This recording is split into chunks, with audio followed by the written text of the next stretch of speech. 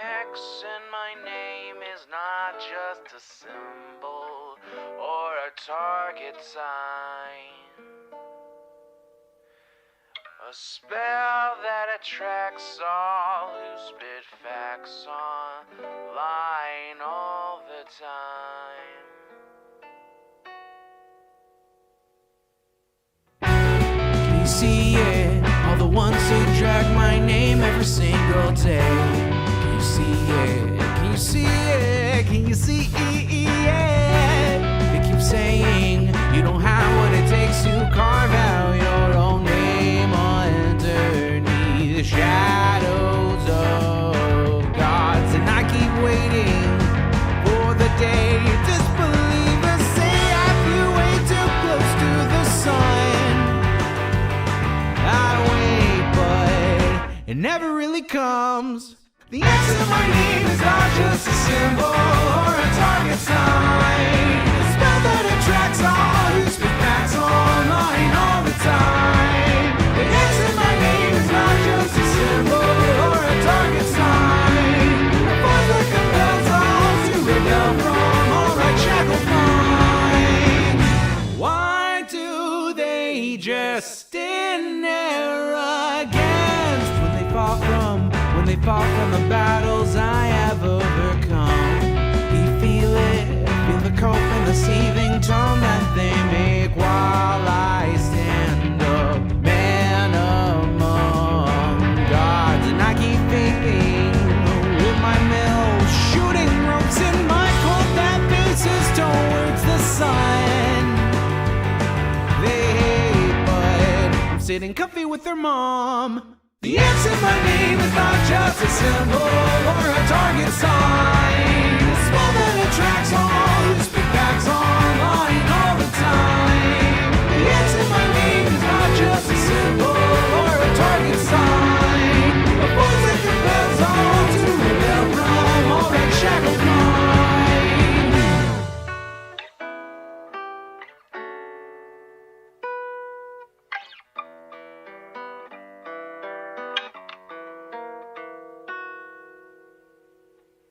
The X in my name is not just a symbol or a target sign. A spell that attracts all who speak facts online all the time. The X in my name is not just a symbol or a target sign. A force that compels all to rebel from all right shackled minds. It's you and me, your mom, it's me. I'm taking another hit from my name. You see now, watch me not now, punch your face now. Let me show you how.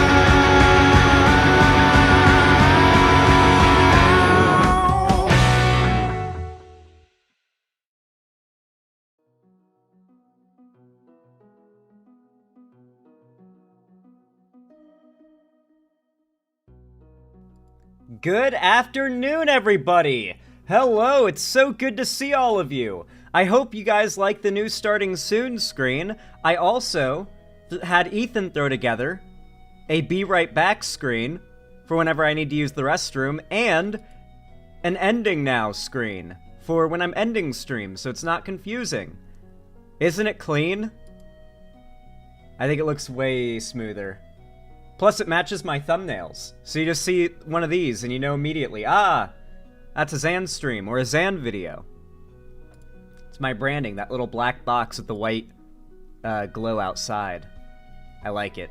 Anyway, guys, it's so good to see all of you. How are you all doing? God, so many people out here. Already shown up to the stream right at the beginning. What is up? Hey, everybody. What's up, Selkie Quartz? Shayna the Welder, how are you? Random Robin, what's up? S, how are you doing? Xterix, good to see ya. Definitely not Alice, how are you? I'm just here 029, what's up? Ride the Rails, good to see ya. I'm doing pretty well. Perry Icefire, how are you doing? Thank you. Green Moon 2040, what's up? Lefty Jenna, good to see ya. Nine Tails Fox 2, good to see you as well. Wingo, what's up? Wait, I already said hi to you, Selkie Quartz. Good to see you. Scrumpled Milk Skin, what's up? How you doing? Lowscar 23, how are you? It's good to see ya. Astronaut Lad 172, good to see you again. How are ya? Hello there, Cody Griffith. Izzy B studying. S. Andy. Dave the Moon Man, how are you? Glamorous Frog. Orange Persic, how are you doing? Not usually watching streams, but with Trump winning, I am monitoring all news 24/7. Well, to be clear, you don't really have too much to worry about until Inauguration Day. But I get that. I understand if, like, some people feel super burned out on any politics and they're checked out after this, but I feel like so many people checked out during Biden's run because they got bored with politics that now they're like, a fire's been lit under their ass. So I'm seeing, like, this weird push-pull where on one end you've got people just dipping out, and on the other end you've got people jumping on board. It's so odd, you know? I mean, I won't complain. Trump winning is going to be amazing for mainstream media making money, unfortunately. It will be, but we have to build a space in alternative media that rivals it. And a good way to do that, if you guys want to help and you're enjoying the stream already, is to drop a like if you haven't already. Just dropping a thumbs up on my streams and my new videos as well helps to really guarantee that YouTube boosts it in the algorithm and pushes it out to a lot of people, which helps to get it into new eyes and potentially convince people that Trump is stupid and they shouldn't have voted for him. So yeah, consider hitting the like button, and I do appreciate it. It's totally free, by the way. Only takes a second. Xander, there's a guy in the Discord who said that the people who thought Kamala would win were worse than the Doomers. On a scale of 1 to 10, how bad is that take? Like 11. Like that's an 11 bad take. Jesus Christ. People who thought that Kamala would win, they're just as bad as Doomers who just want to give up and give in to fascism. Nah, you're gonna notice a lot of people are saying a lot of stuff that kind of goes from their emotions in the next couple weeks because they're really upset, and just kind of venting out their emotions in weird ways is all that's going to make them feel better in their mind. So just be prepared to see a lot of bizarre shit and weird behavior just because people are not thinking clearly and they're just trying to get their anger out. I'm a little old lady and so fucking depressed about the election, having trouble coping. I understand that, Georgia Mays. I'm really sorry to hear about that, but hey, this is the time where the left gets to grow. The left gets to be the cool, edgy, counterculture, like, hip thing, because we're no longer the administration that's holding, you know, any power. We don't have Congress, we don't have the Supreme Court, we don't have the House now. The House went to the Republicans today, pretty much, and we don't have the Senate, which means the Republicans can't blame shit on us, which means that we, with our already existing pop cultural hold, are now the counterculture. I think we are genuinely at a pretty advantageous point to do some serious damage to the long-term health of right-wing politics in America. And it's not just in America, mind you, it's worldwide. I believe the Dems' performance in this election was some of the best progressive performance in any election in the world this year, which goes to show you how much the far right is taking over all around the world.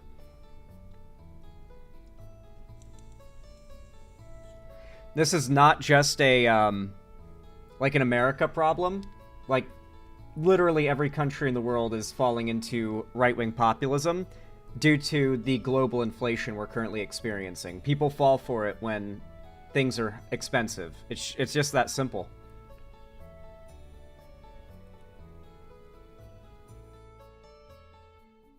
A little bit of chapstick. Get my lips nice and lubricated. Don't want them to get all dry while I'm trying to talk. That wouldn't be good.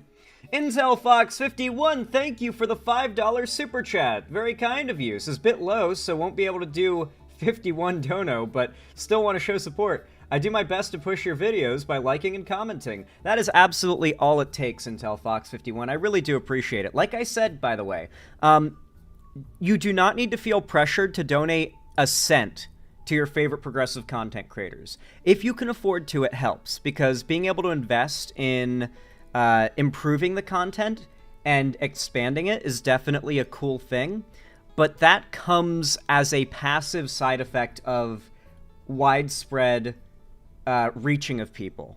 it's not necessary that there be people like forking over their hard-earned money to content creators like me unless they really want to. What really matters and what really helps is exactly what you've been doing, Intel Fox, which is dropping comments and leaving likes. Donations don't turn into more eyes on left-wing content, but those free and very quick to leave likes and comments absolutely do. That is what I encourage you guys to do. You don't need to drop a cent on any content creators. But if you like and comment, then you're doing your part. In fact, you're doing more than if you had just donated. Because the donation doesn't equal more eyes, like I said. And we're trying to get eyes right now. We need as many eyes on progressive content just across the board as possible. We need David Pakman to be bigger than Tim Pool.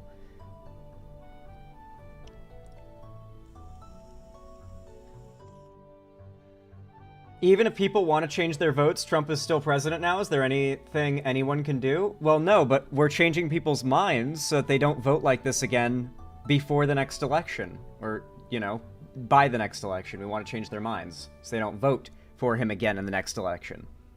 Pretty straightforward. Them regretting their vote is quite important. It's how we keep ourselves from getting this extended any longer. We need shitbag edgy leftists to appeal to teenager guys. I am looking at the rules for my Discord server, by the way. I don't want to turn it into like an overly edgy, hostile cesspit, but what I want to encourage is for left-wing communities to have a little bit less of a stick up their ass. Getting hypersensitive about certain language and certain humor and certain words, such as retard. And it's a case-by-case basis thing. There's no, like, standard or line that I can draw that fits every scenario. I think that when it is abundantly clear someone is trying to hurt someone else, that is when we should call it out. But when it is clearly being done for the sake of, like, edgy humor, there's not an easy path to proving it was done with malice, the left is probably not winning the battle of convincing people, or frankly, convincing the person who did that action to change at all. It really seems like with the results of this election, we've seen that political correctness is not as successful of a thought process as we once thought. Honestly, as a nursing student, I'm not excited about working as a nurse, and as a trans woman, I'm not excited about my own healthcare in the coming years. Oh, I hope you manage to make it to I wish you live in a blue state. I agree, Xan's vibe is pretty soothing for coping with this loss. I'm glad you guys think so. I appreciate that. I'm glad my vibes are on point. I'm glad you guys like my aura. Do you guys think my aura looks nice? Larry Banks 78, thank you so much for the $5 dues. I really appreciate that. Very kind of you. You're so based. Said, won't be able to make it to watch parties due to night shifts for the month. No! But we'll be able to make it to streams like this. Hell yeah, Larry Banks. I'm glad you're able to make it here, but I'm gonna miss you at the watch parties, Larry. I'm gonna miss you.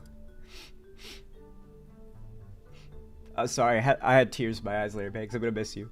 Larry Banks 78 with another $5. Thank you so much. I really appreciate it. Says, also, have you seen Critical Drinker's new video where he claims that Hollywood celebrities no longer are important in influencing people on politics despite Trump being a celebrity?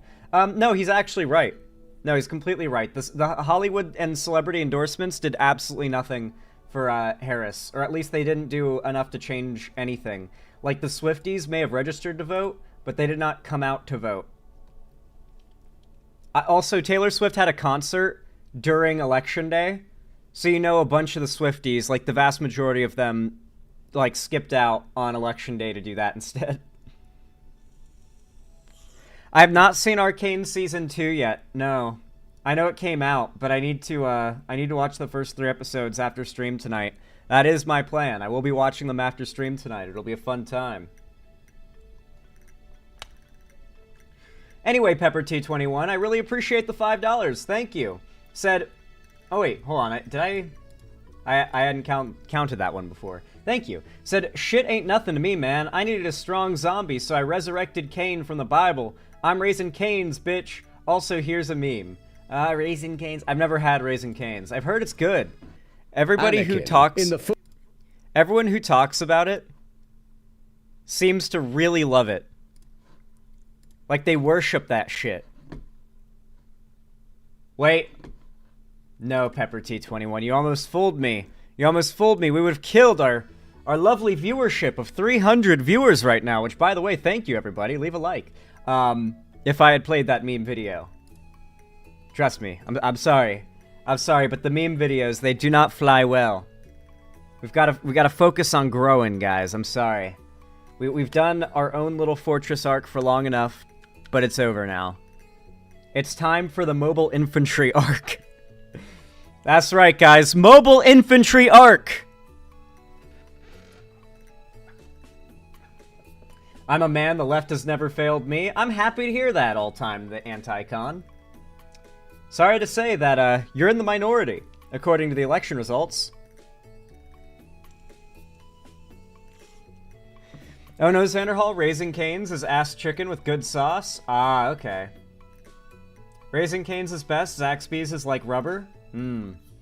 Okay. I see I've got some Raising Cane's worshippers, some disciples of Raising Cane in my chat right now, it would seem.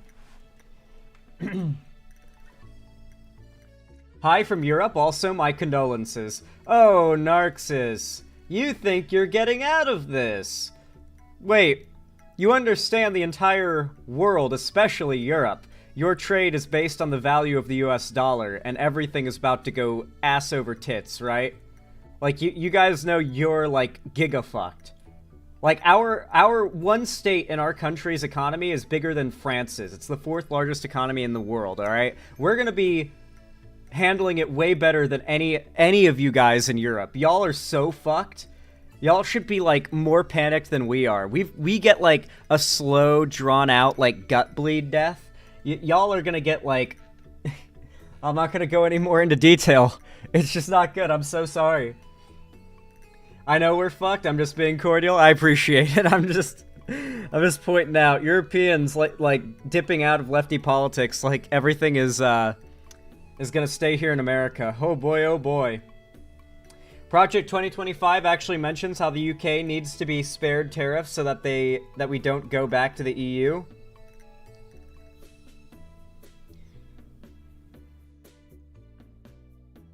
I wonder if we get the trails of the summer camp, or the trials? T-rail? I have no idea what you meant to say there, Canada's Joel. Sorry, buddy.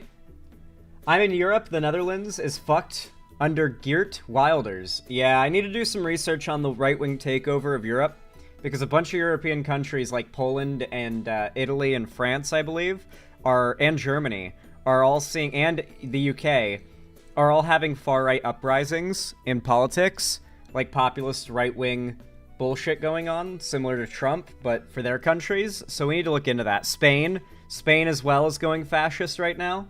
Dude, literally every country is going fascist right now. What the fuck?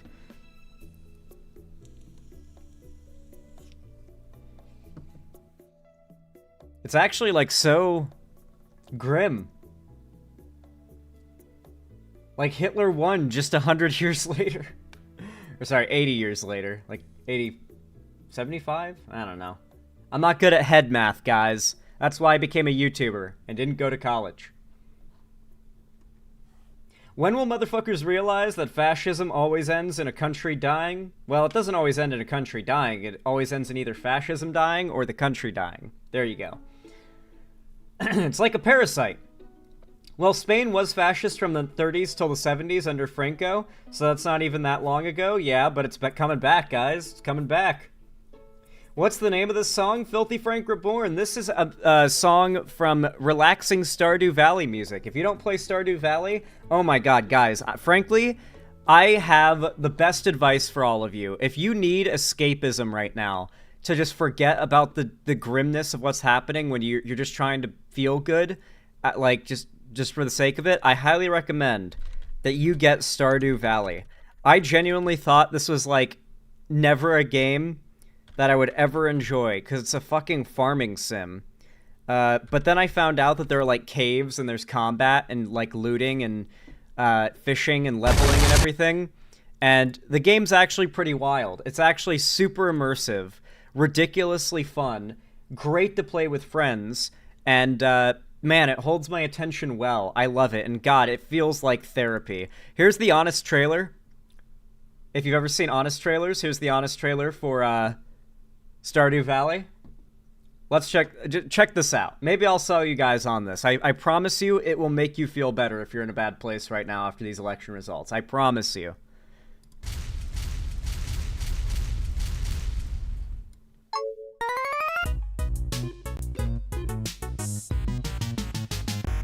In a world where gaming is all about how many pixels you can fit on a screen at once, how difficult you can make your boss fights, and how open you can make your world, one game dares to dream a little smaller.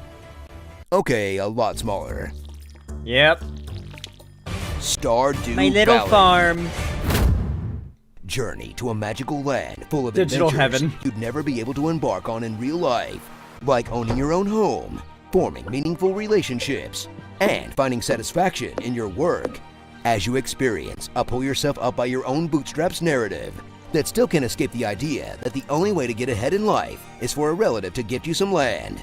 But don't Real. worry, you totally It's achieve all this realistic. on your own. Who's a cute little self-made entrepreneur? You are. Yes, you are.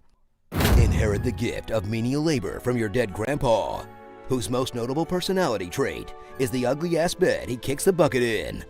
Okay, so this game was made by a single man, a Seattleite, such as myself, actually. He lives in the city, as far as I know. He might have moved, but at least when making the game, he lived in Seattle.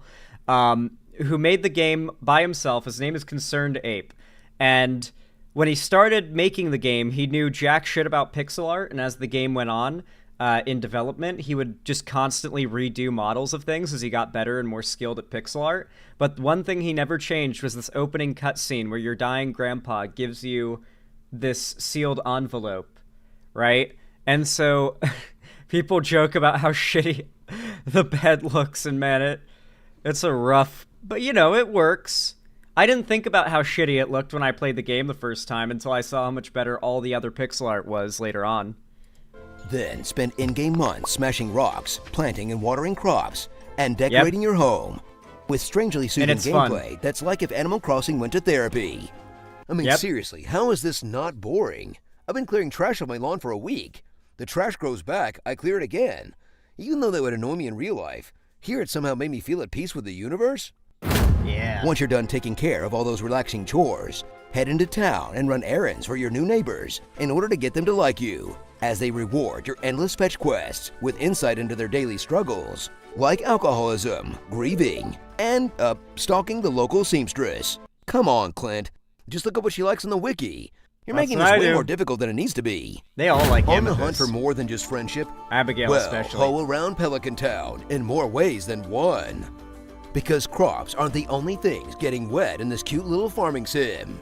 And even though there's only like 20 people in this whole town, most of them are single and ready to mingle Winter with the year new one, farmer on the Samara. block. So long as you keep supplying them with all the weird crap you find in the ground. Done dancing around with the Junimos? Head over to the best feature of any small town. The demon-infested Nightmare Cave. Yeah. That also has dinosaurs in it for some reason. Slice and dice your way through the local wildlife as you decimate their natural habitat and plumb its resources. Because conservation, respecting nature, and recycling your cans is for above ground. And you're subterranean now, suckers! Go mining for ore in the bowels of hell, digging deeper and deeper and finding increasingly precious treasure on the way. A fun activity that's never gone wrong for anyone before. They get too But greedily hey, you and might too find some cool deep. jewelry, so it's all worth it. Yeah, I love this. I love this game a lot. It really is therapy, guys. I highly recommend. I highly recommend, chat. I highly recommend. Pepper T21, thank you so much for the $5 dues. I really appreciate it. Very kind of you. Very based. You're so epic. Said, I have no fucking idea why, but for some reason, Japan is the only country I'm informed on that's getting a little more progressive. The new prime minister wants an Asian NATO is pro-hyphenated last names and pro-gay. I didn't know that pro-hyphenated last names was a thing, but okay. Yeah, I'm fine with it, but let's go. Thank you for the $5, Pepper T21. I appreciate it. Trans Daughter of Water, thank you for the $5 donation. The tier 1 gifted sub to Acor45. Oh, a 3-monther as well. God damn, you're so kind. You're so kind. Thank you. You just gifted Acore45 a 3-month free tier 1 sub. That's crazy. When Trump won in 2016, my dad stormed out of my room yelling, "Fuck, fuck, fuck!" That memory burned into my brain. Love you, Dad. Aww. Oh, that's great. That's so me, though. Hold on, let me find the video of their dad.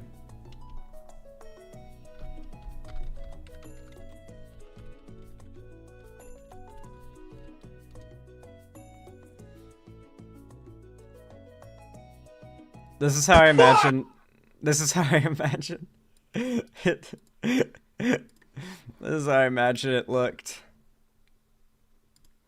Fuck! Fuck! Fuck! Fuck! Fuck! Fuck! Fuck! Oh!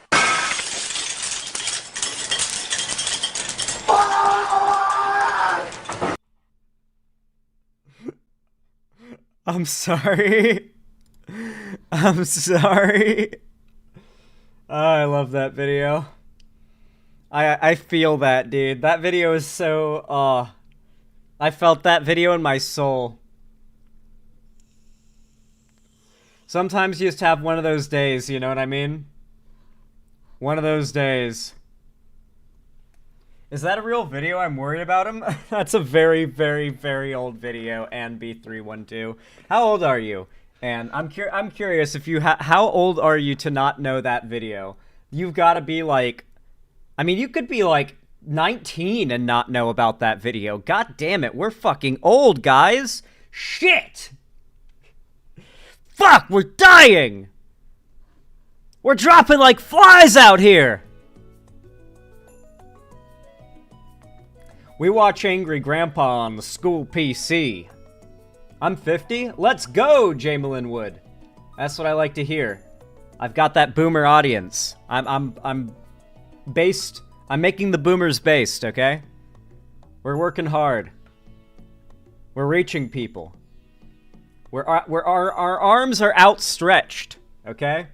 I think the hyphenated last names part is progressive because the Japanese language and traditional marriage. Ah, okay. So you could have like your maiden, or yeah, your maiden last name and then your like husband's last name or your wife's last name, like after the hyphen, or like switch it around so you can have both. Yeah, why would anyone be against that? That's so fucking, that's so stupid. That's insane. I can't imagine being like all pissed off about the idea of people wanting to have both names after marriage. I'm 74 for fuck's sakes, but a very cool 74. I mean, you're in my YouTube chat, so that is clearly abundantly obvious. And 74 isn't actually that old, you know? I was watching The Walking Dead the other day, or actually yesterday, and Dale in The Walking Dead is like 75. Or not, yeah. No, he's 75, 74, I think. Same age as you, I think. And, you know, Dale's the best in Season 2. So, yeah. I can assure you that you are young enough that you can survive and get by in a zombie apocalypse. The Walking Dead has confirmed this. 50 isn't boomer, Zan. That's younger Gen X. Oh, no, listen. Everyone older than, like, 20 is a boomer now, okay? Like, if you can drink, you're a boomer. Xander Hall, my best friend in elementary school was a girl named Taylor Logan Walsh. I went to elementary school in the 90s. Well, that's a hyphenated name in America. We're talking about in Japan. Divine Panda, thank you for the $5 reduce. Oh my gosh, you're so kind for that. Thank you so much. It really does mean a lot. Said, as someone who does not enjoy games like Minecraft, Animal Crossing, Factorio, etc., I feel like I shouldn't like Stardew, but I absolutely adore the game. I literally can't comprehend why I love it. It's like, it's something transcendent beyond, like, genre. It's just like, you play it a little bit and you're like, oh, word? And it just feels so relaxing, and it's such a fun thing to play while talking to friends, and oh man, it's just, I didn't think I would like it, but I'm addicted. Hey Josco the Bard, good to see ya. How you doing? They put drugs in the Stardew. It's the simplicity? Yeah, I think it's like genuinely just full on, like you're locked in with immersion because you're trying to plan out. You know what it is? You spend so much time planning out your day in game that you've got no time to think about your, like, because you're planning out your day today, your day, all your plan for the week, your plan for the next month, your plan for when the next season comes. So, like, your mind is so preoccupied at making several levels of plans in-game, and, like, so many, like, plans you're building about what you want to do in the game, because there's always stuff to do, and you're always, like, time's a ticking, right? And you're just trying to get stuff done efficiently for the sake of it. And you just end up having your real-life problems. Your mind gets taken off of it. It's a very cathartic and therapeutic game. I can't talk it up enough. 4 months till you can have weed? That's so cool, TSW the Shadow Wolf. I hope you like it. I like it, but I am just as bad at planning in the game as in real life. I forget things that I was supposed to do. Thankfully, I've got friends that are willing to just spend a whole day watering everyone's plants while everyone else hard focuses progression. So we've got a pretty efficient running team, you know? If you got one person willing to spend all day watering plants in the early game before you've got any sprinklers, you're going to be able to progress at a pretty good rate. You could also just do it such that you rotate that job. Like every day, someone else in a rotation has to stay behind all day and water everyone's plants while they go out and get their work done. I feel like that's a fair way to do it when you're playing with friends. Enjoy weed with a couple of good friends and you'll love it so much. True! Getting stoned with friends was in fact one of my favorite things about weed back when I was a user of the marijuana plant. Hey, if you're watching right now, and I see a lot of people are, really, I want to thank you all for all the overwhelming attendance and support. Consider dropping a like. Hitting that thumbs up button forces YouTube to push this stream and my content, no matter what it is, in the algorithm, out to more people, getting more eyes on it. I really do appreciate it. It only takes a second, and believe me, for every like you guys drop, or I should say, for every like you don't leave, there are like 1,000 angry, hateful right-wingers out there overwhelmingly supporting and dropping likes on their favorite right-wing figures. So, you know, I do appreciate it, and you should also hit the like button with spite for those right-wingers. My first playthrough was total ecological collapse.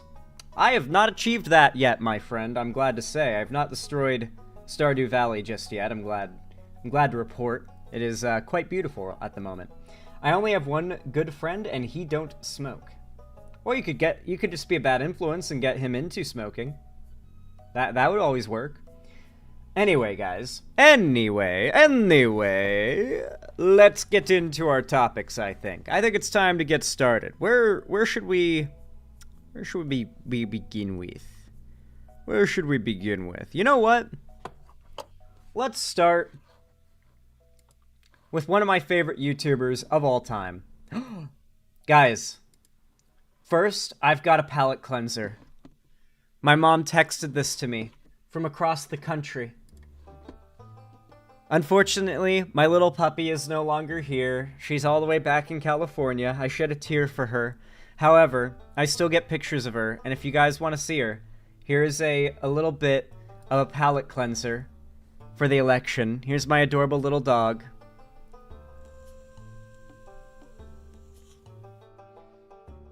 I hope you guys appreciate her.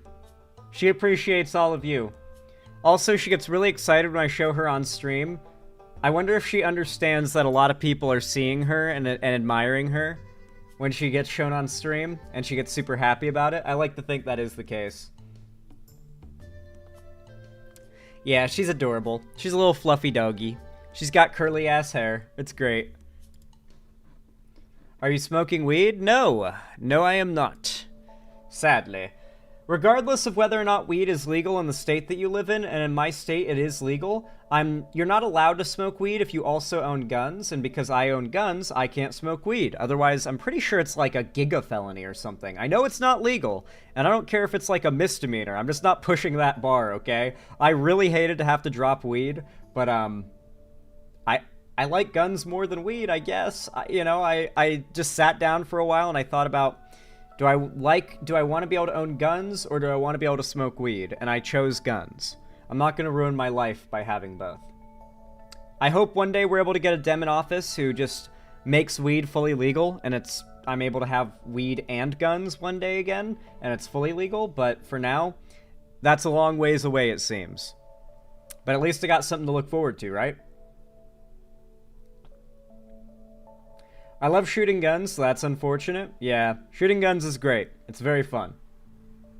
That sounds like a you problem. Hey, listen, if you want to break that rule for yourself, you go on ahead. That's your own prerogative. I don't recommend it. I would highly advise against it, but that's all on you, my friend. I would rather not go to prison. Thank you very much. So I will follow the law.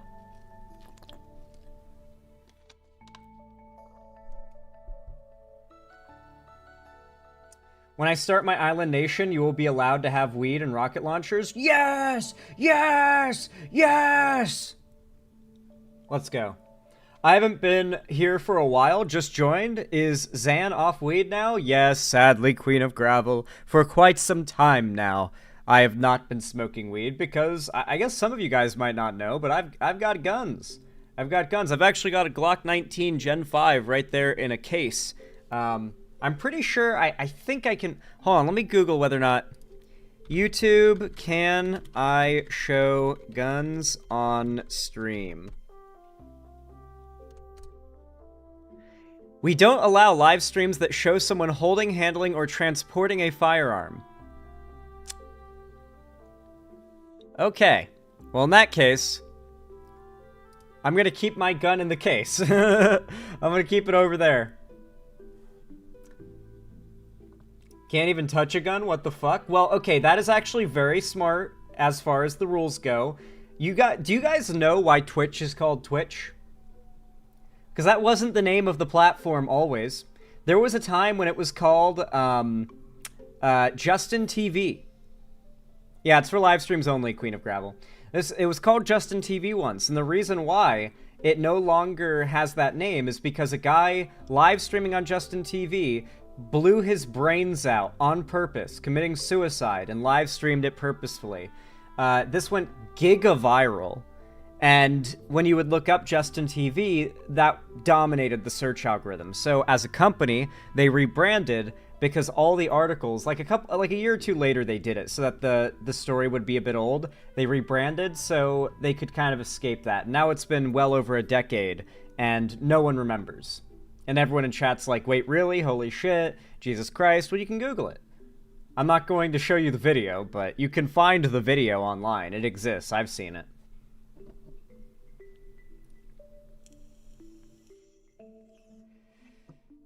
I wonder where that streaming service went. I didn't know it became Twitch. Or I wondered where that streaming service went. I didn't know it became Twitch. Yeah, Justin TV just became Twitch after that. My buddy just moved his gun to be off stream, and 2 seconds later, stream got shut down, and he couldn't stream for a week? Damn. That's rough. You just say it's an airsoft. You just say, sorry, no, it's an airsoft. Don't worry about it. The only bright light, I'm not longer in the South, can't imagine it. I'm glad you don't live in the South. Now's a bad time to be there, to be honest. It really is. My sister saw a guy kill himself on a TikTok live. Oh, that's rough. You know, back in the day, this shit was so rare, they wrote entire stories about how kids would go out looking for dead bodies. Y'all ever seen Stand By Me? Now you just go on TikTok or Live Leak and you just see some dude get his brains blown out. Them kids got it too easy these days. We used to have to go out of our way to go see dead bodies. Back in my day, had to go walk by the train track for 5 hours before you'd find a body. I'm telling you, them kids these days, they just got too damn easy. They're soft, I'm telling you. You used to have to work for that. I've heard people say that shit, by the way. Not even joking, I've heard people say that.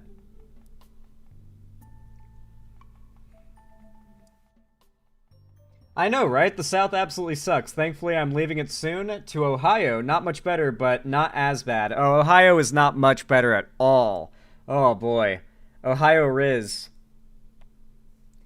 Dude, I heard a story today where a guy, it was one of those, like, YouTube short stories, so it could be complete bullshit, but it was plausible, where this guy he's in high school, and he says that there was a foreign exchange student at his school who barely spoke English, but he picked up on some slang and mannerisms, and he had picked up, like, one day the writer of the story comes to school and sees the foreign exchange student walking with one of the prettiest girls in the school, who's like a cheerleader or something. And he's like, oh my god, you guys are together? That's so cool. Holy crap. How'd you do it, man? How'd you do it? And his friend, the foreign exchange student who barely knows any English, just belts out, W-Riz, W-Riz.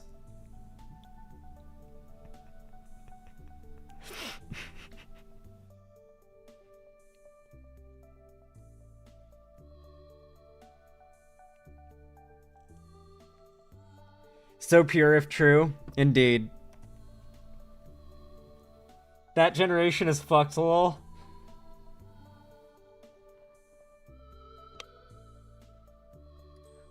W-Riz. What a hero. I mean, that move to Ohio isn't a voluntary one. If I can fully intend to leave for Canada as soon as I can, probably in about 2 years or so. Don't go to Canada. Go to a blue state. Come on. Come on. Seattle Riz. Alright.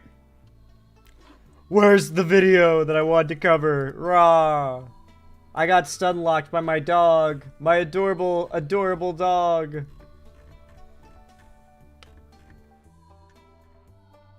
Alrighty, guys. Yeah, visit site. What else do you think I want to do, YouTube? What else did you think I wanted to do? Is this the wrong channel? Huh.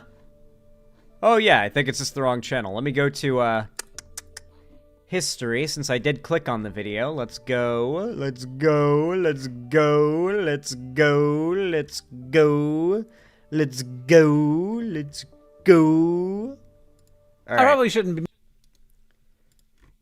Dude, Hank, chill out, bro. You don't have to interrupt me like that. It's okay. Just be patient, man. You'll get to speak. Don't worry about it, man. Don't worry. Don't worry. All right. Y'all know what to do when I say action, right? 3, 2, 1, action. All right, guys. So Hank Green, well, I imagine both Green brothers, some of the most legendary figures in the history of YouTube. You know, they founded VidCon, right?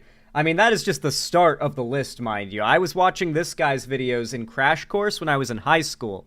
It was literally assigned study material to watch his Crash Course videos. His content is just that good. He's always been that dedicated to factual reporting, learning, education, and just generally trying to help turn YouTube into a platform that is good for spreading good and useful, true information. And I really respect that about him. So as you can imagine, with those things said, he's fucking pissed about the election. Genuinely pissed off. Wait, the Crash Course guy created VidCon? Yeah, Hank and John Green both founded VidCon. They are that legendary and that foundational in YouTube's history. Also, I believe it's John Green wrote the book The Fault in Our Stars, that one like really popular book that like everybody was talking about a while back.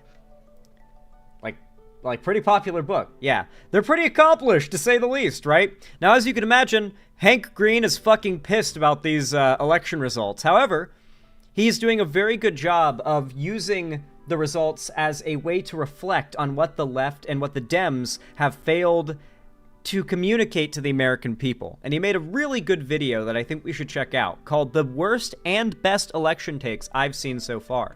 Now, I actually disagree with him on some things here, but I think this video is a great idea. Just going over different people's takes about how this election was lost.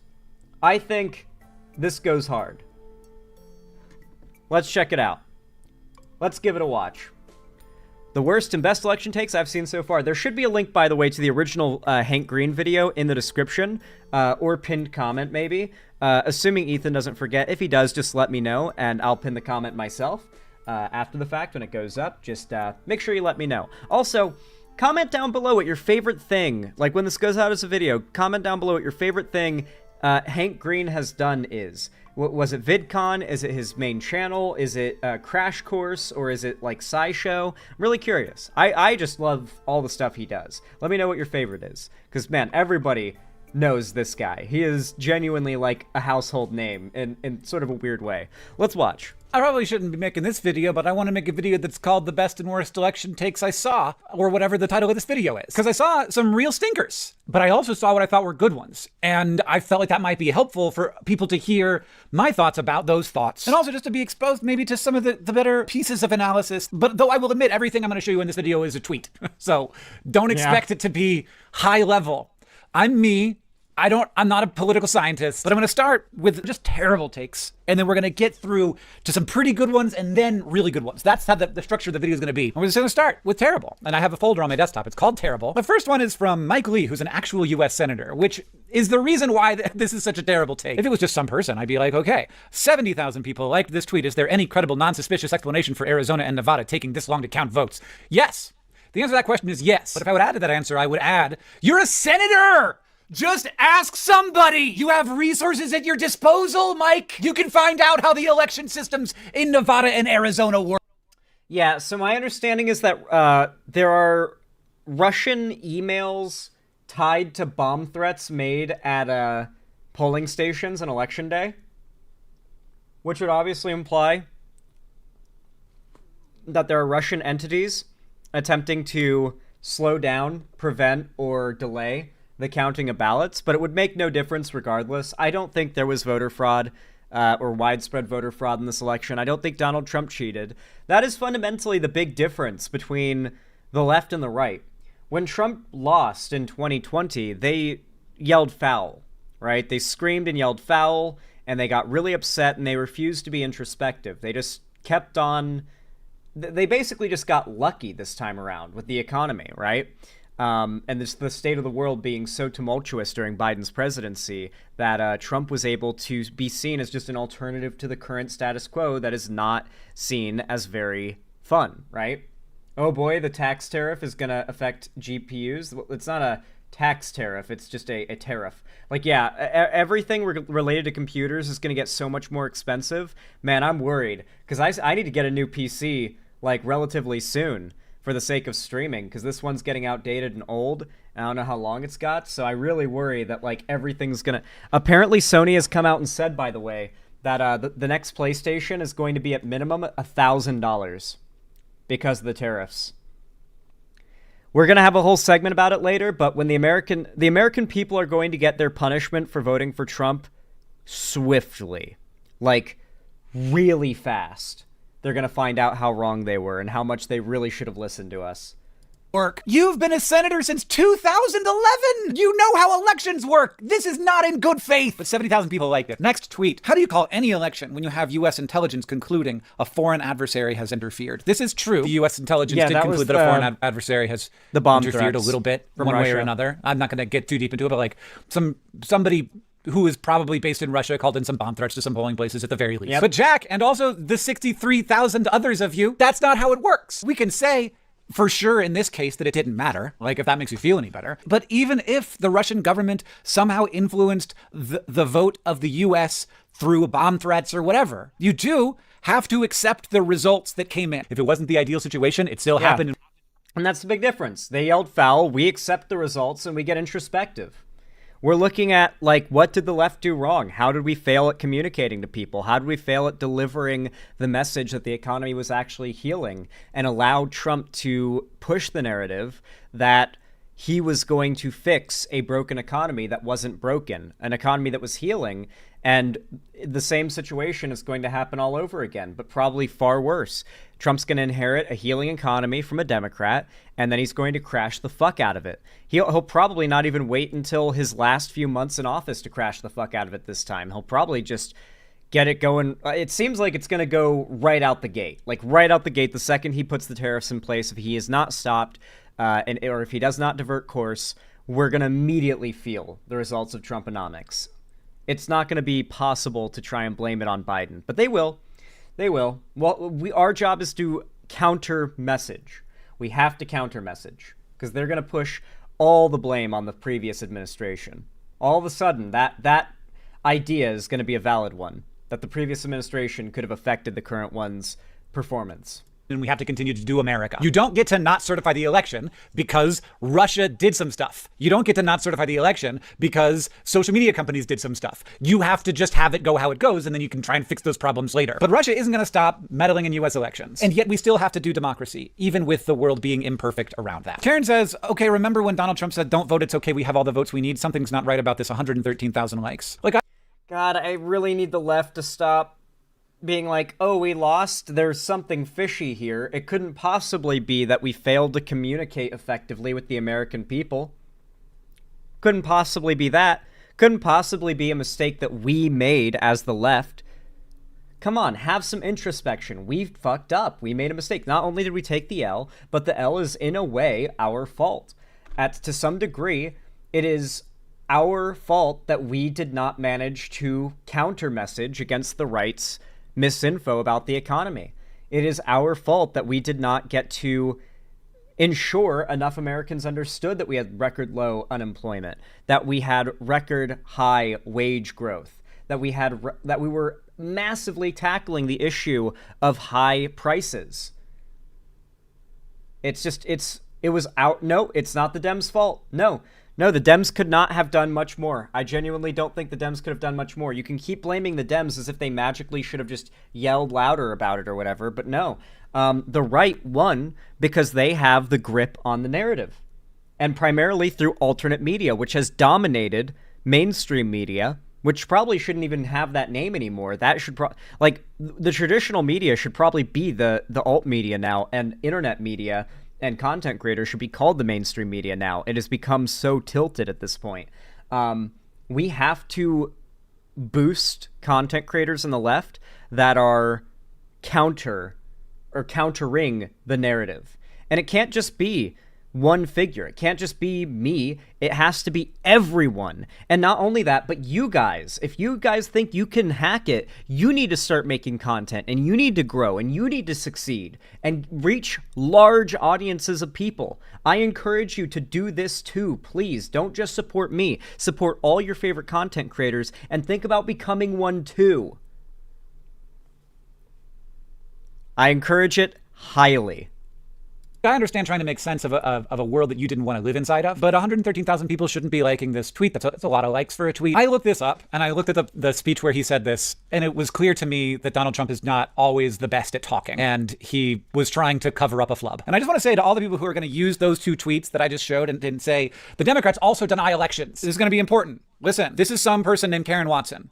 And this was some guy named Jack. And none of the people who are actually in charge and have power in this situation are taking that and running with it. Kamala Harris conceded graciously, and democracy is working the way that it should. Yep. Right? What happened in the other case? A different thing happened. And Donald Trump has still never said that he lost. And when you ask him why he thinks he won, he gives any number of responses that have all been disproven in one way or another, or are not legitimate, like saying that a media company making a decision is a reason why we shouldn't certify an election.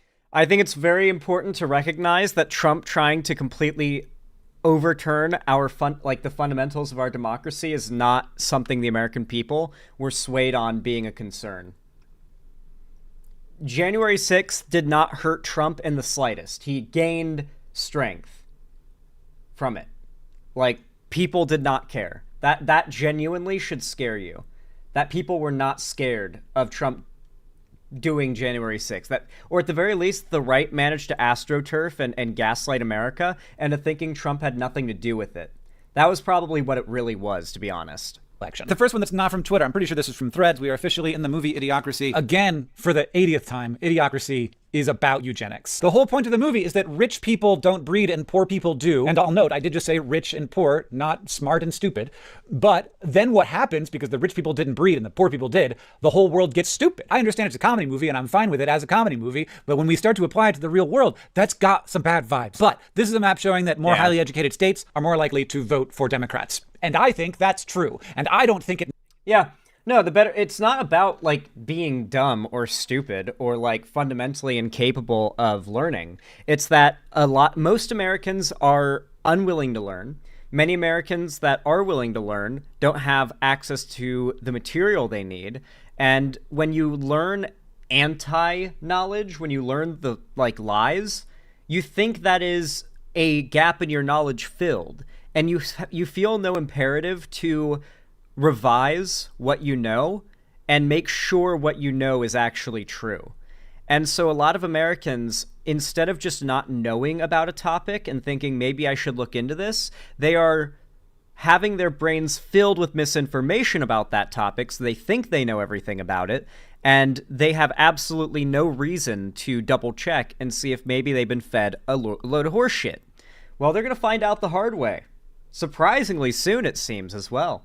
Necessarily has anything to do with intelligence. I think it has a lot to do with a backlash against existing systems, and I think that has a lot to do with a lot of things that I'm not going to get into right now. But this is a terrible take to say it's because people are stupid. We're going to see that take again in a slightly better form later on. 70,000 likes on this one. I really only picked ones that had a lot of likes when it came to the bad takes, because there's lots of bad takes that don't get a lot of likes, but I feel like the ones that get a lot of likes are worth paying attention to. Matt Walsh says, now that the election is over, I think we can finally say that, yeah, Project 2025 is the agenda, lol.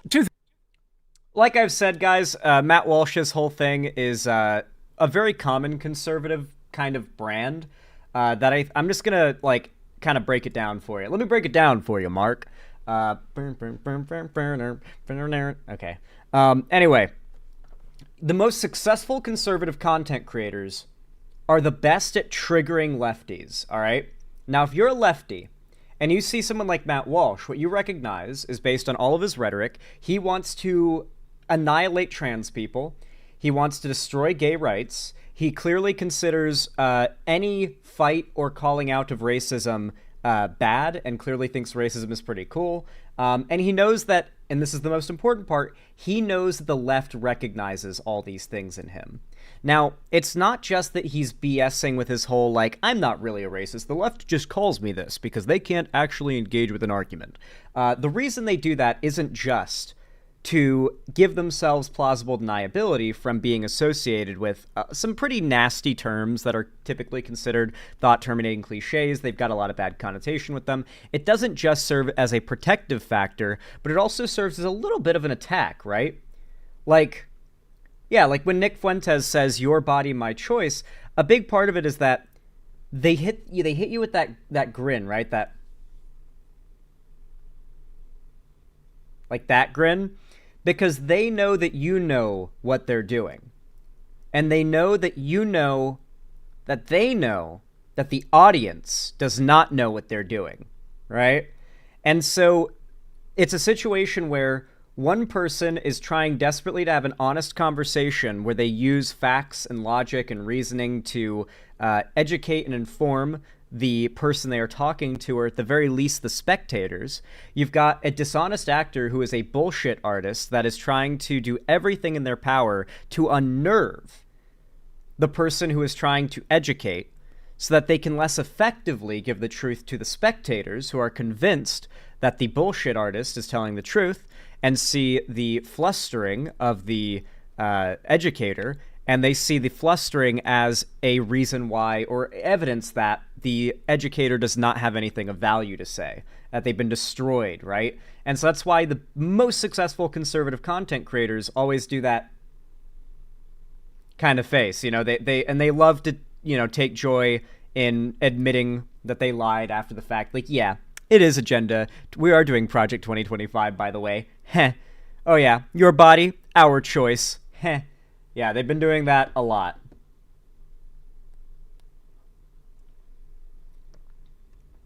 Xanderhall, they're Schrodinger's douchebag. They decide whether they're serious or not based on the reaction of those around them. If they're offended, yeah, I mean, it's not that. No, we're talking about something different. Two things about that. First, Matt Walsh's job is not to do government policy, it's to get attention on the internet. He will say anything to get attention on the internet, and that's what he's doing right now. But I do think that it is the case that many things in Project 2025, which is a very long document, will be things that the Trump administration tries to do. And the fact that Trump was like, I have no idea what that is, and I've never read it, and there are some good things in it and some bad things in it, and I'm like, how did you know that if you've never read it and you don't know what it is? I think that was a lie, and I think it was bad. An Onion person... Trump has clearly read more of Project 2025's handbook from, what's it called? TPUSA? Or, no, it's, America First? No, not that. What? Something Liberty? What's the organization, the far-right organization that developed Project 2025? There's so many names. It wasn't TPUSA. Heritage Foundation. Thank you, Wingo. Thank you. Yeah, the Heritage Foundation. No, Samsung Simp. Trump didn't write it. It was the Heritage Foundation. which of course backs Trump. Oh, come on, Astro Argello. You can't give me shit for blanking on the name of one of like a billion conservative, multi-billion-dollar funded think tank organizations. You realize there's 1,000 billion of these on the right and like 5 for the left. And the ones that exist on the left are like nothing. They're like the pithy amounts that some organizations give to the DNC to look progressive, all right? Like, let's be completely real here. Come on. It's like saying, oh, you don't know every dude with blonde hair's name? What do you mean, bro? What the fuck, Zan? Come on. Here says, I think that the left and especially Democrat liberals need to internalize that intentionally lying is an incredibly useful and good political strategy. I think that Donald Trump is exceptionally good at lying, not just because he's like good at lying, but because he like says everything. He just like constantly talks. And so people are kind of like, well, you can't really take him at his word because he's like being a person. He's just off the cuff, you know? So there's a reason why this is a pretty bad take, which is that this can be a good or bad strategy depending on the electorate you're trying to win and the candidate that you have. Number one search after the election is what is a tariff? But that's not stupidity. That's just undereducation. Kent Allen, these Americans, if they had a better education, if they knew what a tariff was, probably wouldn't have voted for Trump, who was promising these tariffs. He would have been like, more Americans would have been like us and been like, oh my God, what is he doing? That's stupid. But no, they didn't listen. Doing the lying. I think that those things matter a great deal with regards to whether lying is a strategy. I think this is a terrible take because we shouldn't do that. I don't know. Call me old-fashioned. So we're going to move on to the pretty good takes. These were like, okay, pretty good takes. Let's check out what we got here. The first one, this one's from Blue Sky. And he says, one of the things I keep circling back to is all of the terrible people, actions, and ideas that people will now claim were validated. Like the tweet that we just saw. Trump, Thiel, and all the worst impulses of the worst parts of the tech wealth class, Vance, and all this will now be seen as good, successful strategy. Yeah, no, that is like one of the shittiest parts of Trump's win is that, like, you know that it wasn't the radical far-right MAGA people that, like, they're not the majority of the people who elected Trump. The majority of people who elected Trump are some Dems and even the majority of middle-of-the-road voters who voted for him because they were promised a better economy. They were promised ice cream and no dinner. They were promised no bedtime. We're going to have zero taxes. All of our country's federal funding is going to come from tariffing other countries, which is totally a tax on other countries' governments, by the way, or the other countries' companies. And then we're all going to have 5-cent per carton eggs again, just like in the 1950s. Aren't you excited, guys? People are living in a dream world, and they are going to wake up to the nightmare they're truly in very fast. And we're going to laugh at them. Like I said last stream, we do not feel bad for these people. We do not say, oh, well, you couldn't have known. You couldn't have known. No, we are going to be cruel to these people, and we are going to take great joy in making fun of them. Here's a good example of what I think actually works in messaging on the internet. Before the anti-vax movement really took off to the level that it's at now, before it became the line you had to toe as a conservative, it was a crazy conspiracy weird thing on Facebook that everyone made fun of. But the way they made fun of it wasn't just making fun of how dumb it is to not take vaccines. It was explicitly trying to find the most cruel line of ridicule to attack them from that would genuinely try to hurt them on the most emotional level, because that is truly what is not only effective in the world of the internet, and people see like meanness and bullying as strength, but on top of that, it has a higher chance of changing that person's mind at some point and perhaps making them act with some introspection. I think that, like, do you remember when a lot of the anti-vax stuff, people would just say, oh, you're anti-vax. Well, you're not getting your kid vaccinated? Okay, so what are the dimensions of the coffin? How tall is your kid? How much do they weigh? Do you want mahogany or ash? I recommend mahogany. It's a harder wood. You know, it's a little more sturdy. It'll last longer, you know, especially when it's a smaller coffin for like a little kid. You probably want it to be like a mahogany hardwood coffin. Like that kind of humor and ridicule and bullying at like anti-vax parents just straight up saying, we're going to laugh at you that you're going to be crying over your dead kid because you're responsible for your kid's death. And we tried to tell you, and we're done trying to tell you. We're done trying to coddle you and kid gloves you. You're hurting yourself and other people with your own actions, and we're going to laugh and point and jump it for joy at your misery, just like these people have done for decades at people on the left, and particularly marginalized. You guys need to learn to grow hate in your heart for conservatives and to gain no more joy, or joy from nothing else more than the suffering of conservatives. Every single case where conservatives are miserable and suffering should be heavily pushed out to everybody. Everyone should be seeing it, and everyone should be laughing and making fun of it. All these factory workers, working class Trump supporters. Don't you dare try to do this whole, but they're working class, they're our brothers and sisters of the working class. No. They're Trump supporters first, working class last. When you see all these factory workers in Pennsylvania that voted for tariffs on inputs, laugh at them when they complain about how much less they're getting paid, about how they're losing their Christmas bonus, about how their company is mass laying off employees. Laugh at them. Tell them we tried to tell you, and now all we're going to do is laugh. Put on your Joker makeup, guys. Put on your Joker makeup. Come on, guys. It's time to go full Joker mode for the next 4 years. We're gonna laugh at these fuckers like the goddamn Joker. We're just gonna laugh as the world burns and make them feel as bad for what they've done as possible. Make sure they know we told them and we don't feel bad for them. Trust me, living with them for about a decade now, I have long since learned to despise them. I do care for them as people, but I hold no compassion for them politically. True. Very true.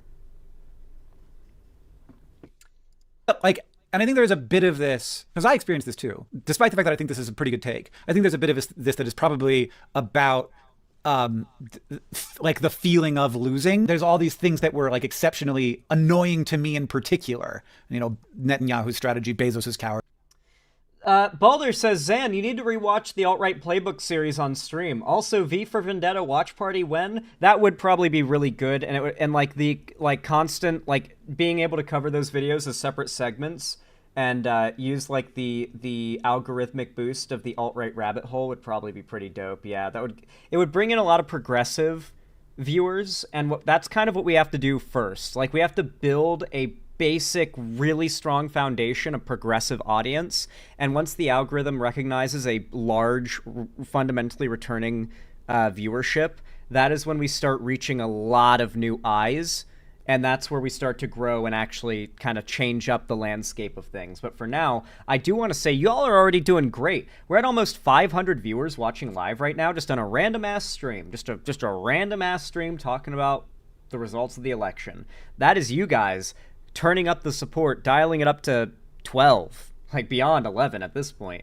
I really want to say thank you. Consider leaving a like if you haven't already, both on the video and on this stream. Helps us hit that 500 number. Maybe we can hit 600 too. It would go crazy. Anyway, back to it. Artists, etc. Like those things in particular that annoyed me, I'm like experiencing the loss in an additional weighted way. That makes me think this is probably not that big of a deal because it's more about an emotional reaction that I have. And I can't speak for Jacob, but it's more about an emotional reaction that I have when I'm like, we lost, and we didn't just lose the election. We also lost the story. And now I have to live in the world where these people who I think are acting very badly are feeling like their bad action is actually successful and good, and they're having their champagne parties and living it up. And I also experienced that. No, I hope they do. I really do hope that the conservatives and the MAGA supporters celebrate now while they can. It's not too long until Inauguration Day. And Trump says on day one. So celebrate for the next few months. You've still got Biden in office taking care of the economy. You've got nothing to worry about. Now's the time to celebrate if you're a MAGA voter. But they won't believe us when we say it. Not until they start to feel it. And even then they might deny it for a while. So, they should celebrate for now, because in a few months they're not going to want to celebrate anymore. It just feels very emotional to me, which makes me think it's probably not that big of a deal. Brian Stelter. This is an interesting one. This is a two-parter. From Twitter. It's a mistake to dismiss real dissatisfaction with the economy and the government as merely a product of right-wing propaganda. But it is also a mistake to ignore the mis and disinformation that permeates pro-Trump media from top to bottom, for example. And then he shows this Ipsos poll from last month. People who answered factual questions about inflation, crime, and immigration incorrectly were more likely to opt for Trump, and those who answered correctly were more likely to be Harris voters. And you can see... Wow, really? People who are objectively correct on fundamental basic questions of politics and statistics and fundamental stats relevant to our country's success and survival, the people who answered correctly overwhelmingly leaned Democrat as opposed to Republican, and those that answered incorrectly overwhelmingly leaned Republican. Huh. Wow. That's crazy, dude. Wow.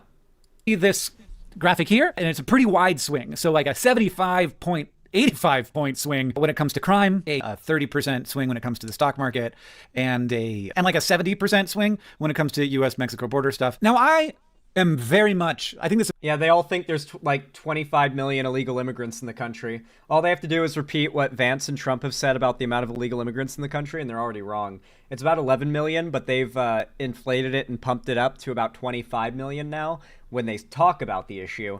They're totally wrong, but the majority of Americans clearly seem to believe it. It's a pretty good take because I'm very much on the team of the information environment is terrible. There isn't a way to get good information to people anymore. And most information is tuned to one of two purposes. If it is like on Fox News, it is tuned for a political purpose. Fox News is just an arm of the Republican Party. MSNBC is just an arm of the Democratic Party. Those are tuned for a political purpose. It could additionally be tuned for just gathering and holding on to attention, in which case telling people that like the stock market's pretty good, like that's not going to be good, interesting content. Like there's not an interesting story to be told there. And the greatest bias in all media is toward. I really do think the discussions about the economy especially need to be done as a passive point, as you focus on broader, more popular issues, because the economy on its own is a popular issue, but not for content, right? The way that this idea of a better economy under Trump has been pushed was as a side, as like the peas alongside the steak that is entertainment-focused bullshit, right? Like on Joe Rogan's podcast, you're hearing about like whether or not a gorilla or a bear would win in a fight if they were both high on meth and coke respectively. And then on the side, Joe Rogan's like, oh yeah, by the way, you hear about how bad inflation's gotten? Yeah, man, Biden's fucking up the economy. Anyway, yeah, I think the bear wins, bro. No, you don't understand. A silverback gorilla can rip a man in half. You know, it's like, it's so effective because no one wants to hear a conversation about how the economy's doing well. But if it's like snuck into a dude bro, like entertaining drama, clickbaity type conversation, people will buy the politics as a chaser to the main course.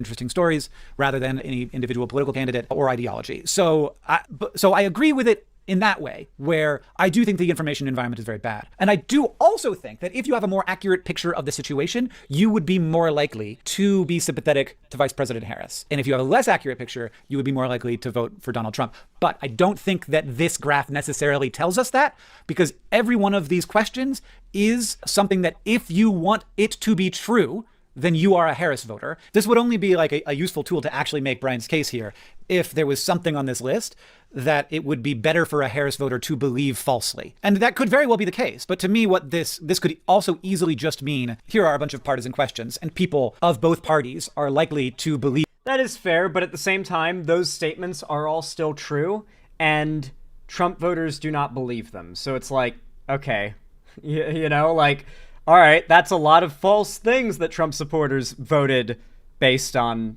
them thinking is true. The thing that is better for their candidate. And in this case, all of them are better for Kamala Harris, and they are also, in addition to that, true.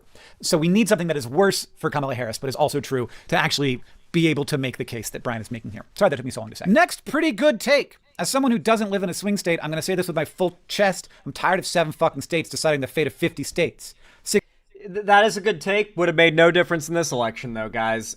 Trump took that popular vote by storm. He blitzkrieged that popular vote. He you know, like, it's rough, dude. It's a rough scene. But yeah, like, regardless of whether or not it would have made a difference in this election, the Electoral College should go. It really should just be the person who gets the majority of votes should be president. In this case, it would still be Trump. And I still believe it should be the popular vote. This isn't just some lefty thing like, we just don't like the Electoral College because it lets Republicans win. No, we're still saying the Electoral College needs to go. Even when in this election, Trump would have still won. It just, the majority of votes going to one candidate should make that candidate win. That is a simple, basic idea around the concept of an election. The idea of democracy is fundamentally based around this. The idea that some areas should have more representation than others is insane. 623,000 votes. This is a pretty good take because I think that the Electoral College is outdated and we don't need it anymore and we should go by popular vote. And I think that that is becoming a more popular perspective. Even, I am surprised to find when I looked it up. By the way, we already have a Congress. Like, if you're like, oh, but what about the rural areas? What about the rural areas? we already have Congress, dude. Congress has a ridiculous amount of power. Like, Congress controls a shit ton, especially our funding. Like, what like, operations for the government can, like, receive funding and how much. Like, the budget and all that shit, right? I'm pretty sure Congress does that. And the majority of Congress seats are filled by Republicans. If you want, like, land to be represented, then make sure you're involved in voting for Congress, I guess. Yeah, do that. But we really should not have the president be decided by some weird elector system. It's bizarre. It's not cool. Not to mention, there are totally cases in which those electors could just decide not to go with what they're supposed to go with. They could just go to a different candidate if they wanted to. It's really weird. It's a bizarre and fucked up system, and it needs to go. Among Republicans and independents. But it's only a pretty good take because in this case, it didn't matter. If it was popular vote, the outcome would have been the same. Kat says, since 2020, I've increasingly felt like we're in a digital dark ages where illiteracy is skyrocketing, people believe in magic, disease, and rampant oligarchs rule, and it's all facilitated by ultra-modern technology that has evolved to reinforce it. I think that it is identifying that. It really is scary how technology is advancing at a rapid pace, and the first people to embrace it these days are scammers and bullshit artists. And I don't know how we counter that other than we just put our pedal to the metal on giving as much support to progressive content online as we can. It really is, like, the internet can be largely... I don't think anyone can deny the internet played a massive role in winning Trump the election this time around. In 2016 and onward, people tried to deny it and say, oh, it was other reasons. The internet was fundamental in winning Trump the election this time around. We should shun Republicans like they're ex-Jehovah's Witnesses. They want a cult. We should give them one. Sure, shun them. I say you ridicule them and make sure they feel like you're gaining nothing but joy from their misfortune. The misfortune they made for themselves and you tried to prevent. More of a symptom than a disease. And I also think that it is a little bit over the top. I think certainly people believe in magic, like people believe in astrology and crystals and always have, but like I think that's actually like fewer people right now believe in magic than at most times in history. Disease is rampant, not compared to the Dark Ages. Like we have taken it feels like a little bit of a step back. There are more oligarchs. It is weird to watch Elon Musk very intentionally become an oligarch. And I think this is a pretty good take because like all of these things seem of the past, but they are enabled by this ultra modern technology. And that's really interesting. I just think it's a little over the top. And I think that the connection between these things, between the technology and what has happened is really strong and needs to be like articulated clearly somehow in a thing that isn't the length of a book. So I've read books about this, but people aren't going to read the books and they're all by, well, I guess that Yuval Noah Harari. That's actually a good point to finish this off with, because I don't want to make this too long, particularly for the sake of the fact that for some fucking reason, Google has been like, I don't know, in every way cutting back on bandwidth. Like, videos take forever to upload and process now. Maybe it's just me, but that's been the case on my end. And not only that, but videos on Google Drive, which I used to, send raw segments to my editor, have been taking forever to process. So every step of the process of video production has been taking forever at any point where it is in Google's hands to not fuck up. Streams are lagging more too. I've only dropped 84 frames this stream, so that's not too bad in an hour and 19 minutes. But yeah, like, I think there was an update on October 15th, and every YouTuber subreddit is complaining that since then, everything's been loading slower. There's been countless bugs with displaying data in the YouTube dashboard. Everything's been taking forever to upload. Google's been slow as fuck, and on top of that issue I was talking about where around October 27th, October 15th, somewhere in that range, like a shitload of YouTube channels saw a massive dive in their viewership per video. There was an update to YouTube on October 15th. The 3-minute shorts update is the name of it by most people's naming.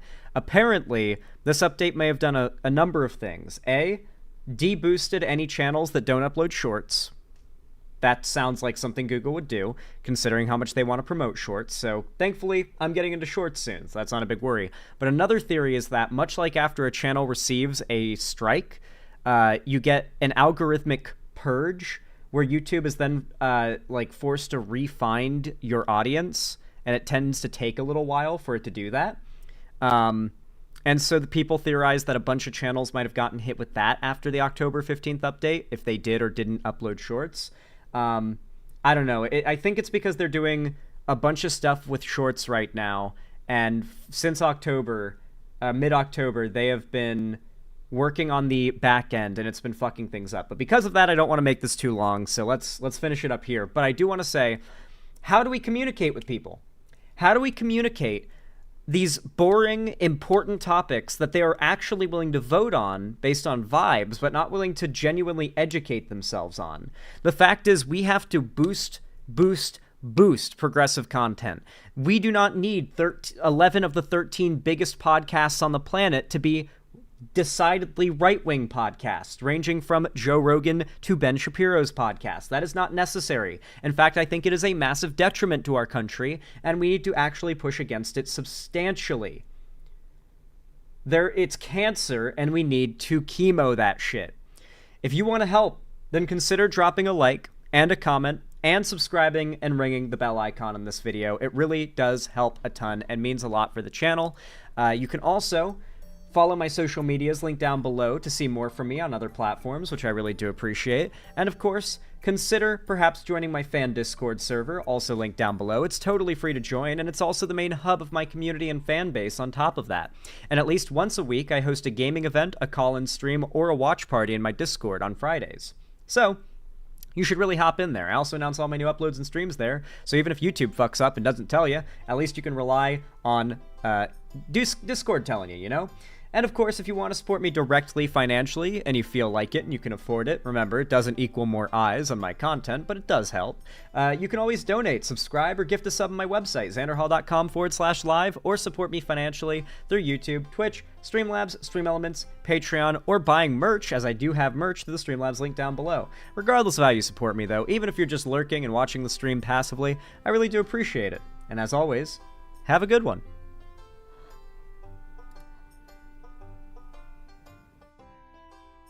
God, my eye is burning today. I think it's because I haven't had enough, enough energy in my system.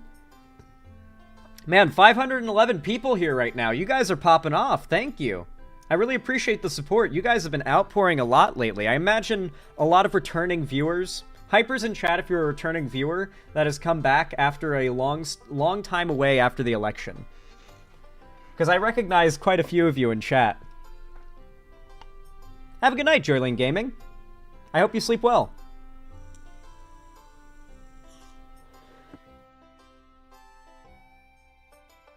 True, Dr. Bardock Gaming. Yo, Scapegoat, thank you for the $5 donation. I really appreciate it. Very kind of you. Very based. Very pog. Thanks. Said, thoughts on Destiny potentially running for president as a Dem candidate? He'll have my vote. Well, I mean, God, that would be crazy. I'm gonna be honest, Destiny might, like, overperform most politicians just based on the knowledge he has now. Genuinely. I genuinely think that. I mean, if he was able to get Destiny would lose real fast, I don't think so. This is this. You gotta consider that as Hassan and many other progressive figures bleed support right now, Destiny is the only person on the internet right now who is left-leaning and making content that is blowing up. You can say, like, oh, L-Take and stuff, but, like, man. Clearly what he's doing is working better than whatever we've been doing. Imagine if Mr. Beast ran as a Republican. At this point, I feel like he totally would. Yeah, absolutely. I think I could totally run for president and win at this point. Considering that Trump, like, having Epstein connections and stuff is nothing near big enough of a deal to, like, destroy him, I totally think, absolutely, I totally think that I could run and perhaps even win a run for president. I think it's not that far of the realm of possibility. Yo, Scapegoat. Oh, wait, I already thanked you for that. Thank you. I appreciate it. Let me update the dono goal to reflect you guys' generosity, because I have to do it manually, by hand. I don't know why it's not automatic. I wish it was. If it was, it would be awesome. Did I miss any super chats, by the way? I feel like I might have missed a super chat or two, which would make me feel really bad, but there's no way to, like, see old super chats. Balder! Oh yeah, I already read that one. Awesome, cool, cool. I didn't miss any. Dope. Actman becoming political really came out of the blue. Yeah, Actman is becoming, like, pretty progressive and political. And guys, do you want to see something crazy? Let me show you guys something. Let me show you guys something.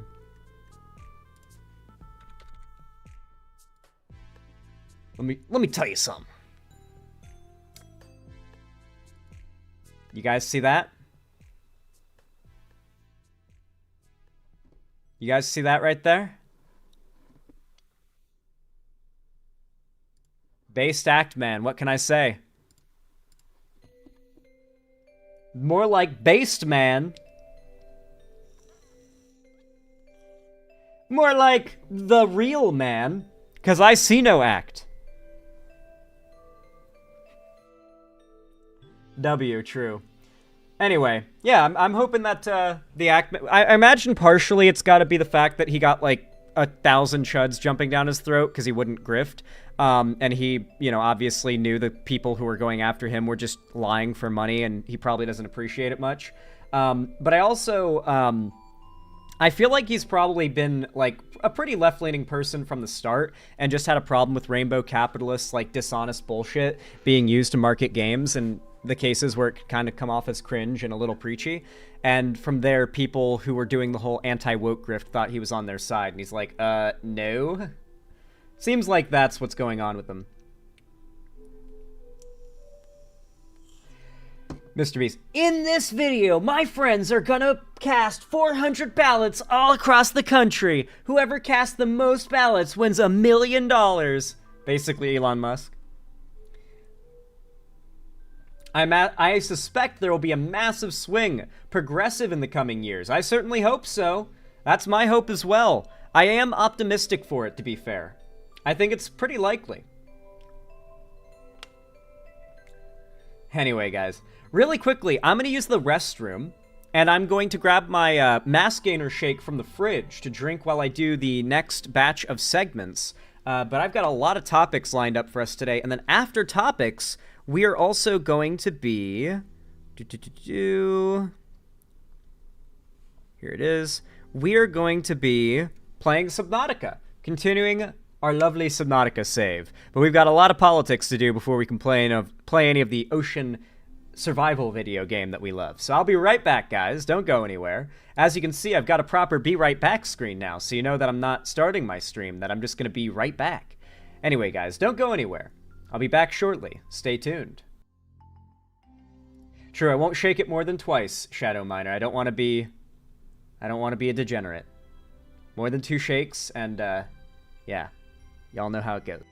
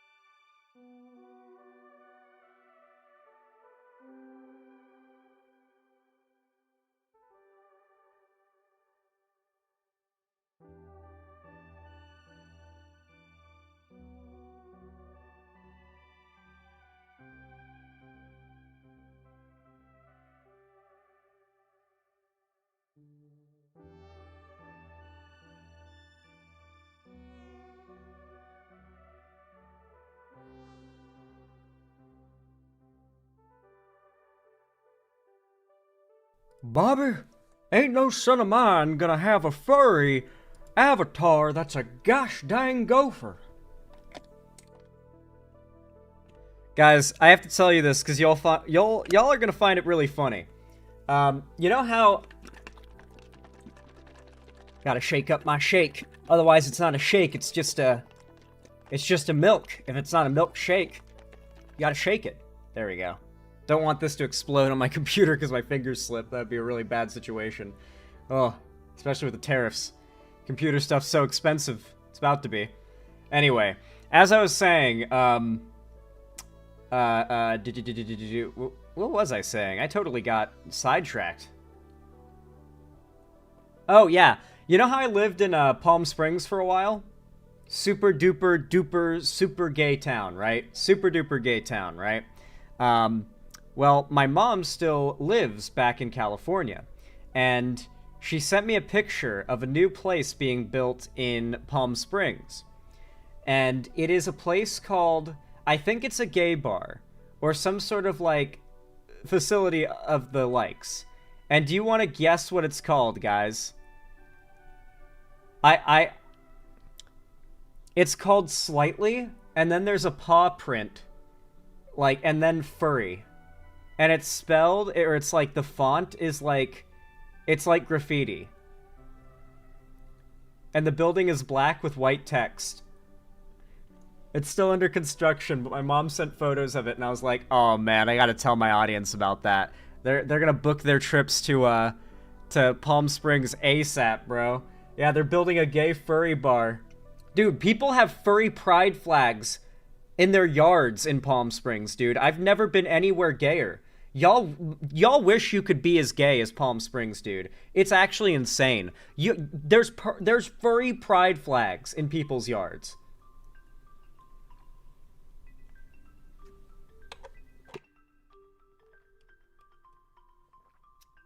It's possibly the gayest place in the gayest state. How do I feel about Guy Fieri? I think he's the best. I love him. Says, yeah, if you need to buy computer hardware, do it now. Tariff and the new best friend of Trump, Elon the Crypto Bros, will make the prices skyrocket. Yep.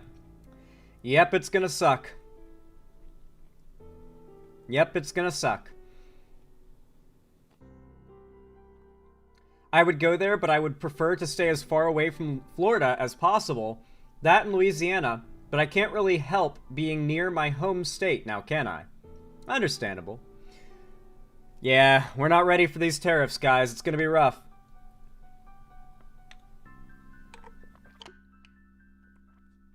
Well, Felix Fetter, they're gonna find out the hard way, don't you worry. Don't you worry. Anyway, guys, as I was saying, I have more stuff for us to cover. So much more. You make sure not to forget about my shake. Otherwise, it'll warm up while I've got it sitting down next to me, because I don't have a lot of room here for it. Don't want to have it in the way of the screen, either. What am I covering next? That is a good one. That is a good one to do right away next.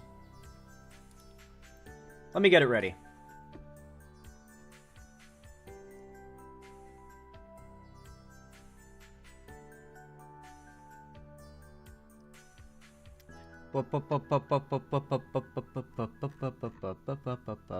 Alright, stream suggestions. Don't put random bullshit in stream suggestions. Why are people having conversations there? Hold on, I'm deleting these messages. We've got a rule that says no chatter, only topics in this channel, and people are fucking chattering. Stop fucking chattering. This is a channel for suggestions. Yeah, damn it. I should probably make it so only links are allowed to be posted in this channel. I wonder if that's possible. That would probably go hard. Alright. Let me bring something up really fast.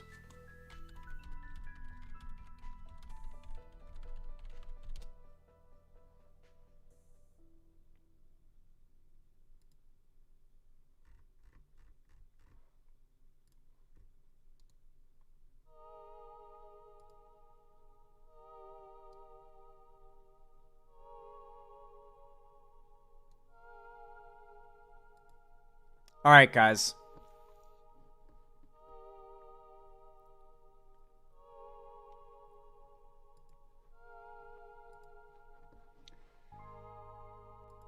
Y'all know what to do when I say action, right? 3, 2, 1, action. Alright, everybody. Well, we have some interesting stuff to talk about today. Oh boy, oh boy. You see, there's been a long-standing discussion about whether or not men are being quickly lost to the right. And by men, I mean young men. Obviously, it's not mutually exclusive, but there has been a lot of discussion about this for years now, and most of the left didn't take it very seriously. Like, oh yeah, the left is not able to speak to men in a way that they like because we won't give in to their misogyny? Sure, alright, yeah, we'll take that hit. But now it's very clear, based on the election results, that maybe we need to be a bit concerned about the health of the young male Dem voter base, because it is shrinking and young men are moving to the right. Now, we actually have a relatively recent bit of data that shows this. As you can see, over time, for a long time, from 2000 up until around 2013 or 14 here, I think 14 would be around here, men and women didn't really differ that much. Like, there were some bumps around, but, like, you can imagine these varied based on just a variety of different factors. But as of late, we've seen it escalate at a ridiculous rate. A massive diversion in the, like, partisan gap between women and men. And there are other factors that are important as well that are also playing a part in why this is being exacerbated. So, you notice anything here? The first big dip upwards is when the big alt-right, like, anti-feminist era happened. 2015 was obviously, this is when, like, Trump got elected around here in 2016, so we would have seen a dip. But after Trump got elected is when the, like, Gamergate stuff really took off, and it quickly veered upwards to men moving much further right than women. And that was when the first conversation started to happen, was, like, around 2016 to 2019. We saw the first big, like, alt-right rabbit hole rise. This is around when I started making content as well in this little area, around here, when things had reached a fever pitch. BreadTube blew up around here, funnily enough, and Biden got elected, but now we're around here.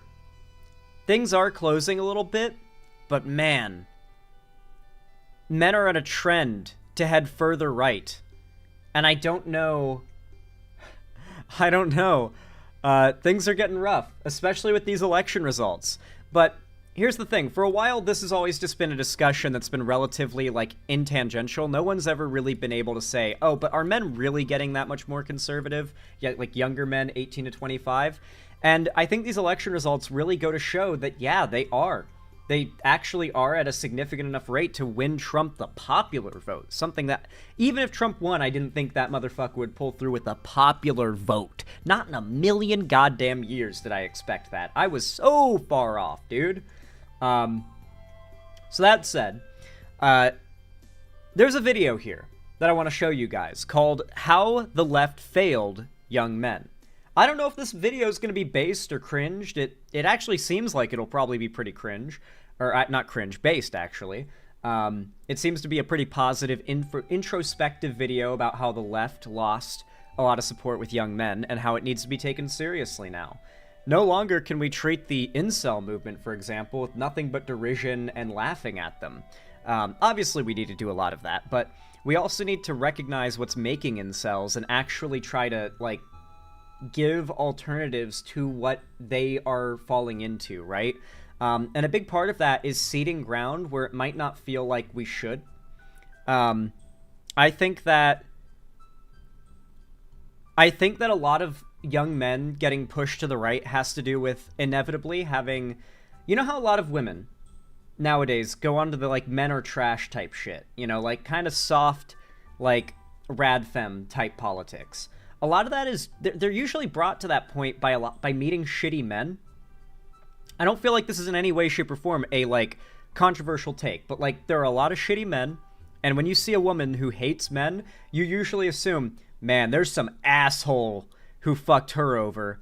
There was some asshole in her life, right? Like, everybody thinks that when they see a really bitter towards men woman. But when you see a man who's really bitter towards women, you think, oh man, he can't get laid. What a fucking loser, you know? I think to a degree, it's like, well, if you look at the way women react to men being shitty to them, and you don't make it a big deal when they say, I hate all men, fuck men, why do you react the same when men go through the same experience and react to the exact same way?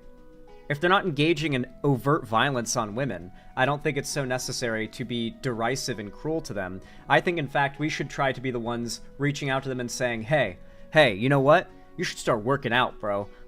No, you start working out, you need mass gainer, bro. Are you small? You a wrist cell? Are you a neck cell? Are you a height cell? You need to get big, bro. You need to hit the gym. You need to start drinking these. 1,250 calories per shake, motherfucker. 56 grams of protein per shake, motherfucker. Drink these every day. Wrist cell? Yeah, wrist cells are people who believe that their wrists are too thin in order to, like... I mean, I have just normal wrists, but, like, if I had, like, wrists that kind of came to, like, a needly point of sorts... then I guess there's dudes who think that they're a wrist cell. I don't know. It doesn't make sense. That doesn't make sense, bro. I don't know. Alright, bruv. It happened, boys. Donald Trump won. Where do we begin? Right. Uh-oh, we got a Britbonger. Alright. Let's see how well he knows America. This one's for the geezers. This one's for the boys. Vote. The geezers. Thank you for doing this, seriously. Day in the life of a true Brexit geezer.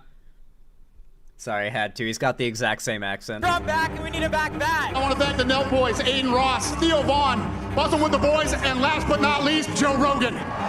If you look at the... Dude, XQC going to meet Donald Trump and wearing some goofy-ass Trump shirt to ironically shake Trump's hand, but then not only casting a bet in favor of Harris winning, he bet on Harris winning on the, like, gambling site for non-Americans to gamble on the results of the election. But he was there, and I think it was Destiny's election night stream, rooting for Harris and, like, being like, Destiny, can Harris still win? Can she still win? Do I pull out? I lose only like 200,000 if I pull out now. And yeah, it was just, it's crazy, dude. That streamer world is fucking wild right now. Gambling brings people to very bizarre places politically, it seems. Data, how many young men voted for Trump? Bruv, it's insane. Political pundits are gonna go, Oh, chat, I bet on Kamala Harris winning. Oh, no, chat, I lost $200,000. Oh, chat. Oh, no, chat. Chat, where are you, chat? It's my good XQC impression. I hope you like it. go into it with their big words. They're gonna say some fancy shit about demographics and I don't even know the words. And I think it is incredibly explainable. It's incredibly simple. What it is simply, all right, if you really want to know, as someone who would have voted Trump back when I was in my fucking right-wing era, it is simply this. In the eyes of young men, the left are pussies. I think this picture is a perfect picture. It is really actually just literally that. Wow. Like, goddamn, he just said it. I was really worried he was going to go like, so we have to break down the anxieties. No, it's literally that. I heard this from multiple young men who have said why they voted for Trump. They consider the Democratic Party too effeminate. Not that there's too many women, not that it has women running or representing it, but that even the men in the Democratic Party come off as effeminate. Even Tim Walz, even though he's certainly far from effeminate, he is not like Hulk Hogan ripping off his shirt on the stage of the RNC, right? Like, it's just not the same. And men, young men, I know you can say, not gonna lie, that sounds so gay, but young men want to see big, strong men that are leading them, because they want to be like that. That is what young men want. They want, like, father figures and leading figures and role models that are masculine. They seek it out. And if they can't find it on the left, they're going to find it in the toxic people on the right. You can call this tendency cringe, but it is basic young male psychology, and we're not going to change it. It's not going anywhere. If we're not willing to embrace it and try and do something about it, then we're going to lose. There's no difference to this than like recognizing that you'd rather have kids, like I don't know, young kids, rather than outside like wandering around in the city at like a local free community center where they can just hang out and be under like adult supervision and not be in danger of anything, right? Like it's recognizing, yeah, some shit might go down. Let's account for the fact that some shit might go down. Kids do dumb shit. Kids believe dumb things. Young men do dumb shit. They believe dumb things. Let's provide the free community center, you know, so to say, yeah, in the analogy, right? Of a left-wing male. You know, they want a guy with a lisp, zipping around on a Lime scooter with a fanny pack, carrying his birth control, supporting his wife's career, while he works as a supportive stay-at-home house husband. I know it's crass, I'm sorry, but it's true. That is the perception. If you are a lefty, you are weak. You're drinking your soy lattes, you weigh 9 stone. And it used to be that was a nothing point. It used to be that for a lot of people on the left, you could say, yeah, but no one really cares about that. No. If you want to win politically, anywhere in the world now, as the right takes over every Western nation, from Europe to Canada to in America, you need to be able to appeal to machismo. It cannot be an exclusive monopoly by the right, or men are going to heavily divide a gender line in partisan politics towards the right. It's inevitable. Before 2019, the left always seemed to me like big brain club exclusive who wanted strong dudes, who hated strong dudes. It's been a long-standing issue, but I think it's come to a fever pitch, right? Like, who remembers... God, I just... Like, I feel like the Democratic Party needs to, at the very least, be a little more unisex in its vibes and a little less effeminate in the vibes. And I can't even put it into words, but if you're a guy, you totally get it. The Democratic Party, its speaking events, the guests they bring in, the way that even the male speakers speak, it does feel oddly effeminate. And when you watch like a conservative rally, it feels like you're listening to dudes screaming in the locker room. Like you can feel the testosterone, right? You know, like it's just, I think it's a fundamental difference, and you're pushing young men away if you're not willing to embrace it. You're vegan. It's all bullshit. Look, I'm just gonna hold it. It is all bullshit. But it's all that bullshit. Is how the right have made young men perceive left-wing politics. When I was deep in the pipeline, mate, if I had an inclination that I might be woke or I might be a lefty or something like that, it would literally be seen as like emasculating. Now it's time for lefties losing it. Here we have a former Democrat turned MAGA man, Adam Francisco, trying to conduct an interview when an enraged Kamala-loving soy boy launches an attack. This is hilarious. And I know this is dumb. I feel dumb saying it, but it's true. But why do you think all the right-wingers are always talking about, I don't know, men being feminized or emasculating? Or like, why do they call them cucked libs? Like, why do they use beta male? Why do they use these phrases? I need you guys to understand. It is not that incels believe women should be forced to be with them. Many do. Maybe some do, and not even many. Many of them are incels. They can't get a date. They don't have Riz. They can't get a girl. Many of them are just volcels that are black-pilled about dating because they see the world of hookup culture, OnlyFans, and women being a lot more openly sexual as something that kind of intimidates them. Something that you got to understand about a lot of men's psychology, and not all men are like this, hashtag not all men, but most men most certainly are. The idea of your female partner having a long list of sexual experiences before you is something that most men are very, very uncomfortable with. Like very much so. Women seem to be a lot more accepting of it. Like, yeah, of course my boyfriend had girlfriends before. Maybe I'm a little jealous, but I can hear about it. I'm obviously not pretending that he's never dated before. But guys genuinely like lie to themselves and pretend like passively that they're their girlfriend. They're like 30-something-year-old girlfriends when they're 30s, first boyfriend, right? Like they tell themselves that to get over the insecurity. A lot of guys do this, right? Insecurity is a pretty fundamental thing with a lot of men. I don't think it's going anywhere because this is something that it is the punishment for men in the patriarchy is insecurity. It is constantly ingrained at every point. If you don't meet the standards of the patriarchy, what it defines as a perfect, ideal man, then you will be punished with insecurity. And that builds up over time. And so many young men, by the time they're like 16 or older, they have had countless cases in which they have failed, inevitably, to meet the standard of what they've been told a real man is. And the resentment starts to build up. And as they get into like genuine dating and relationship age as an adult, it only compounds, because you don't just flip into a completely new brain the second you turn 18, right?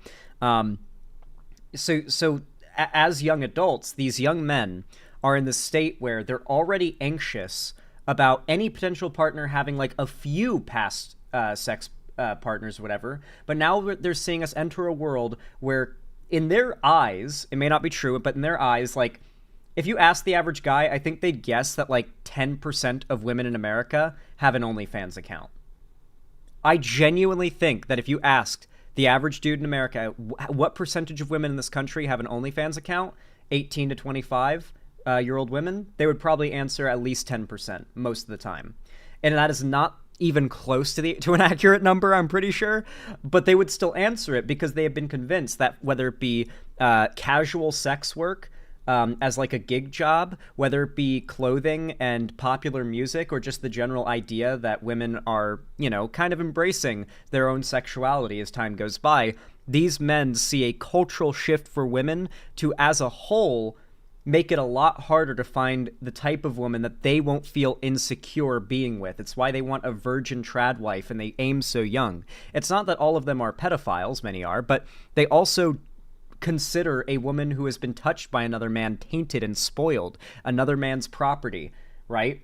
And they lack a fundamental respect for women because they have not developed enough empathy to recognize women's experiences and struggles as a unique and appreciate something that can be appreciated on as its own thing. They're too young and they aren't like worldly enough. And so when these people come along to convince them that these problems are due to feminism and the left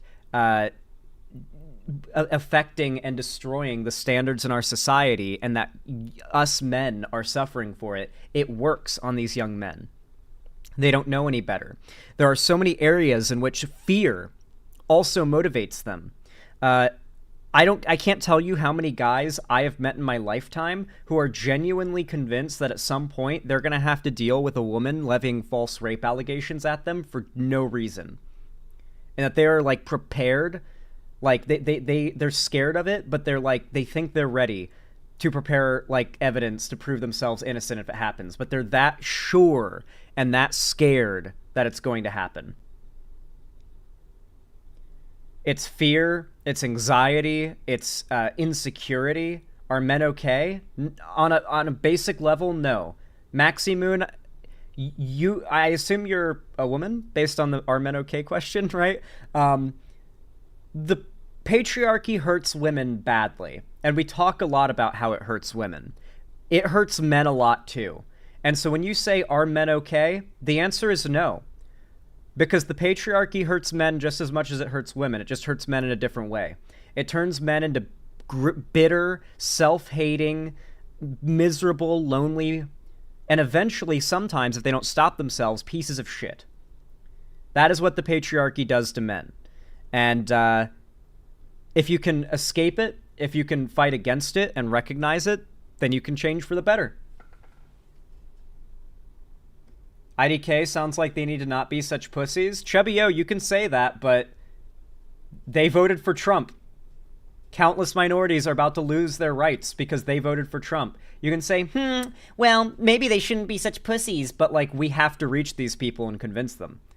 Yeah, they're being pussies. I don't disagree. But like, if we're actually having a conversation right now about how to reach these people, then we have to find out how we unsell them the lie they've bought. It's not their fault they were victims of patriarchy who became vulnerable enough to be taken advantage of by bullshit artists. That's not their fault. We can free them from the bullshit. I was once like this. Phrases. Why? Because young men are, and this is a hot take, brace yourselves, a little bit insecure. Insecure. Yep. I know, lads. I know. I shouldn't yes. say it because I'm trying to win the boys. Dude, he's on the fucking money, dude.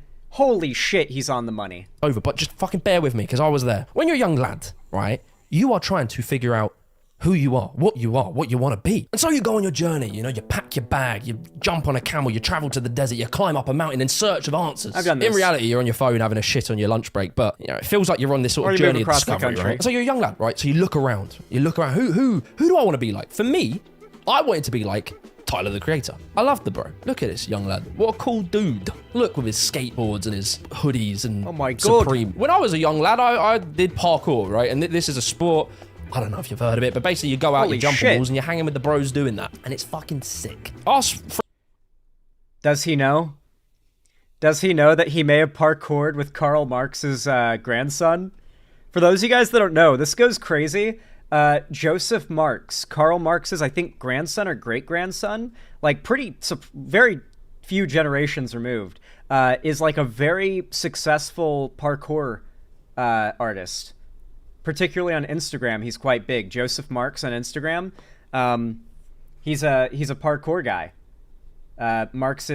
Karl Marx's grandson. Or great-grandson. It's one of the two. Yeah. I could show you guys some of his content if you want to see some. If you want to see like a bit of, here. Joseph Marx parkour. I actually know about this not because I'm a lefty, but because I am super into parkour stuff. Here's best of Joseph Marx. So, presumably, Karl Marx had it in him when he was a young man to do this shit.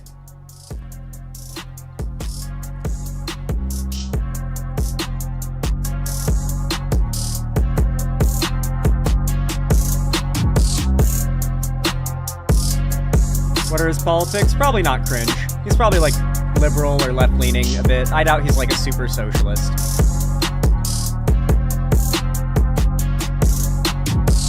Damn! Yeah, he went full shaved head for a while.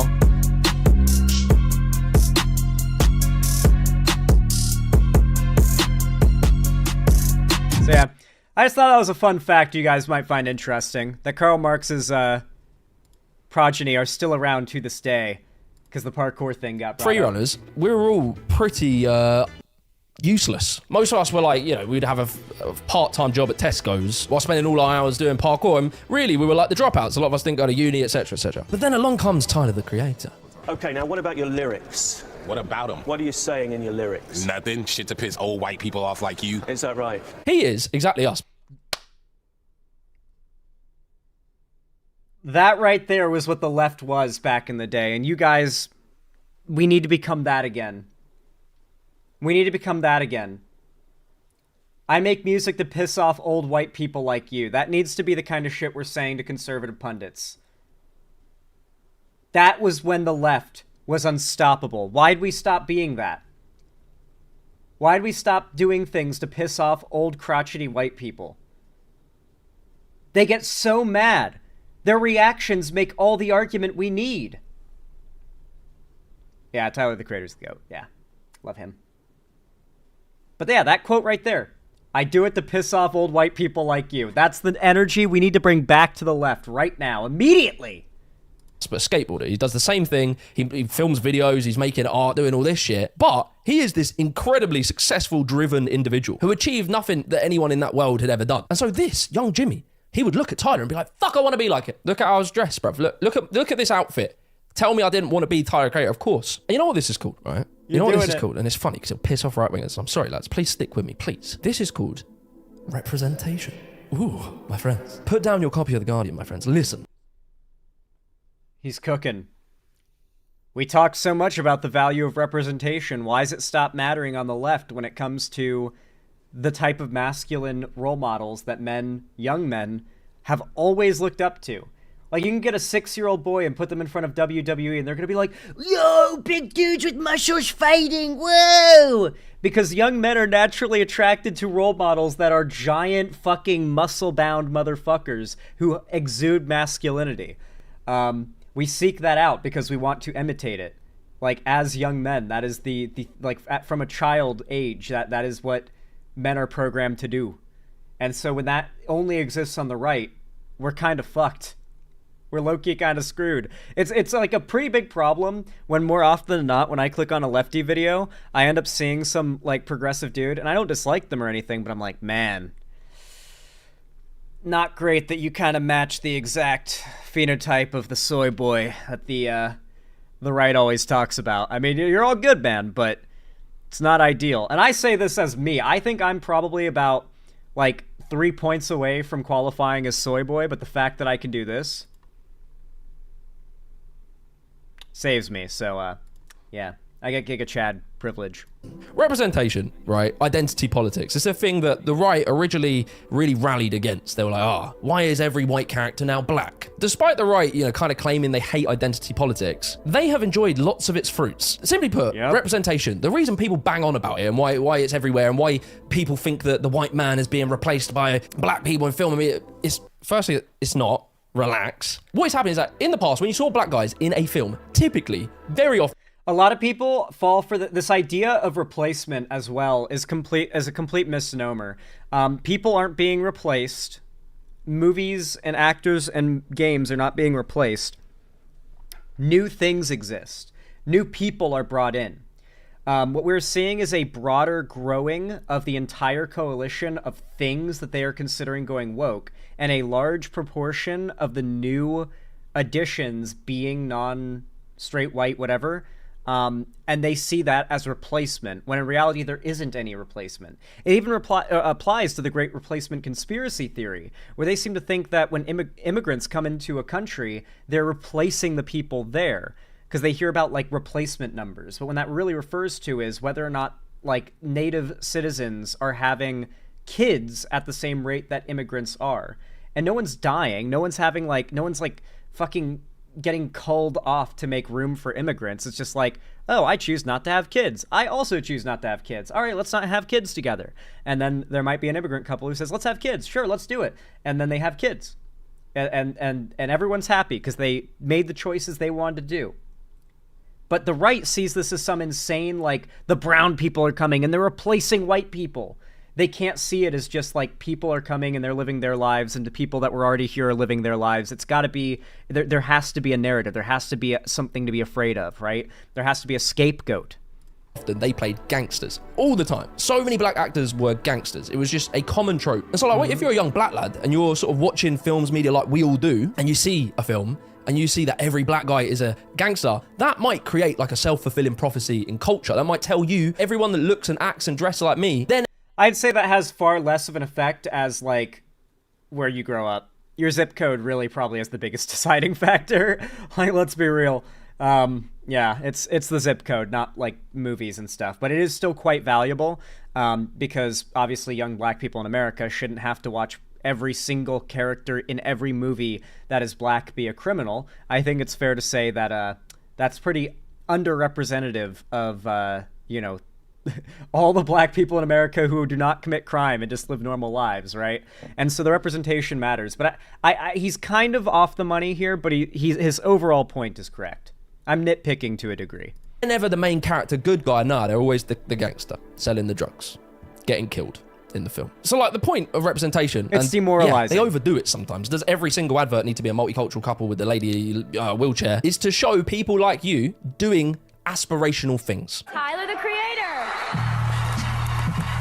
So let me pull this one back, right? So if you're a young lad and you're looking around and you're trying to figure out who you are, what you want to be in life, and you probably grew up watching Tom Cruise just fucking stick it to him. You loved Jackie Chan, you loved like Vin Diesel. I mean, you grew up on that. You're playing Call of Duty every day. Then when it comes to looking for role models, who are you more likely to connect with? Are you more likely to connect with Steven Crowder, Matt Walsh, Joe Rogan, or are you more likely to connect with Owen Jones?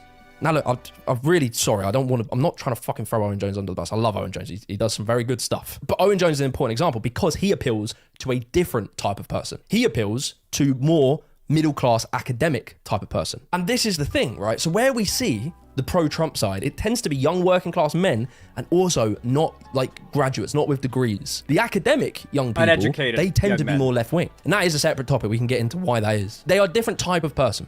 They surround themselves with different types of people. And so when you're a young lad and you go on the internet and you see that all of these people that you kind of want to look, be, and act like, you're at least inspired by, These guys who have gone out on their own, made a career, paved a lane, got... I ask you that if you are unable to understand why young men want to be like Joe Rogan, you need to stop questioning how you can make young men stop wanting to be like Joe Rogan, and you just start asking, why do young men look up to people like Joe Rogan? You need to work on your understanding of why they're attracted to these figures. You need to come to understand it, and you need to respect your understanding of it. You don't need to just understand it simply to disregard it and ridicule it. You need to understand it so that you can recognize why men are going the direction they're going in. Joe Rogan is overwhelmingly successful, despite being in like his 50s. His HGH and TRT body are poppin'. He's got an overwhelmingly successful podcast. He's extremely famous and well liked by the majority of people, unfortunately. And he's had a long career, from comedy to like MMA commentating to the biggest podcast on the planet. Of course, young men look at a guy like this and say, I want to be him. If you can't understand why, people see this guy and they don't think, wow, he's so cringe, then you need to work on that. Because without understanding why these figures are attracting people, only seeing them as like weirdly popular despite their cringe bullshit figures, like popular despite offering nothing, if you just see them that way, then you are doing yourself a disservice. You are lacking the understanding of why this stuff is succeeding that we're going to need in the next few years if we want the left to succeed in the same way. You kind of want to look, be, and act like you're at least inspired by these guys who have gone out on their... You're not wrong there, Richland Geldenhuys. The left does hate men. Let's not pretend it doesn't. You know, like I've had particularly ex-friends. I've cut off a lot of these people. You know, even like my ex-editor Cherry would be like, you know, at first I thought you were bad because you're a straight white guy, but I warmed up to you. I hear that too fucking often. At first I was sussed out by you because you're a straight white guy and you're a little edgy, but you turned out to be okay. It's like, dude, this is not the type of mindset that the left needs to have right now. What? We like what? No, we need to drop this mindset of like, see a man who is white and straight and plays video games, red flag. Like it's immediate like disdain for somebody who meets those groups is not something that's doing the left any favors right now. I completely understand why you see people like Richland saying the problem is the left hates men. Because yeah, as a man, sometimes I do feel like I have a lot of negative bias weighing on me whenever I'm evaluated. Obviously, I've had countless like false allegations come at me in the past that I've been able to debunk, and I mean, a lot of you guys have been there for it and seen it happen. And it's very clear that like if I'd had equivalent allegations made against me by a guy, if I was a woman on the left, no one would have taken that shit seriously. They would have seen through it in a moment. Because the roles were reversed, the bias was against me from the start. And there's been a lot of cases like this. And even in the broad mainstream, this can be the case oftentimes. And it feels alienating as a guy. I don't really care personally, but I can't speak for every man. Frankly, the results of the election seem to speak that most men are not like me in this respect. Hey, Zan, you can call me Ricky. It's easier to say. Left needs to look at the messaging. They have great things, but attack people, it's not the way. I think attacking people is the way in a certain sense, but attacking people for who they are is... Attacking people for their inherent qualities is not something the left needs to be doing. No more of, like, the joking about how it's okay to be racist against white people because... No, we're building up this, like, idea that white people are, like, oppressed and it's okay to dunk on them, but no one else. Like, we don't need to play into that. It's just pushing people away. Bad optics, you know? And as much as I used to hate optics and think it was cringe, it seems like optics are actually a very important thing for the left now. Yeah. Who ratifies the president? It's going to be Harris. VP Harris, just like Pence back in 2020, or I guess it would be 2021, will be in charge of finalizing the ballot, like the results. It'll be in the Capitol, but like the final stamp, I guess, of approval will be by Harris herself. Their own, made a career, paved the lane, got strong. They are inspirational to you. And they all happen to be in this ecosystem of conservative politics. Joe Rogan sat down for a surprise podcast with Elon Musk that was released today, where the pair attacked Kamala Harris and the Democrats just a day out from the US presidential election. And in another shock, Joe Rogan, who has always maintained his bipartisanship publicly, came out to endorse Donald Trump with a post on X. He said, Elon Musk makes what I think is the most compelling case for Trump you'll hear, and I agree with him every step of the way. For the record, yes, that's an endorsement of Trump. What the? Where am I? There couldn't be a more perfect video than this one to shout out Manscaped. The holiday season is coming and you need to up your... All right, okay, all right. Once we hit the sponsorship, that's where I call it quits for the video. We're good now.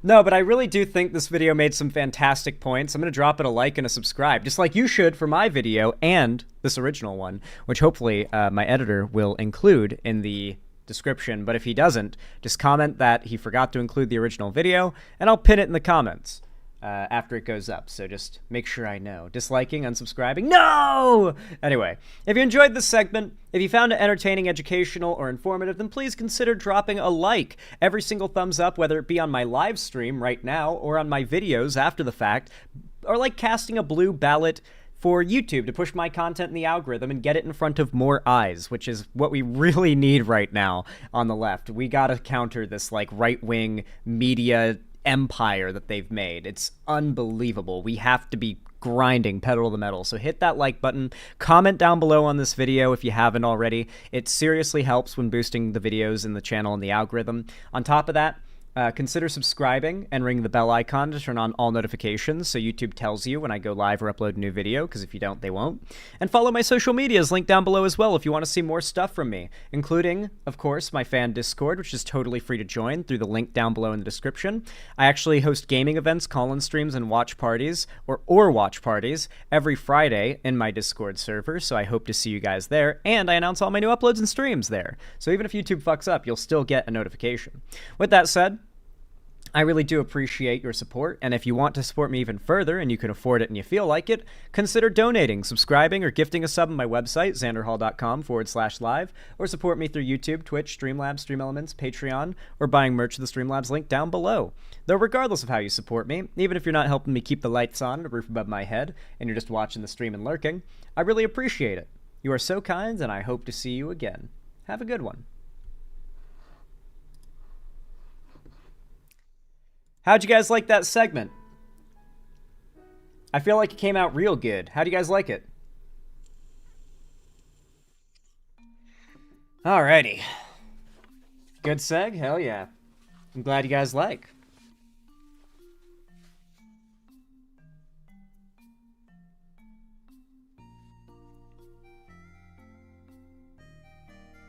Alrighty. That was awesome? Hell yeah.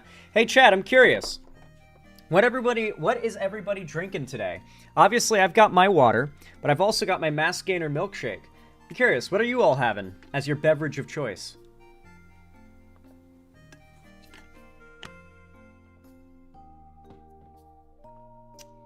Water. Monster. Water. Coffee. Water. Mountain Dew Code Red. Nothing. H2O. Coffee. Beer. Water. Coffee. Nothing. Spicy water. Tisky? No idea what that is. Chocolate milk. Water, gasoline, blue gamer juice, milk and vodka. Prime bottle with water in it. Water, more water, Lipton and water, dihydrogen monoxide, water.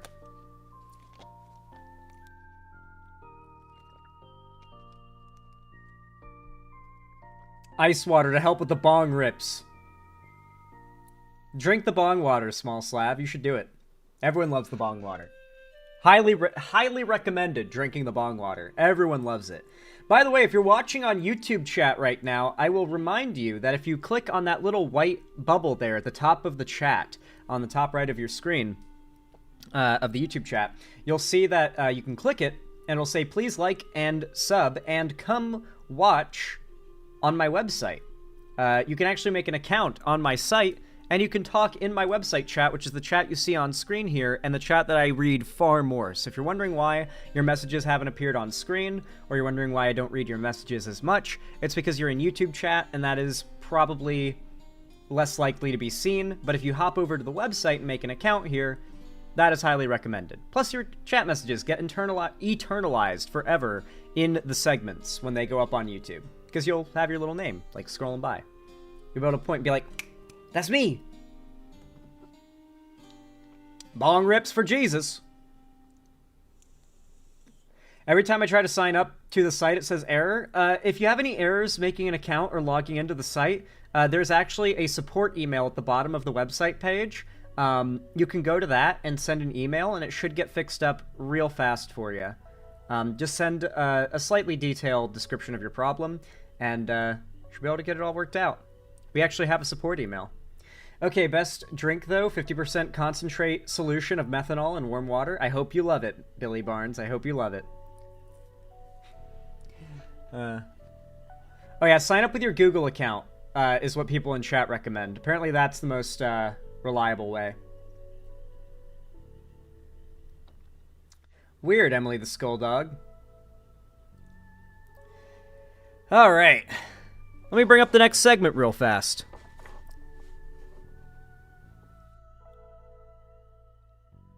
Yeah.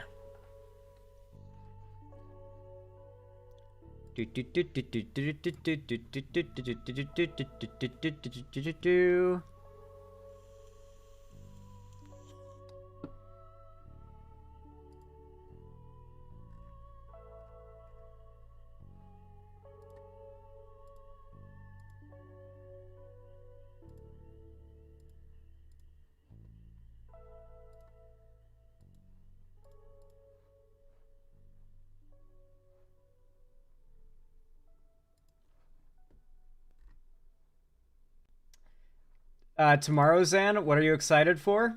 Oh yeah, tomorrow's my day off. I have some, man, I have some chores to do.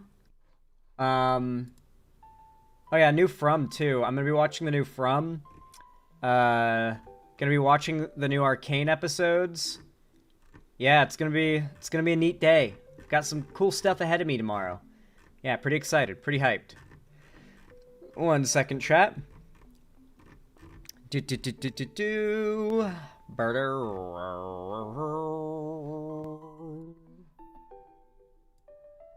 Donald Trump secured a... Whoa, chill out.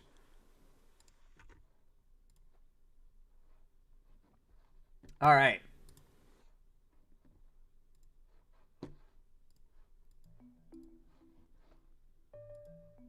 Y'all know what to do when I say action, right?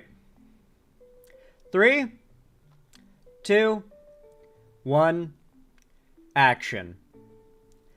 Okay, guys. There's been a lot of discussion lately about whether or not the mainstream media played a role in getting Trump elected. And I've actually argued in the favor of this point for a few weeks now, that the media has a bias against Biden and Harris. I made a whole video only like a week ago, maybe, called "They Proved the Media Bias Against Harris is Real."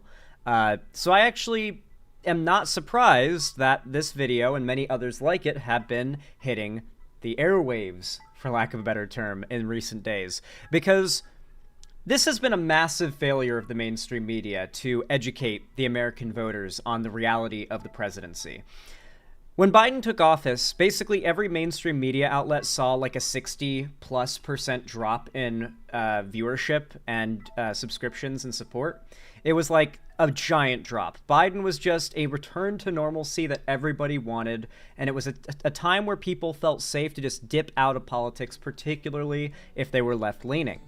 Unfortunately, though, the media, in a desperation to drum up support and eyeballs on them, despite a very boring, normal, hard to complain about administration for 4 straight years, they had to hyper-focus on how Biden's old, and he stutters, and don't you guys know age is going to be such a big decider in who wins this election? It's such a big decider, guys. Like, people, they just don't want to vote for an old man. And then they voted for a really old man who's like decades older than Harris, you know? Like, yeah, so there was this like complete bullshit narrative about how we definitely have to focus all the attention on how old Biden is and how people are mad Biden is old, and as little attention as possible on Biden's actual accomplishments, from the American Rescue Plan to the giant, biggest, most high-budget infrastructure bill ever passed in U.S. history that Biden passed, which is going to take effect in 2026, by the way, so you know Trump's going to try and take credit for that.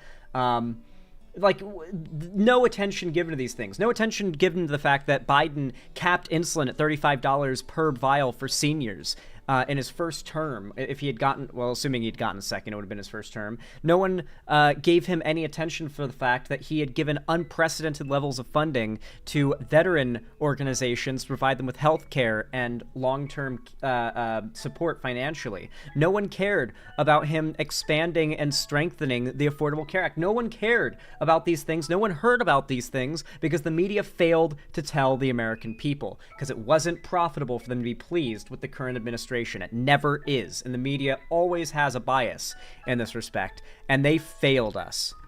So this video came out recently by a channel called The Ring of Fire. Apparently it's a pretty progressive channel, called The Corporate Media Was Complicit in Trump's Victory. I want to check this out, see what arguments they make.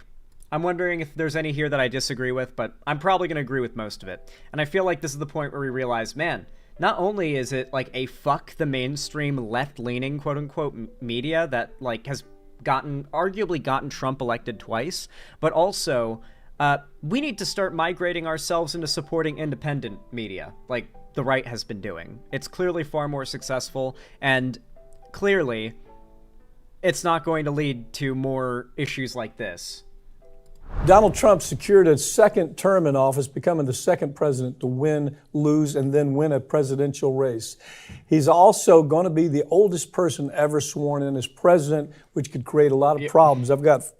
Hey, yeah, you guys remember how age was such a massive deal? Remember like a year ago when all the narrative was about how Biden is a problem because he's so old and people don't want to vote for Biden because he's old? And then they voted for this motherfucker, Trump. He's now going to be the oldest person sworn into office. No one complaining about Trump's age, mind you. Ring of Fire's Farron Cousins with me to talk about it. He may be old, but he just beat the hell out of the media, the pollsters. Virtually, I mean, if you look at what he had to overcome, he's old, but what he overcame here is remarkable. We can't do a show and not talk about that. Yeah. The impossible odds that he was up against. I mean, he was up against this existing dynasty. The way I describe the dynasty, it's the old Clinton dynasty, the Obama dynasty, the Susan Rice, Bush, that came unraveled. It just came unraveled. The globalism argument came unraveled. The unfettered free trade concept became unraveled. Open migration of the workforce became unraveled. All of the media became unraveled. Look at what he overcame. You see, that's what I look at this and I say, something happened out there, and it wasn't just the force. It could not have just been the force of Donald Trump. There's other factors that are playing. He's completely right. It was not the amount of excitement people have for Donald Trump specifically that got him elected. His cult can only take him so far. It's always been enough people are tipped over to vote for him and not turn out because they're not happy with the current Dem administration. And the only reason why people weren't happy with 8 years of Obama was because the vast majority of Americans had no idea that Obama had been on a nonstop, unfailing 8-year streak of constant economic growth with his policy. Donald Trump took over, ruined the economy. People don't know that the last 4 years of Biden's presidency have been marred by Trump's policy, and so it gets thrown onto Biden. Even if the economy was doing great under Biden, even if the prices were low, they would find another thing to attack. They attacked Obama, saying it took him his first term to get unemployment back to the point it was at when he got elected, because the economy had crashed right when he had taken office. They attacked him because he had fixed the economy back to before he had gotten elected. It crashed because of Bush. It crashed during Bush's term.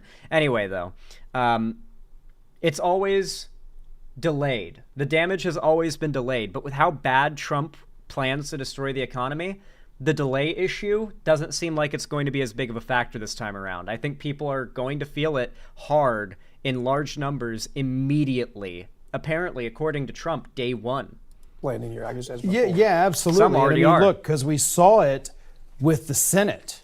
Yeah. Especially with Democrats losing seats that probably should have been a pretty easy victory. That's a good point. In other words, that wasn't necessarily driven by Trump. Right. That was driven by a movement taking place in this country. And we're saying, what the hell? We're tired of whatever the status quo is. We hate it. We're rejecting it, and we're moving on, right? Yeah, and you saw it too in areas where Trump won the state, but a Democrat won the Senate. That is a really good point. That's a very good ticket point. splitters. Yeah. And on top of that, yep, ticket splitters. The people who voted for Trump but still voted for blue policies, like in Mississippi, a state that hard went for Trump, but they voted to codify abortion rights in Mississippi on the ballot.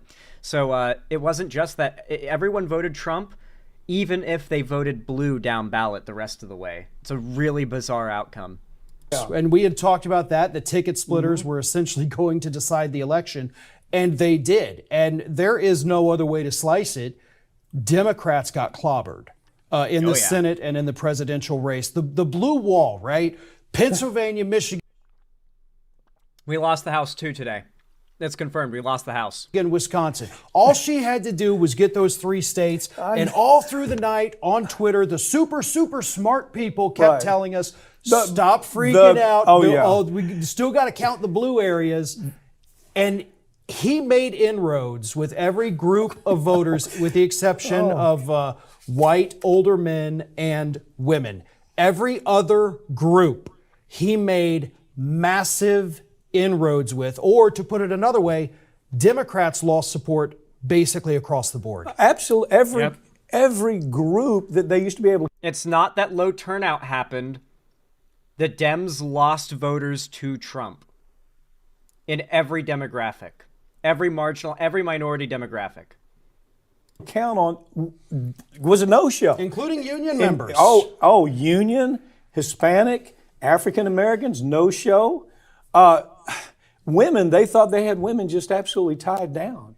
It just didn't work out like that. And it's just because what we're going to talk about in this program, I'd like to begin, I just want to talk across the board. Women enforce and uphold patriarchy just as much as men do.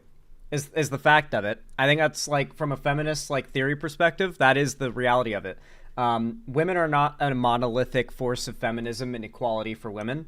Some of the most misogynistic, anti-women's rights people alive today and in history have been women. It's just people are people, doesn't matter their gender, their race, and some people are just awful.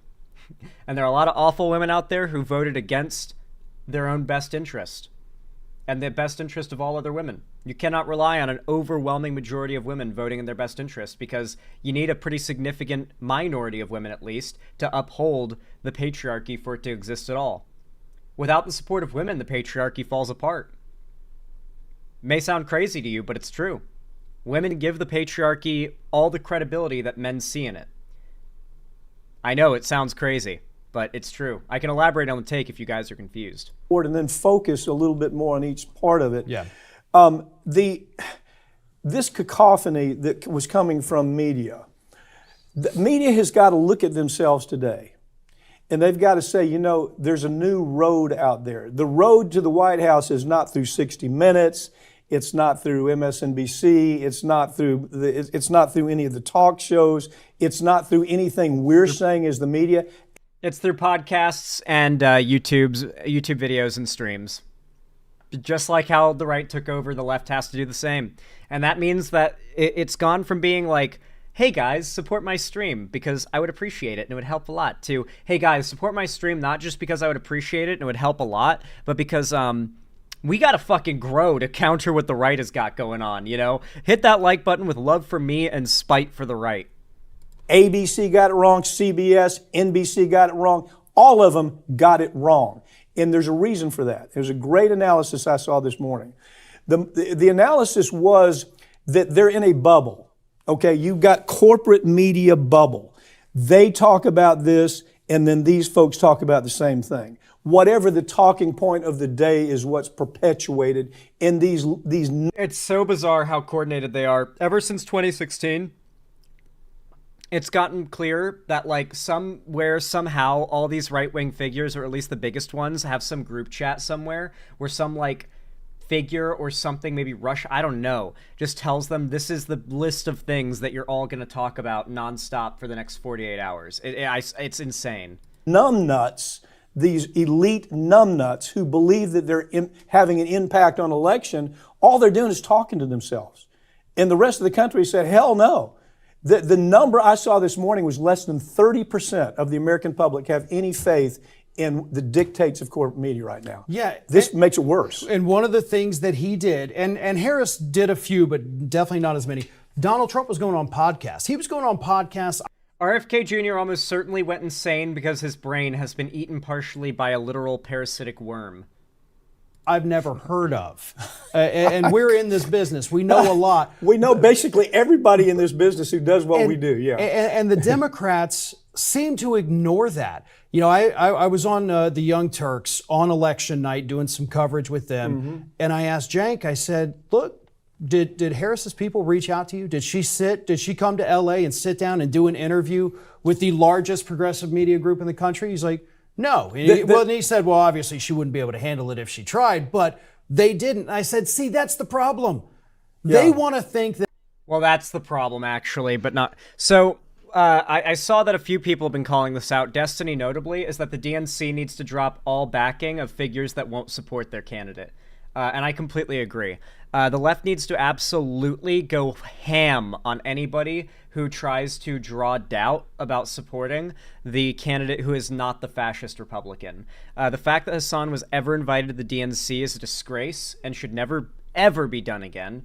They absolutely should not go on TYT or platform Cenk Uygur because, as he just said, yeah, if Kamala Harris came onto my show, it would be a hardball interview. She wouldn't be able to handle it. What the fuck are you talking about, bro? You're telling me that as one of the premier progressive channels out there, your candidate, you're going to give a hardball interview weeks out to the election if you even get the chance to when you brag that you're going to do that kind of stuff, no fucking wonder they don't accept these offers, and we aren't seeing presidential candidates going on there, and they really shouldn't. No, it should not be people like TYT. It should continue to be people like it should have been Kamala Harris speaking to all of those big streamers herself, not Bernie Sanders. Bernie Sanders locked the fuck in, recognized what the Dem Party needed to do as a party, what kind of advertising it needed as a party, and started doing Twitch streams, playing games with big streamers, and Mark Hamill. They started doing, Tim Walz even did the stream with AOC, which was pretty awesome. The fact that Kamala Harris did not do something like that was a massive blunder. But we need more stuff like that.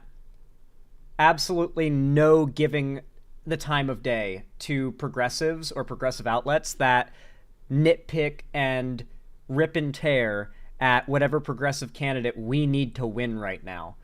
Every single person who jumped down Biden and Harris's throat about the Gaza stuff should be dropped entirely from any potential working with the DNC.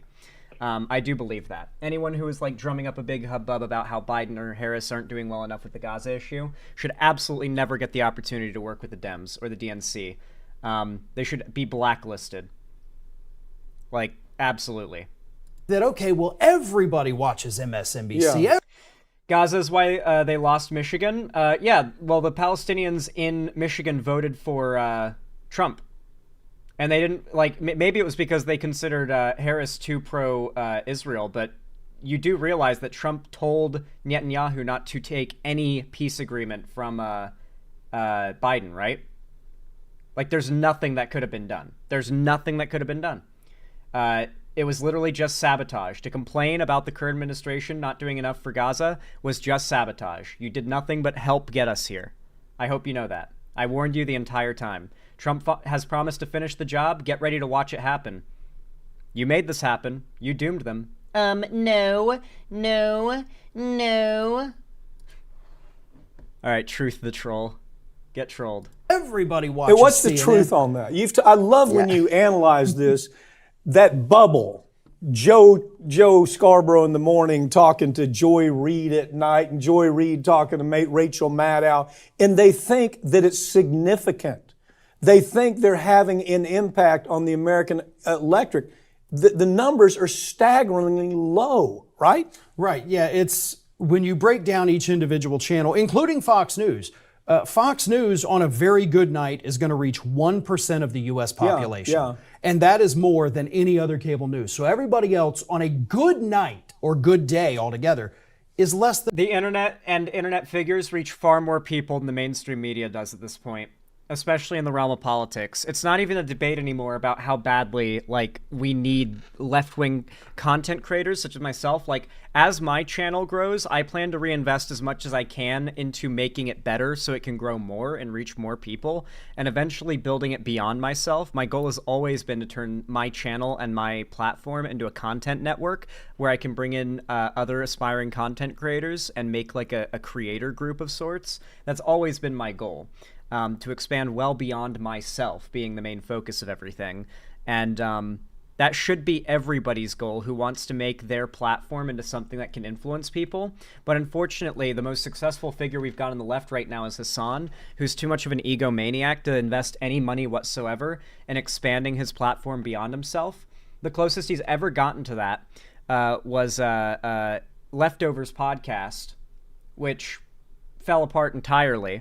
And Hassan will never do anything like that again. Like, Hassan has to be the focus of everything. He refuses to invest his own money, certainly, but definitely not into something that would distract from him being the absolute 100% focus of his platform.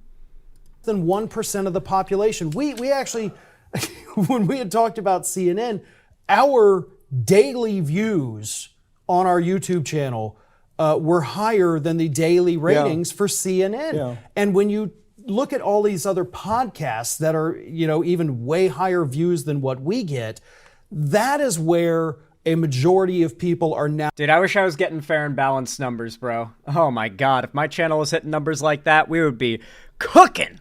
Matter of fact, if you're watching right now and you haven't hit that fucking like button, you're the reason why we don't have those numbers. So maybe change that, perhaps. You know, if you feel like it. You could maybe do that. Now going not just for their news, but for their entertainment. And I think part of it, you know, based on reports we've heard, has to do with the fact that Trump has an 18-year-old son, Barron. Barron convinced him to go on several of these podcasts, and then it kind of snowballed from there. Yeah. So he was everywhere. Yeah, he's at Joe Schmo podcast. Dude, you know, Barron Trump's like 19-year-old son may have won him the election, genuinely. Like, Trump's like teenage son was like, hey, here's how you get to my generation. Here's how you talk to them. Here's how you reach them. And it completely fucking worked. 300 probably people could have got him on this show if we just made a call, but well, we own part of, full disclosure, we own part of the Young Turks. And I was shocked when they didn't even call Cenk and say, hey, you know, we probably ought to come on your show. But as Cenk pointed out, once she was there, what was she going to do? She can't talk. So, I mean, what was going to happen? So, to me, the media issue, I can't. He didn't actually advise him. That's a fake story. No, Sean Solo. Donald Trump himself said in that meeting with Aiden Ross, I covered it on stream. Donald Trump himself said that he found out about Aiden Ross from his son, Barron. And Barron told him that Aiden Ross is a big fan and he has a big platform and they should meet up. And so he invited Aiden Ross to Mar-a-Lago. And they had that big stream together a few months ago. I covered it. So yeah, actually, it's not a complete myth.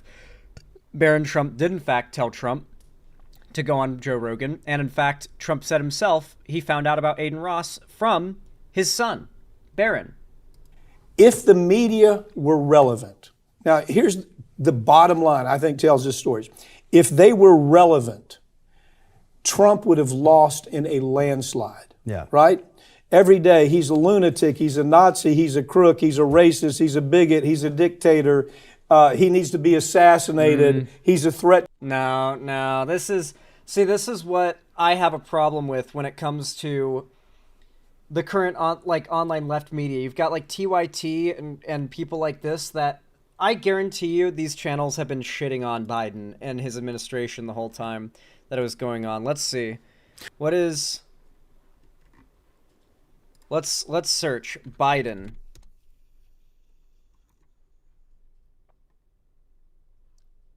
All right, let's see. This isn't negative. Biden hilariously roasts. Okay. Hunter Biden plans to sue Fox News. Conservatives are now freaking out over Biden wearing sunglasses.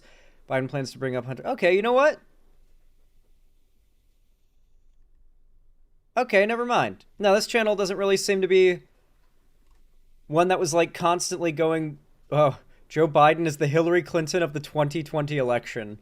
That aged poorly. Holy crap. Okay, so they were anti-Biden until he got elected, I guess?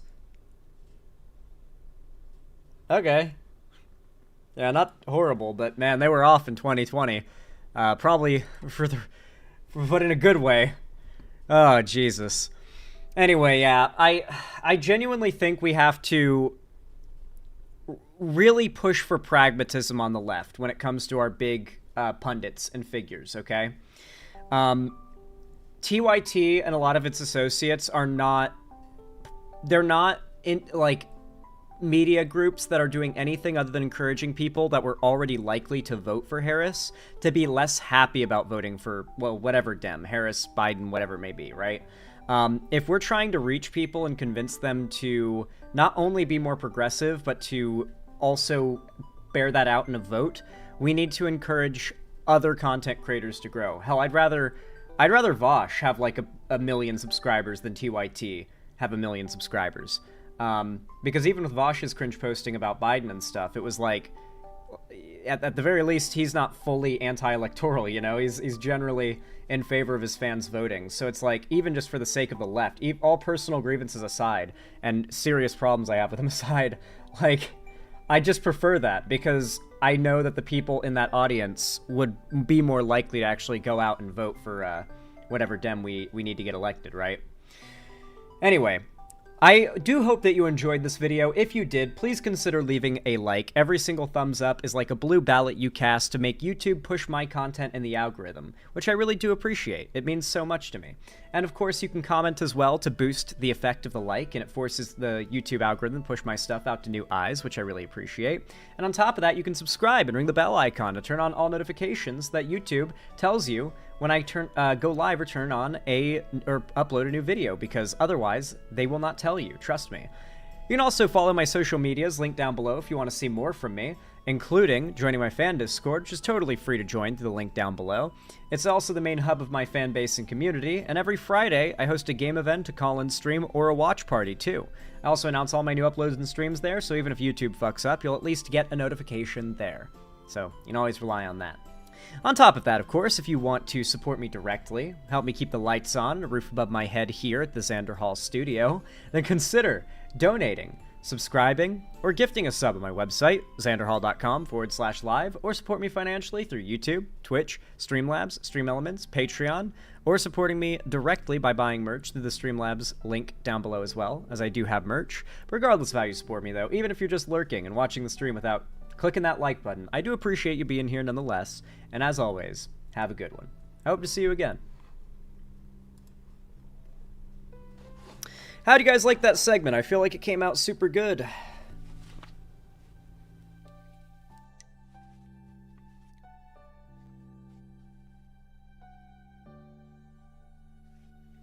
It was a good one? More like Xander Pog. Hell yeah.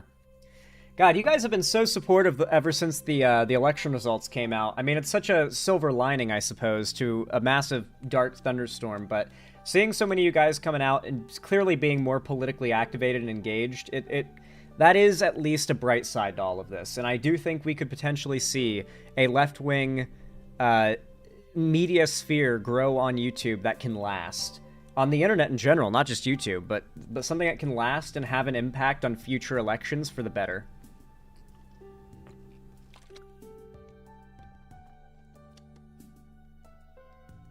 I'm more dedicated than ever? Hell yeah, that's what I like to hear.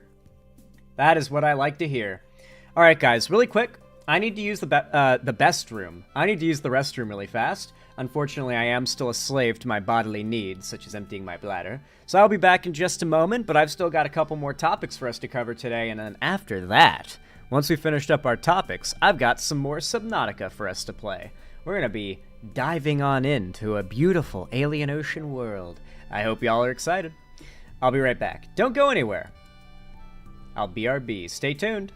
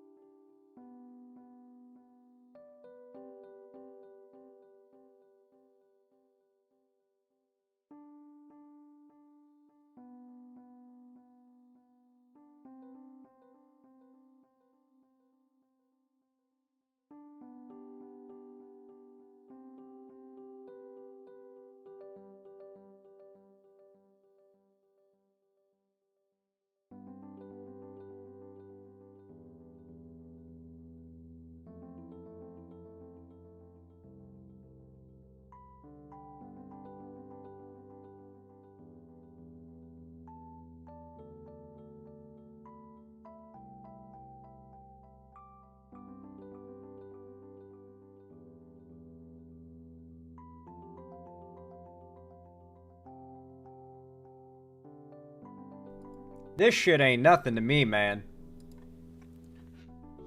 Hey guys, I have returned. I hope you're all doing well. God, my nose is starting to feel stuffy. I got my window open so the cold air is getting in. It's getting to my sinuses really fast. We have to filter the cringe viewers right now. We have to filter the cringe out of my chat right now. If you do not know what this is, then you're welcome. Dracula Flow. We straight Frank Red Scare. For those guys that don't know, Joji, aka Filthy Frank, wrote all these lines and is the one recording. And you can hear him laughing a few times in the background. Chanel optics got me seeing shit. That put.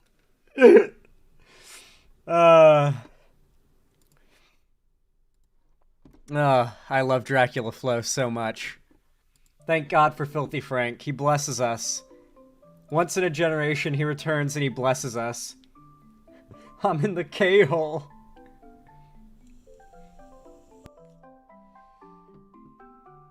No, I haven't, Ark. Oh, Jesus Christ, DSW Shadow Wolf. When I got the meat cannon, I be shooting straight ropes.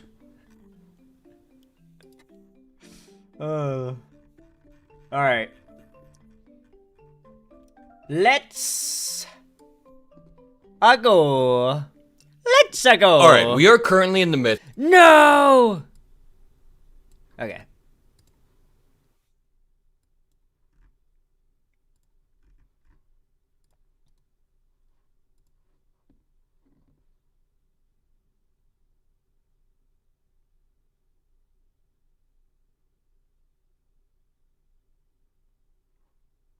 Alright.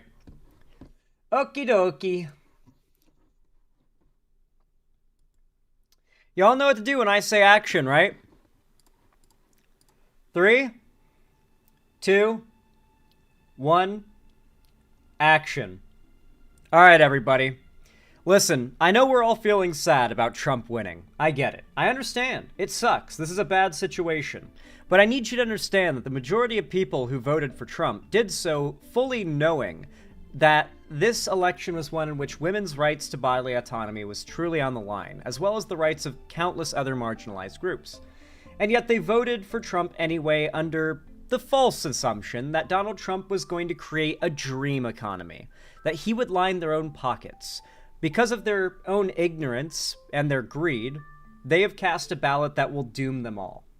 It also dooms us, and it's hard to, get past that point. But I ask that you guys, instead of dooming over these results, you get excited for the inevitable bad that is to come. You get excited to take joy in the suffering of those who would not listen as we desperately try to tell them that's not what tariffs do. The people who are now forced to find out what tariffs really do, because their ballot actually matters, their vote mattered. And they're about to find out the hard way. And all the while, I want all of you to point at them and laugh. Not a shred of sympathy. We tried to tell them. We certainly did. Who has a link to that one post? PA, factory, worker, tariffs, Christmas, bonus. Has anyone else... I covered it on stream, I think, last night. Oh my god. Currently, it's considered unfounded but not debunked according to Snopes, but the claim is, results have already started. This is from an American woman today. My husband works for a small manufacturing company, and here in southwestern PA, that means most employees are Trump voters. When the president of the company sat them down today to tell them their annual Christmas bonus would not come this year because they now need to purchase at least a year's worth of products prior to January 21st due to the proposed tariffs, they did not understand. My husband said that their president had to explain, their company president, had to explain what a tariff is and how it will directly hurt their economy. They all thought the foreign company paid the tariff. This is the level of ignorance voting against your own interests here in PA, where we failed American women and children last night.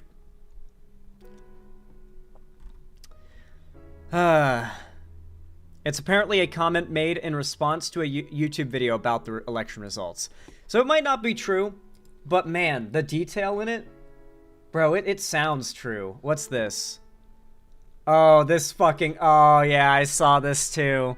I just voted for him because he's gonna kill Obamacare. I'm unemployed, and Obamacare fucking sucks. I'd rather just have the ACA by itself instead of this communism shit. Obamacare is the ACA, Affordable Care Act. It is literally keeping you alive, retard. You voted to take away your own health care. Look it up. It's true. Why the fuck do people have two different names for it? Obama equals bad and affordable equals good. I fucking hate Democrats. This is a 4chan conversation. The guy finally looks it up, finds out that he was wrong, and then blames it on the Democrats. He blames it on the Democrats that he thought of it as Obamacare. For those who don't know, Obamacare was a term come up with by Republicans as an insult to it, to make it sound bad. Because the Affordable Care Act sounded too good, and people were in favor of it when it was referred to by name and talked about. And so, this is the type of education these voters had. And I want us to point and laugh, like, haha, you voted against your own healthcare, you fucking retard. Just like as this guy said. It is literally keeping you alive, retard. You voted to take away your own healthcare. This is the type of energy we need to bring to the playing field. Thank you, random 4chan poster, dunking on this Trump supporter. Rare 4chan poster W. That said, we are seeing what seems to be a pretty quick turnaround, especially based on Google search trends, of voters realizing that they should have probably known a thing or two about these topics before they took Trump at his word and voted for these policies. Cry harder, libtards. Trump is your daddy now. Oh, Wuhong Lee, we're laughing hysterically at the fact that you guys are celebrating while you can. We're gleefully excited for what's about to come for you guys. You guys get what you voted for. Just remember how much you laughed and celebrated now when the tariffs hit, or when you get called in a work meeting in a couple weeks to find out you're not getting your Christmas bonus. I love that still they're coming in to like gloat because they don't realize what's coming for them. It's so funny to me. This is why I absolutely have zero sympathy for them once they start complaining about what they've done to themselves. Alright, we are currently in the midst of an information war, and I'd like to say that America as a whole is losing. If you've been watching my show for a while now, you know that I relentlessly talk about the perversion of right-wing news, or the right-wing ecosystem, but it's not even that. Russian disinformation has successfully seeped into the mainstream so much that we have people like Vivek Ramaswamy spewing Russian talking points, people like Elon Musk spewing Russian talking points verbatim on a platform that he owns. And we'll get to the information war in 1 second, but the broader point here is people were so uninformed when they went to vote that on November 7th, the day after the election, the day that Trump won, or the morning after Trump won, people were searching Trump tariffs, Trump tax plan, Trump deportation, Trump abortion ban, and all of these spiked on Google results the day after the election. If you see at the bottom where my cursor is, November 4th happens, then November 5th happens. Isn't it grim how little searches there were for these topics until after Trump won? Isn't that crazy? That, like, Trump's voters were not Googling or researching jack shit about his policies. They were taking him at his word the whole time, and then he got elected, and they, like, clearly something happened after he got elected where they were like, oh shit, maybe we should know. Maybe there is already effects taking place, particularly if you work in manufacturing in the US. And on November 6th, around that time, people then begin searching Trump abortion ban, what are tariffs, at a 5 to 6 times higher rate. And my broader point here is to move back to the information war. We are losing this information war. People were gaslit into thinking that Donald Trump's policies relating to tariffing exports from China, relating to ending the war within 20... People need to be talking about the fact that he also promised to eliminate income tax. He's promised to do this, and that tariffs are going to be how we make our federal funds from now on, as if we're taxing the other country's government or companies. He's like,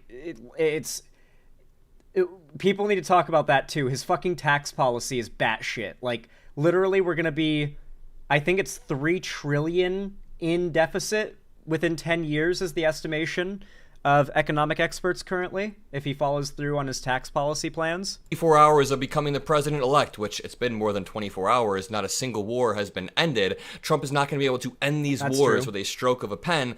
All of these things... I was expecting within hours of Trump being announced as the victor of the election that Putin would pull his forces out of Ukraine. If he's smart within the next, before Trump even takes office or the day he does, Putin will pull all of his forces out of Ukraine. That'll really help to cement like the narrative Trump really needs to build and hold, that like just him being in office makes things peaceful around the world. That is, of course, Putin wants Trump to be in power because it weakens America. So he needs to do that if he wants Trump to be able to glide off of his non-existent laurels. Were burned to the minds of American people through Twitter. And what I want to do today is I want to break down some of this disinformation, because in order to win in this information war, we need to be pushing back. We need to be firing back. I do love that everyone unanimously is pushing so hard. Like, you guys gotta be dropping as much support as possible. Do it despite the chuds coming in to, like, gloat about Trump winning in my chat as we speak. Hit that like button. Hit the subscribe button. Comment down below on this video. Comment, like, who up Xander in their hall or something. Just for the algorithm. Who up Xander in their hall. And then reply, OMG me. Just because it'd be funny. But yeah. But, like, I'm glad that everybody is recognizing, yeah, we need to lean hard into promotion, because the left's got to grow online. It's got to. It's not even an ideal anymore. It's a necessity. Sorry if the analogy is a little bit violent, but we need to be firing back with facts. So what I'd like to do is, this tweet just went viral today. And stick with me for just 1 second, because this is important. This tweet contains lie after lie after lie. It also just distorts real facts to make them seem more favorable towards Donald Trump only 2 days after he became the president-elect. And the worst part is, I mean, the last time I refreshed, this tweet had 70,000 likes. Now it has 100,000 likes and 5 million views. So going back to my point, we are fighting an information war, and right now it is happening a lot of the times on Twitter or on X. So we need to be pushing back on all of these lies relentlessly, or else we're going to be underwater. We're going to be underwater. So make sure you drop a like, subscribe to be a part of this new resistance, and let's jump in. This reads, Trump is president-elect for 2 days. And I do want to say, everything I'm about to read is either a distortion of the truth or a lie. For example, let's read this first one. Stock market hits record highs. Really? Really? The stock market has been hitting record highs throughout all of Biden's presidency. I mean, let's see. He took office in January of 2021. Let's go back to around January of 2021. Boom. All-time highs. All-time highs. Little dip. All-time highs. And then the stock market dipped or stagnated for a while. Folks, this is normal. The stock market doesn't always... It's called a bull. This happens all the time in the stock market. It's called a bull, but this is a particularly large one. They're really common. Go straight up. Sometimes it has to chill out or dip. We also got bad inflation news, and boom, October 2023. This is over a year ago. Back to all-time highs. All-time highs. If you can follow my cursor right here, you'll see that we're hitting all-time highs. Even 2 weeks ago, we were hitting all-time highs if you're following my cursor. And then, when Trump becomes the president-elect, we go up like 2%, and people are saying this is the Trump boom. It's a new golden era. Come on. It doesn't matter whether or not the economy has been doing amazingly under Biden, though. It matters that the people had the vibe the economy's been bad. People had to pay more for things at the grocery store despite, under Biden, wages rising to meet those prices. It doesn't matter. The vibes were off. This is a vibes-based vote. An economic vibes-based vote. That is complete dishonesty, and I have proven it by showing you this chart right here. So we can immediately scratch that one off the list. She then says, migrant caravan at our border dissolves. Again, this is such a slippery use of wording. Yay! They finally found... Guys, they finally found a way. They finally found a way to explain away the caravan never arriving and destroying America. Who remembers, like, 8 years ago, how there was, like, a caravan of hundreds of thousands of millions of immigrants coming up to America, and it's been, like, 10 years as they've worked their way up to America, and we haven't heard about it. But now they have disbanded and dissolved at the border. They don't exist anymore. They all dissolved away. It dissolved. They finally have an explanation for why the caravan never came. Oh, God, these fucking grifters. Literally 4 or 5 people decided to turn back because they didn't want to risk getting stuck at the border like people did during Trump's first term. But if you want to talk about the actual numbers, ever since July, the immigrant arrests at the border have been lower than Trump's last month in office, which means the encounters are lower. People are trying to get over here at lower rates. Illegal entry based on border arrests was lower in July 2024 than during Donald Trump's last month in office. In fact, if you look at the numbers since July, border arrests, border crossings, border apprehensions have objectively either matched or been lower than where Trump was during his first term. So going back to this tweet, the idea that migrant caravans at our border are starting to dissolve en masse, they're going back, it's over. The problem is not over, and Trump is not going to fix it in the same way that this next one really pisses me off. It's such a distortion of truth. It's such a lie. It says Hamas calls for an end to war, and they've all been referring to this one Newsweek article that is total clickbait. It says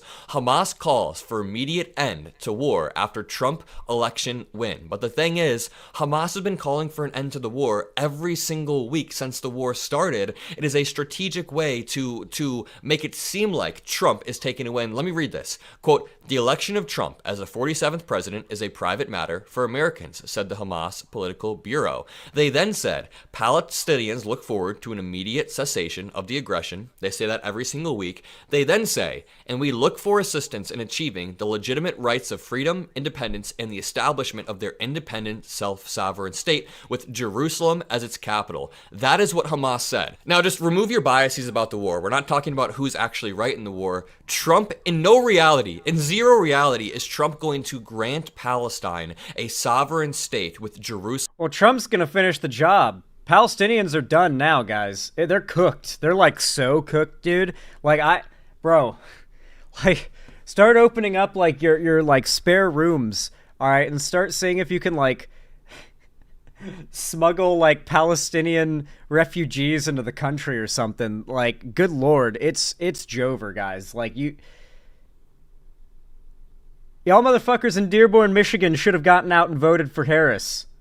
That's all I'm saying. You should have gotten out and voted for Harris. You should have swung Michigan. You had the chance. You didn't. Everything that comes next, you had every opportunity to stop. Jerusalem as its capital. No matter what your opinion on the war is, that has never been Trump's plan. There is no reality in which Trump is going to grant that to Hamas and immediately end the war. So when they say Hamas calls for end to war, they're literally just using Hamas's weekly call for a ceasefire that they do, and Trump is not going to grant that, meaning the ceasefire is not going to happen in 24 hours. Now, Bitcoin hits a record high. The thing is, the values of alternative currency tend to go up when volatility hits the market, or when people think there is potential volatility. When people think that our normal currency might get nuked because of tariffs, then yeah, Bitcoin will start to go to new highs. At the same time, I do love the idea of Bitcoin hitting record highs being a standard by which we measure the US's success, as if like Bitcoin is some American currency or something, or American-centric thing, and it's not literally like the entire world of people buying and selling Bitcoin. Trump has promised to make the U.S. Talk about the American-centric worldview. The cryptocurrency capital of the world, and he put his sons, Beavis and Butthead, in charge of World Liberty Financial, which means there is an insane conflict of interest when you're trying. World Liberty Financial, by the way, is literally a crypto scam that Trump ran on his own followers. I wonder when they'll figure that out, too. Trying to turn your country into the crypto capital while you own a cryptocurrency company? Okay, let's go to the next one.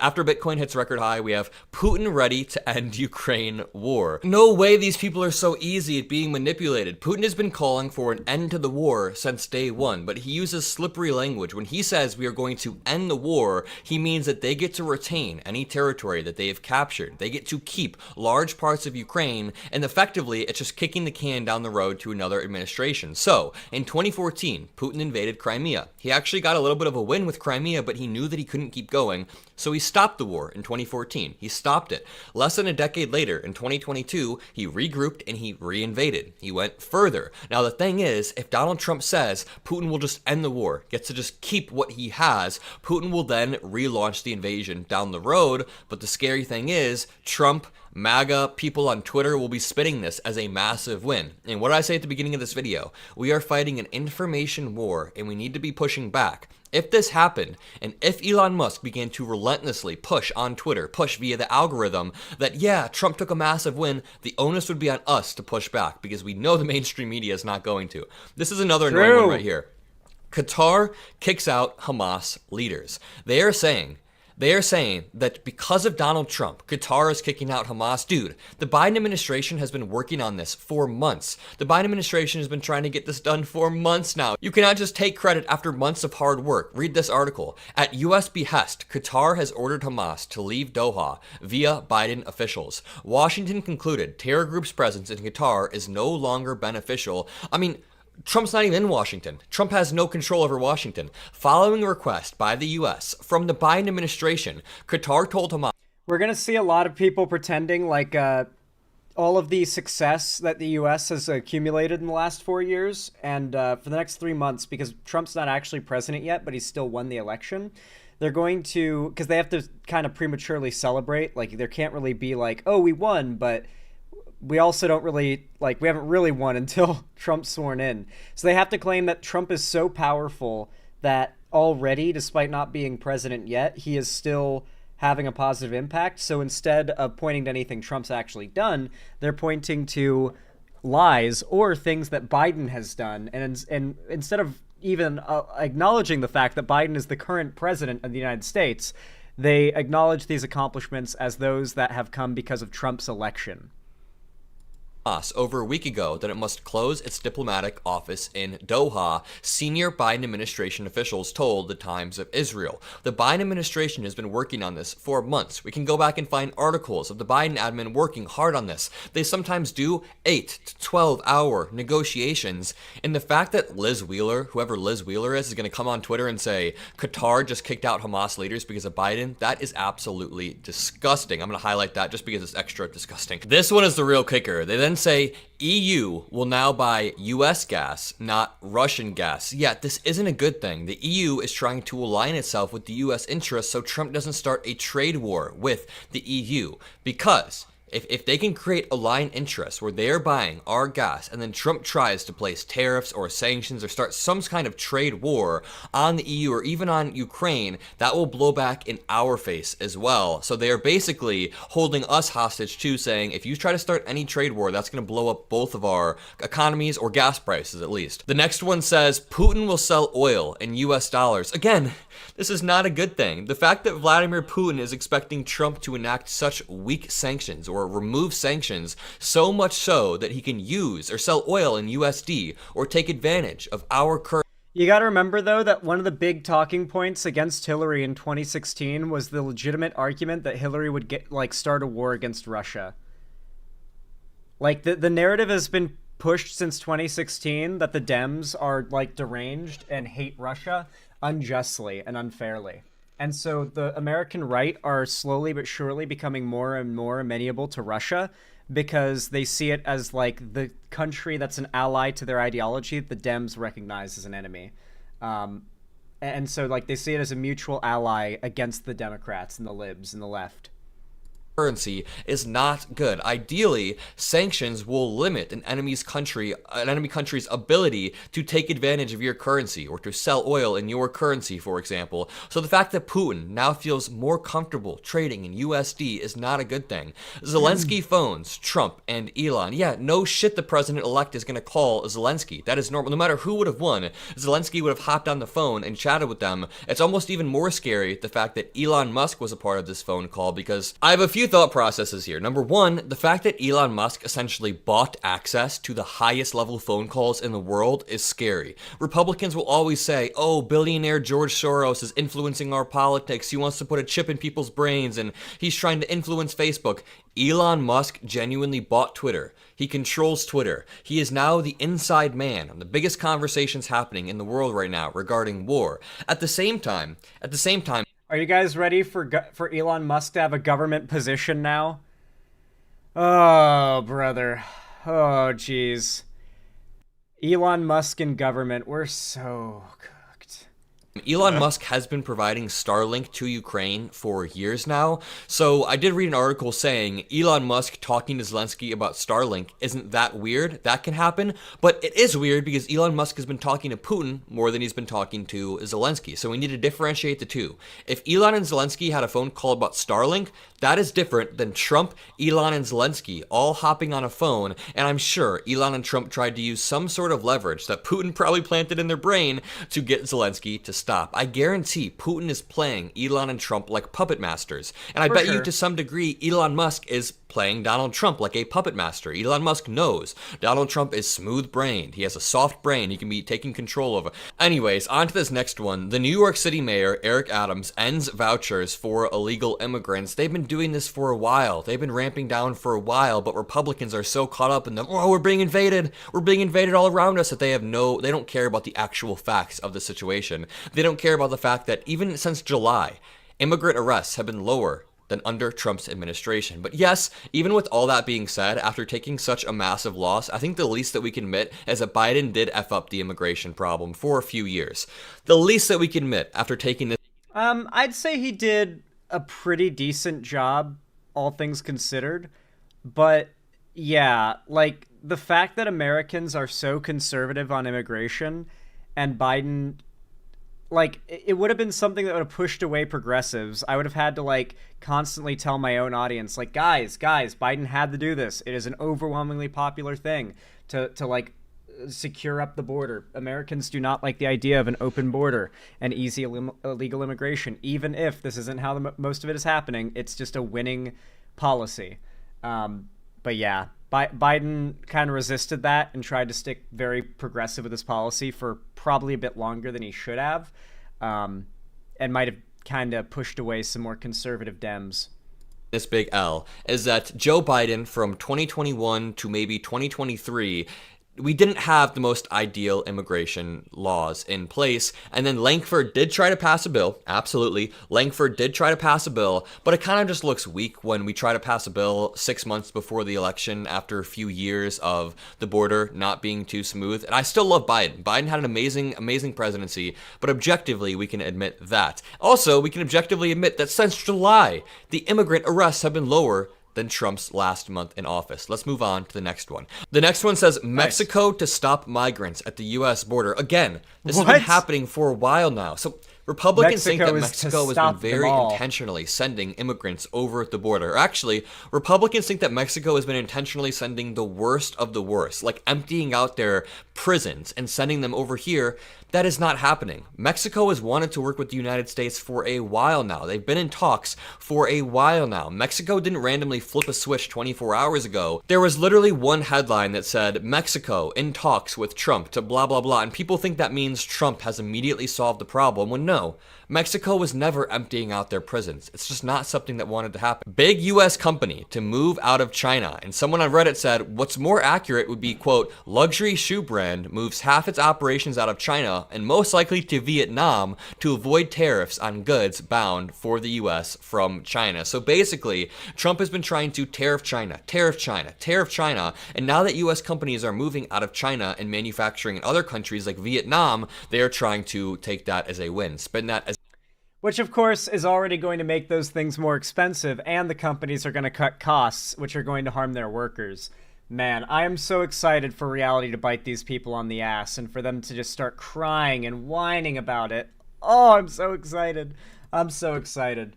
Every single time I see a MAGA voter coming into my chat to, like, gloat about Trump winning, it just gives me, like, this sick little, like, bit of joy in my heart to know that they're going to be, like, so miserable later, and I have absolutely no reason to feel bad for them. Because they would never feel bad for you.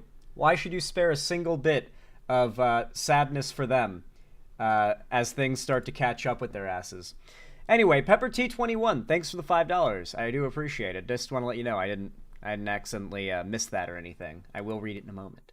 But yeah, as I was saying, if you enjoyed this segment, If you thought it was entertaining, enjoyable, or even educational, then please consider dropping a like. Whether you're watching live or after the fact, a like is basically like casting a blue ballot for YouTube to push my content in the algorithm to get it in front of new eyes. On top of that, you can comment as well, which actually compounds on the effect of the like. So like, comment, I really do appreciate it. If you want to see more from me, subscribe and ring the bell icon to turn on all notifications so that YouTube actually tells you when I go live or upload a new video, because otherwise they will not. And of course, if you want to see more from me on other platforms, you can follow my social medias linked down below. I highly recommend you also join my fan Discord server. It is totally free to join, linked down below in the description, and on top of that, it's the main hub of my community and fan base, and I once a week on Fridays host a game event, a watch party, or a call-in stream in my Discord, and I announce all my new uploads and streams there. So I hope to see you there. It would be really cool to see you. And of course, finally, if you want to support me directly, help me keep the food on the table, the lights on, the roof above my head, then please consider donating, subscribing, or gifting a sub on my website, xanderhall.com/live, or supporting me financially through YouTube, Twitch, Streamlabs, Stream Elements, Patreon, or even buying merch to the Streamlabs link down below. Regardless, though, thank you so much for watching, and as always, I hope you have a good one. Alrighty. How do you guys like that segment? I feel like it came out good. I am out of water, though, so I'm going to have to take a quick break to go grab myself one from upstairs in a moment. Segment was good. Hell yes.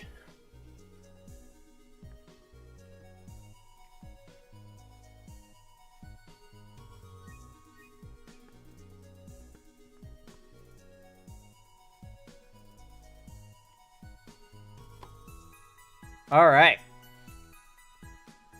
Okay, chat. I will be back in a moment. I'm gonna read the stono really fast. I'm gonna grab myself a water, because I need to hydrate before I dehydrate.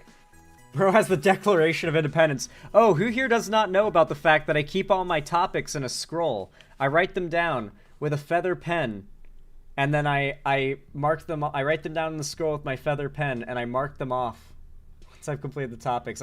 This is actually, like, I realize a lot of you guys are returning viewers. You don't know that I keep my topics in scrolls now. First time seeing it. I imagine some of you might have been wondering what I was doing when I was looking down, but yeah, writing on a scroll.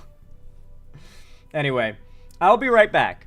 Thank you guys for watching so far. Don't go anywhere. Stay tuned. I will be back in just a moment.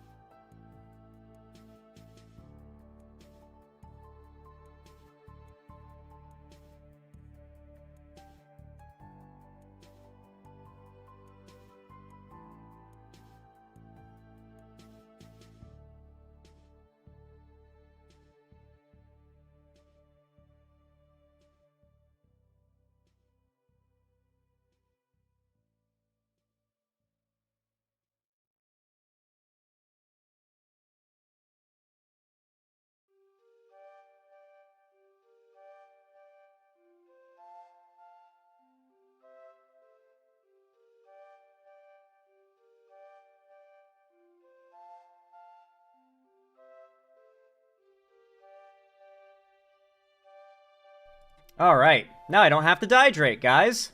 I got myself some water. Yummy, yummy water. By the way, chat, I'm curious. What country is everyone watching from today? Got a lot of people watching right now. I figure I might as well ask. What countries are you guys watching from? No need to specify further. And you don't need to say if you're not comfortable, but I'm curious what countries you're watching from. The USA, Canada, US, America, Romania, US, USA, Germany, Phobos, Singapore, It's Italy. America. America, America, America, America, America, America. Brazil. Sweden. Here. I like that answer. That is a correct answer. The UK. Germany. The Great White North of Canada. USA. Cascadia. That's east of me. The mountains near Seattle. Wisconsin. Prussia. Merca. Canada. Damn. You guys are from all over the place. You're from all over. God damn. Well, PepperT21, thank you so much for the $5 donation. I really appreciate it. You are so overwhelmingly kind. It means so much. Said shit ain't nothing to me. They said, I need to be closer to God, so I wrapped my blunts in Bible verses. It's working. I accidentally killed a vampire I fucked because it turned out my jizz is holy water now. Yeah, that happened to me once. Thank you for the $5, PepperT21. I appreciate it. Thank you.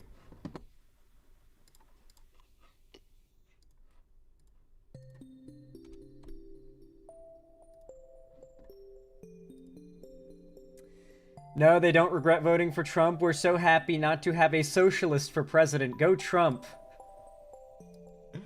Thank you, Pam. I appreciate it. Do you guys know we've been living in socialism for the last 4 years? God, I'm so excited for like the low IQ of our society to get hit with like the biggest and worst consequences of this, because like the Trump supporters that are the worst off financially, who are the most desperate for Trump's policy to save them, are going to be the ones that get hit the hardest. And so I'm just so excited, dude. Absolutely no working class camaraderie with these people. I don't want to see any, like, bullshit socialists like, oh, but they're working class, they're fellow with... Nope. They are Trump supporters first, working class last. Frankly, the fact they're working class is nothing but a modifier for their suffering that we are going to laugh at and take immense joy in. I hope we all agree on that. When right-wingers cry, we want to fly. Socialism would be much nicer, what do you mean? Yeah.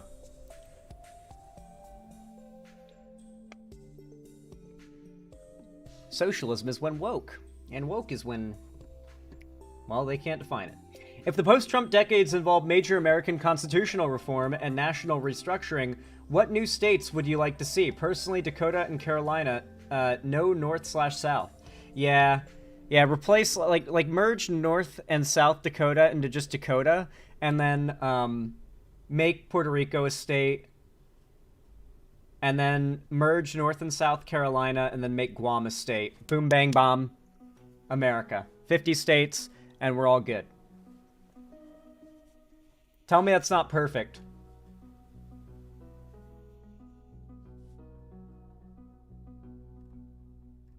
Oh yeah, Virginia too. We combine West and East Virginia into just Virginias, and then we bring in... Yeah, then we make DC a state. There we go. Then we make DC a state. West and Virginia become Virginias, and then... Or just Virginia. And then DC becomes a state. Boom, 50. Let's go. DC gets 50 electoral college votes as well. Actually, no. DC gets 100... No, DC gets 270 electoral college votes. How about that? There we go. Perfect. We did it, guys. We won.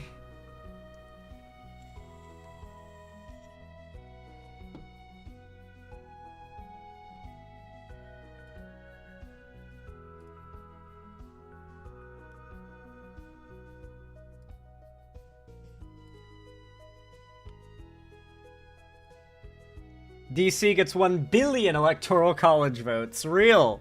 Because every single politician there would represent like 10 electors, I guess. Yeah, that'd be funny. Oh, we could get rid of Florida. You're not wrong. Yeah, but like we'd have to physically do away with it and all of its people. Well, that's not very plausible or likely. Sadly, we're stuck with those fuckers. I'm not, though. I got out of there. Global warming will do that? True. True. We need to start laughing at Floridians for global warming. I need to make a couple of videos talking about how, like, showcasing all the damage in, like, the Appalachia region in the south after Hurricane Helene, and we need to laugh at those people who voted Trump. Like, district by district, see how red they voted, and then be like, oh yeah, they voted hard red, yeah, they deserved this. This is God punishing them. We need to start leaning into that. Like, God punished these right-wing areas for their hatred. The death and their homes lost is exactly what they get for what they believe in and what they voted for. Just like they do to the left. Whenever a hurricane or disease hits or any tragedy, like a mass shooter shoots up like a gay bar and the right says, God punished them for their sin, treat them the same way they treat us. Why not? Do unto others as you would have them do unto you. They haven't followed that rule, so how about you start doing unto them how they've done to you? Alright. Why does Zan write in a scroll? Because it's fucking awesome? Is that a good answer? I assume that's a satisfactory answer. Because it's fucking awesome.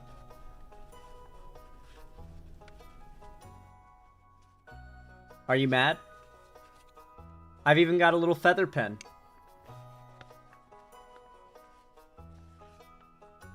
I've got several scrolls, by the way. I've got a couple others around here somewhere I could probably find. Where are the scrolls from? Amazon. They're from Amazon.com/scrolls. Well, it doesn't work that way, dude. God's will is the ultimate heads I win, tails you lose game. Fair.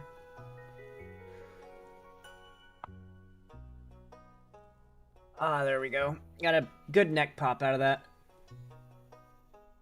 Yeah, I don't know the full perfect quote, Ride the Rails. Don't correct me, motherfucker. Don't correct me! Don't you dare. Don't you dare. Alright, one sec, chat. One sec, chat. Alright.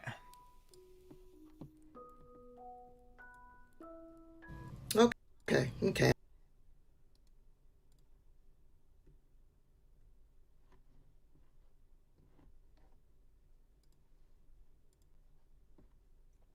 Alright.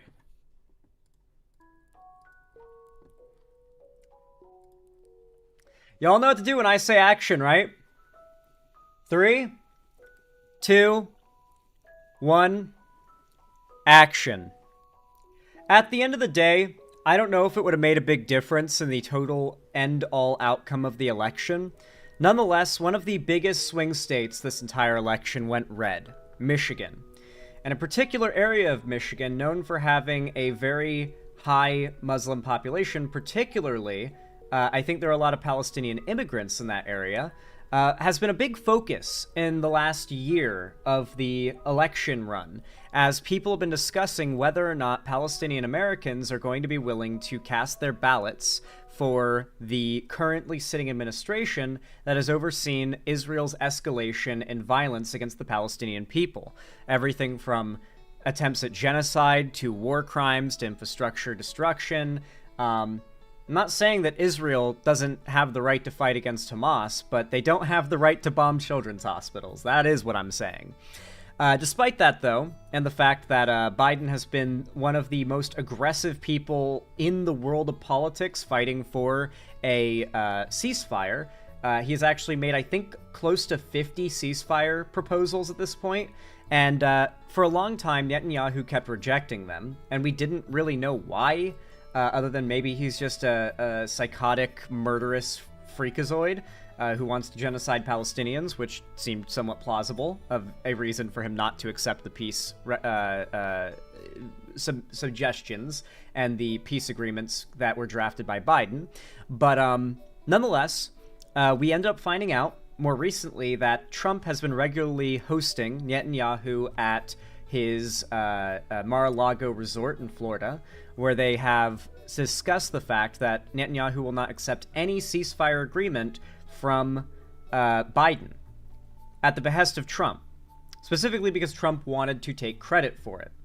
And on top of that, like, Netanyahu doesn't even deny this. He's very open about it. He has no, like, skin in the game of lying to the American people. It's not his country, so he's just like totally open about it, and he just laughs about it openly, and no one cares. Regardless, though, I have tried to warn the online left for a while now that the hyper obsession with attacking the current administration for somehow, some way not doing what they cannot even define would be ideal for the Palestinian people. They just say, well, if the U.S. doesn't just bomb Israel tomorrow or drop all support for them, then I refuse to support the current administration. And so when it came to Dearborn, Michigan, the ball was in a whole lot of Palestinian Americans and beyond that, Muslim Americans' court. A lot of Arab immigrants in America obviously relate to the plight of the Palestinians. Even outside of America, that's the case. It's sort of been a kind of binding or unifying factor throughout the like Middle East and Arabic Peninsula that Israel's aggression against everything, like against the Palestinian people, has kind of like radicalized a lot of countries into action, such as Iran, into attacking Israel as well. And so within America, there's obviously a lot of like, regardless of where you're from, if you are Muslim or Arab, you have a very high likelihood of sympathy with the Palestinian people. And the big question was, would Arab American voters and Muslim American voters choose to vote for Harris? Or would they not show up? Or would they somehow, God forbid, vote for Trump, who has outright promised to level Gaza? And his son-in-law has referred to Gaza as premium beachfront real estate. You know, the real estate investing family talking about that gives you an idea of what they want to do. Now, as we now know, they did not come out and vote. Not in Dearborn, Michigan. In fact, many of them bled into supporting Trump, the guy who promised to do even more damage. And now there is a massive protest, apparently. Palestinians are protesting the results. But statistically, they didn't come out and vote. Now, I can make this point all day, and I'm sure some of you in chat are probably a little upset at me for making this point, because, let's be honest, there's a lot of valid emotion tied to the fact that, like, I mean, if you've seen one video of what the IDF has done to those children in Gaza, it's hard to, you know, listen to any argument that suggests that action that doesn't immediately stop it, full stop, right now, yesterday even, is acceptable. I understand that. It's a very emotional thing, right? Like, I've seen the same images and videos that you've seen that have made me quite upset too. But despite that, people did not, as I warned, people did not look past their emotions, and a lot of people thought that they would act on principle instead. And look where principle has gotten us. Rest in peace, Palestinians. We're gonna miss you guys. We're gonna miss you a lot. Try to get to America and other countries as fast as you can. So I got a video here from another political content creator. Her name is Tabitha Speaks Politics, and she made a video called "A Trip Down Memory Lane." They're not. Oh wait, they are not innocent. They are complicit. Is this the right video? I think it's the right video. Let me check. Let me check. Woohoo! Let me check.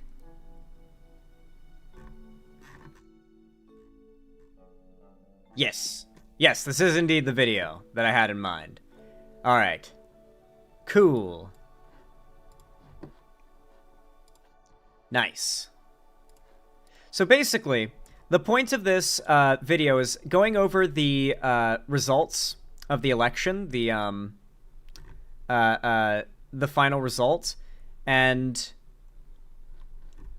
basically discussing whether or not it was ever worth it to give the time of day to the people that were suggesting that we need to attack the Dems for not going far enough. So let's check out this video. The original video should be pinned in the description when this goes out as its own thing. If it does not, just comment down below that like it was forgotten or something, and as fast as I notice it, I will add the original video as a pinned comment as soon as possible. It sometimes happens when my editor forgets, but just comment it, I'll probably see it, and I'll take care of it. So yeah, hopefully I'll be able to find the original channel. I want to shout out as many progressive, like, other channels as I possibly can, just trying to widen this tent as much as possible. We gotta widen the tent, guys. We gotta raise the tent higher, and we gotta widen it like crazy. I did some scrolling. I came across a few videos, and I see the new narrative that certain creators are trying to push on this app. Yeah, certain creators are now trying to present themselves as innocent, as if they had no role in the re-election of Donald Trump, as if they didn't use their platforms to weaponize their following to harass and bully content creators who were in support of Kamala Harris. Or Biden before that even, by the way. Yeah. Finally. I love that we're finally, like, everybody who has been dealing with this shit, like, for the last 4 years is finally coming out and saying, yeah, this has been bullshit. We need to start excising people who are not willing to get on board with our candidate. Like, when we have a left-leaning candidate that is our candidate, and we have so much of our, like, online movement that are unwilling to even support the candidate that is going against the conservative one, these people need to be excised. This is unacceptable. They got us here. As if they didn't use their platforms to be disrespectful towards Black creators, as if they didn't use their platforms to spew anti-Blackness towards Black women. Yeah, now they're getting on their platform saying, why are they mad at us? No, we need to be coming together. We need to mobilize. We need to work on strategy and organization on how we're going to protect our communities and each other. Now they're French.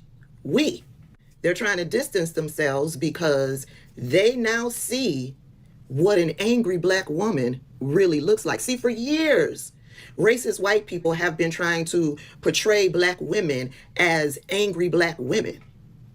No. But now people are really seeing what an 4B movement. Women are going on a sex strike too. There's going to be a lot of sexless Republican voters out there bitching from the rooftops about how they can't get their dick wet. I'm so excited.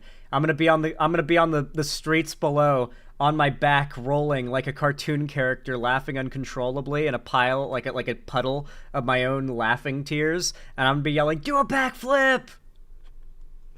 That's going to be me for the next 4 years with these people. An angry Black woman is and what an angry Black woman is prepared to do. But I want to take this quick trip down memory lane because no, you will not try to distance yourself from your behavior and your complicity in the re-election of Donald Trump. I call out Hassan. Hassan's like their fucking king. Call out Hassan. We gotta start, like, I hope that Trump getting elected is like the nail in Hassan's coffin, bro. I really do. I need it to be the nail in Hassan's coffin of his career. That motherfucker got invited to the DNC despite being just a genuine, like, a free, unpaid psyop for Russia. Genuinely. Yeah, so let's go down memory lane. Here's stop one. Hassan advocated for voting for Harris. Ooh, Sylvie DB, I can see you want Hassan's dick. No, Hassan spent his entire, 4 years, the last 4 years, shitting on Biden for his handling of Gaza, calling him genocidal. You can say, oh, well, he advocated to vote for Harris. He advocated to vote for Harris. No, he may have done that, sure. But how can you really justify that after years of calling them genociders? You don't get to separate yourself from that. You don't get to say vote for Harris the last second after years of calling them genociders and encouraging countless people to say they'll never vote for Harris because of what's happening in Gaza, the genocide in Gaza, and then say, well, he did tell them to vote for Harris one time at the last second. It's like, no, you don't get to, I have been calling out that Harris and Biden are genociders shit for years now. You are not gaslighting me, and we're not letting Hassan and his slippery little bastard orbit get out of what they did. They will always be remembered for this. We're going to make sure of it. Sorry, Sylvie DB. No Hassan dick here. No one's glazing Hassan's cock in my chat. I will not allow it. Today we launch Abandon Harris. Abandon Harris. In the protests on the streets of Chicago, we now declare that the only option for people of conscience is to abandon Harris, to punish her and the party so that they know that they can never put genocide. How many of us are smart enough to know? Who remembers when Hassan got invited to the DNC and then went outside to interview and platform for several hours all of the people protesting outside, saying do not vote blue, and to protest not vote, to abstain from voting and protest? How Hassan platformed them and then got kicked out by the DNC for it because they recognized how destructive he was being. And now he's not invited back ever again. He got kicked out and his fans lost their shit over it. I love the attempts at gaslighting, but Hassan totally backed Harris. Hassan totally hasn't spent the last 4 years trying to milk every penny he can out of shitting on the current administration and drumming up hatred in his left-leaning audience against the idea of casting their ballot pragmatically for a Democrat against the fascist Republican who has outright said that he's going to be a dictator on day one and plans to destroy our democracy and even attempted to overturn our democracy when he lost the election because he's a fucking pussy who can't handle taking an L. Yeah. Not gaslighting me. Not working. That their success in punishing Harris won't punish Kamala Harris at all. What they ended up doing was punishing the American people and really punishing black people, including themselves. But you see, they didn't want to listen to us, black women, who've been maneuvering through this racist-ass political system for decades, for hundreds of years. They didn't want to listen to us and get an understanding and how we should move through this so that we can get to the other side where all of us can benefit from a Kamala Harris presidency. Here's stop two, because yeah, they went from that to spewing anti-blackness towards black creators like myself. Keep Palestinians' names out of your mouth when you're trying to defend your decision. Oh yeah. They then jumped to and told the black community to keep Palestinian names out of our fucking mouths because we were choosing to vote for Kamala Harris because we understand this political system and we knew that we would be able to push Kamala Harris and the Democrats so that we could all benefit. But no, they're morally superior. They believe they're more educated. Let's head on into stop 3. Let me just put up pictures because yeah, if I do videos, then we'll be here all fucking day. Remember her?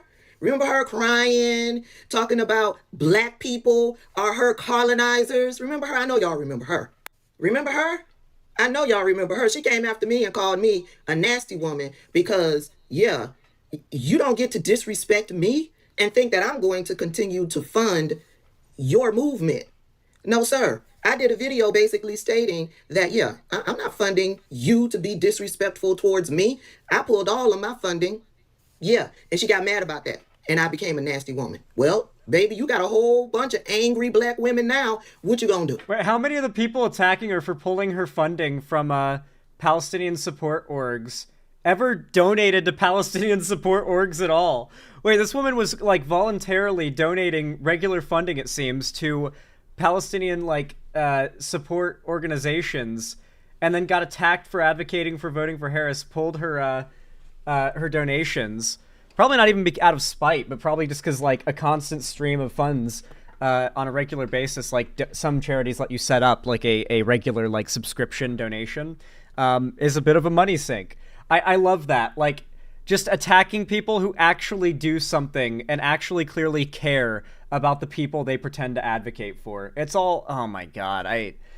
We must lock things down, guys. We have to become pure. We must purify the left. We have to purify the left.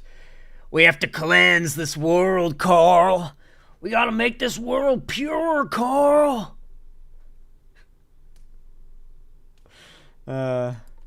Remember her? Oh, don't let angry Palestinians cause you to not support the movement. We really need your help. You talking to the wrong people. You need to get your people in line. Remember her? Remember her? Tried to use black pain, the execution of Marcellus Williams, to talk down to black. I will say, I had no idea how much the Palestinian rights advocates on TikTok were racist as fuck against black people. I had no idea. I always understood that there was a big racial demographic split because black people overwhelmingly in America supported Biden and Harris. Biden especially. but Harris a lot as well, overwhelmingly so. While if you are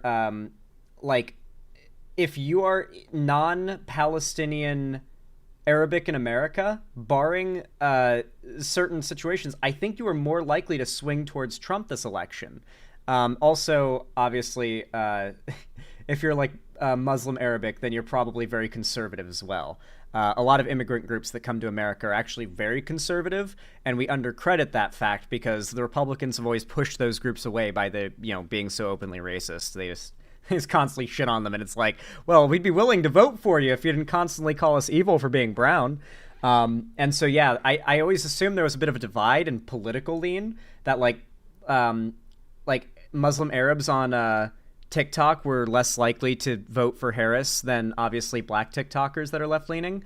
I didn't realize there was this like outright racism being tossed towards like black TikTokers who advocated for voting for Harris. That's new to me, but it very clearly has been a problem.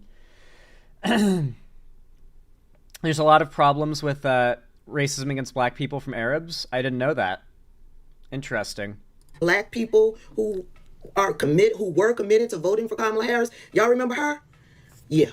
I know y'all remember her. This is more recent. Yeah. She's part of the leftists who use their platforms to try to diminish, invalidate the value of the information that like myself and other black content creators was putting out about Kamala Harris and her policies. Remember her? She was the one that said Democrats pay people to get on social media to talk positive about the Democrats. I ain't seen a paycheck yet. Another more recent one, but before the election, came out and said she don't give a fuck about our oppression here in the United States. Yeah, forget your oppression. She don't give a fuck about it. So y'all should forget y'all oppression and working towards improving your life here so that you can help somebody somewhere else. Fuck that. Just put all of your energy into the cause that I want you to put your energy into. Remember her? Yeah. I know y'all remember her. This was just a week or so. I never realized until TikTok how many Arab Muslims were white. Ago. She came out boldly and flatly lying and even provided the proof so that we knew she was lying, saying that that Kamala Harris paid her for her vote or something like that. Quickly, she had to take down the video or turn off the comments because she provided the proof that she was lying. And that's not even all of them. Those are the ones that I just shared with y'all when it was going down here on this app. There was tons more using their platforms to lie and spread dis and misinformation, using their platforms to spew anti-blackness towards black women, black people who were supporting Kamala Harris, weaponized their platforms so that their supporters, their trolls, will come over to harass and bully content creators like myself because we were in support of Kamala Harris. And now that all of their tactics were successful in getting Donald Trump reelected, they don't want you to be angry. That I don't agree with. I don't think they were successful in getting Donald Trump elected. I think that, we know statistically that the Gaza thing made absolutely zero, zilch, nada difference whatsoever in voter turnout for the Dems or why people jumped over to Trump. Because Trump's promised to finish the job, right? So, the reality is that, America's a very Zionist country, and so Zionism and whatnot and pro-Israel politics are more popular than many lefties are even willing to admit. I don't like it, but that's just the reality of it. Accept it or don't, but don't get mad at me for accepting it. The other thing you have to realize is that statistically, this issue, the people who likely voted differently or did not vote at all because of this issue, were negligible. Trump didn't just technically win the Electoral College, he overwhelmingly won the popular vote. He sweeped.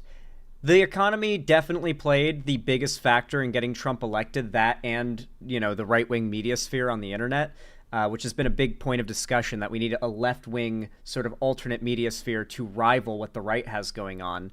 But I don't think it made a big difference. The reason why I'm calling it out is because I think this is a time where reflectively we need to look at where our weak spots are, where the glaring points of harm came from on the left, the people who are doing the opposite of productivity, and where we can start like identifying those folks and hopefully dropping them and replacing them with several more far better content creators and pundits that can take their place. I would love to see like 10 medium-sized creators take Hassan's place, for example, who are not, you know, cucked out to Russia, for instance, and China. They want you to forget about all that's getting ready to go down here in the United States and your community to focus on them and their community. Yeah, we have to mobilize. We have to come together. Whether it's Palestinian rights or if you're supporting Black rights, we need to mobilize and come together so that we can protect each other. I hope you've enjoyed this trip down memory lane. So now you know what went down, and this is just a small portion that I'm sharing with you. Small portion. But now you understand. And so when you see them get on their platforms talking about, I don't know why they're mad with us, because you're complicit. They were complicit. They were complicit in the re-election of Donald Trump. And they don't get to try to dance away from that. Not on my watch. I liked that video. I'm gonna drop a sub. I'm dropping a sub. I'm ringing the bell icon to turn on all notifications. And I'm hitting the like button as well. And I'm gonna comment too. I'm gonna comment, good video. And a little smiley face. Good video. There we go. Which is the same thing you should do down below this video when it goes out on YouTube itself, and on my stream for that matter, if you're watching this live. I really liked her video there, her content, and I really liked the point she made. I think she was a little off the money on the whole idea that, like, they helped get Trump elected. I think it would have happened regardless, but I do think the call-out is so warranted because we need to start cleansing the lack of unity within the left. I get that sounds counterproductive, but, like, these are people who, like, even if we leave them alone, are going to be out there pushing against our productive path towards gaining power in government. It's no longer a problem we can ignore. We have to acknowledge it and do something about it, and then move on from it and get productive. But there are some serious problems in the left itself that we need to acknowledge. Hassan's popularity is immense and a huge problem. Like, Hassan is harming the left every single day that he continues to be as prominent as he is. I don't know if you've ever spoken to, like, normies these days, but they know of Hassan by name and they hate him, typically, because they've heard of, like, the terrorist propaganda, the, like, pro-Russia stuff, the making excuses for China and what it does to Tibet and Taiwan and Hong Kong. Yeah, it's just, a lot of shit like that has really... Oh, and of course, the amount of false misinformation that Hassan spreads, too, because he's actually just kind of dumb and low effort and just reports a lot of info from Twitter. Like, rarely will you see Hassan reading an article from a reputable source. It's usually him reading, like, pages and tabs on tabs on tabs on tabs on tabs of Twitter. And so he's constantly misreporting things and spreading lies. And it's so easy to make, like, an hour-and-a-half long video just going from lie to lie to lie, debunking shit that Hassan has false reported. And it really makes him look bad. It makes the whole left look bad, because why the fuck is he the biggest guy on the left if the left is not as bad as he is, right? The implication would be that he's the best of us, and he's that bad, you know? Honestly, I better see a rise in union pride in the coming years. I hope so, but you gotta remember, Biden was by far the most pro-union president we've ever had. Never has there been bigger expansions for union rights, protections, and favorability than during Biden's presidency. It's not even debatable. There's never been a more pro-union president than Biden. So that's rough. We've also never had a president more aggressive against climate change than Biden. So, Trump has promised day one to undo all of Biden's climate change policy, by the way. Particularly, he's bringing back coal. We had the chance, guys. By 2030, coal would have been a thing of the past. About 80% of our yearly carbon footprint would have been gone. But, nope. Trump's bringing back coal day one, he's promised. Clean coal. Don't ignore how 47% of Americans agree with putting immigrants in camps. Yep. That is true.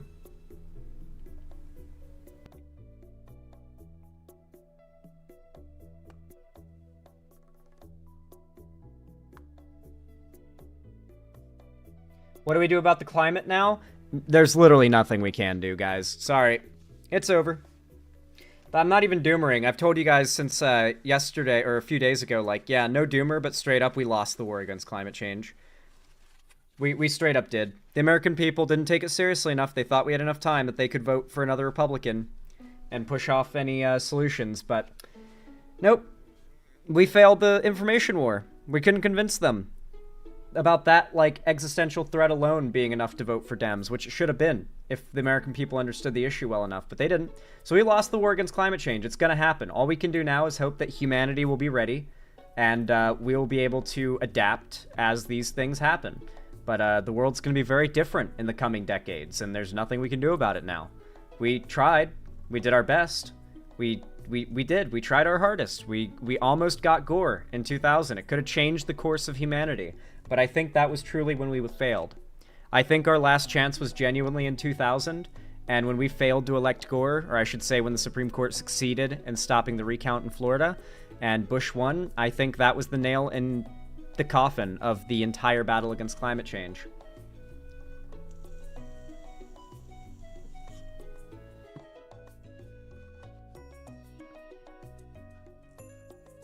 The Earth will adapt, and to me, that's all that really matters. Humanity is cool and all, but every species has its inevitable extinction event. This just seems to be ours. It seems to be.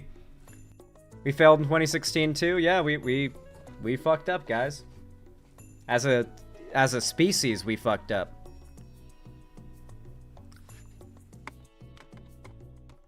Yeah, at least Florida takes the biggest L. Yeah, we really got to start laughing at all the Helene victims in the Appalachia regions. No more class unity, no more class consciousness. It's liberals. There's only two races now. Liberal and MAGA. And if you're MAGA, we don't give a fuck what happens to you.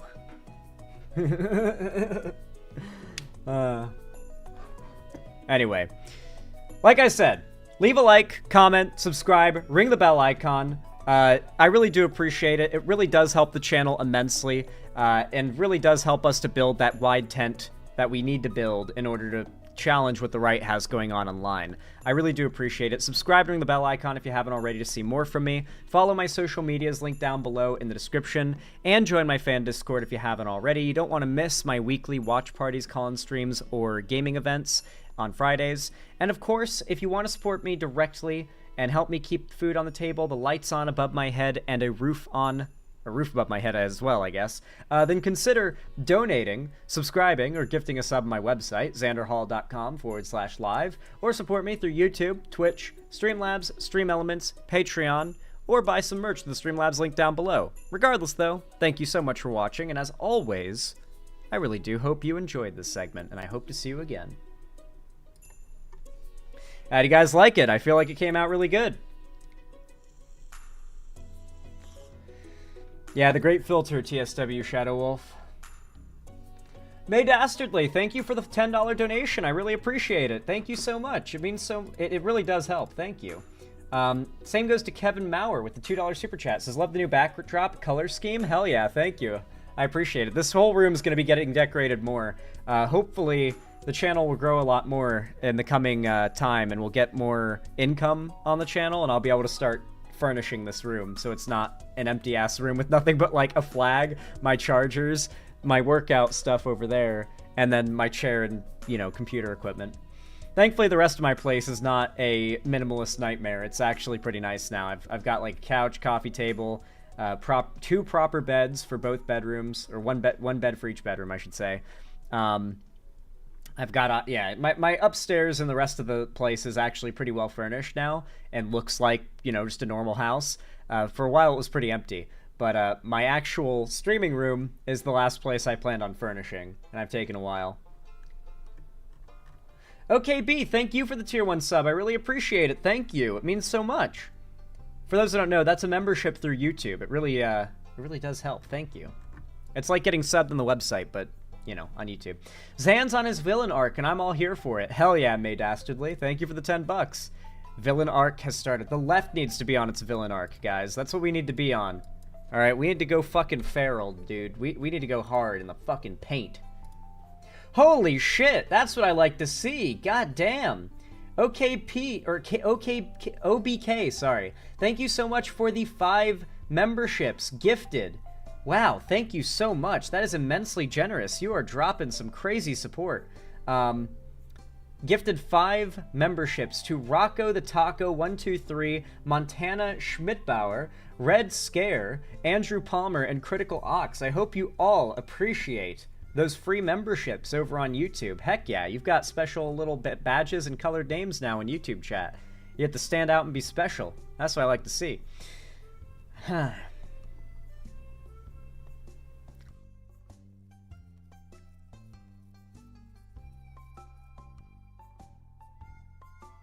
Alright. We are the Woker officially now. The Woker. Oh my god, that's so... Dude, I need to get, like, I need to start doing all my streams for the next 4 years in Joker makeup. And I should just be the Woker.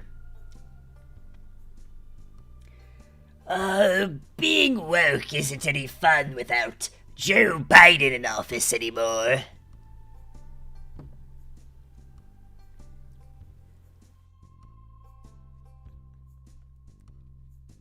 That's more of a Mark Hamill Joker. I guess I could, like, it would be funnier to do the more of a Heath Ledger Joker, like... Hey, chat.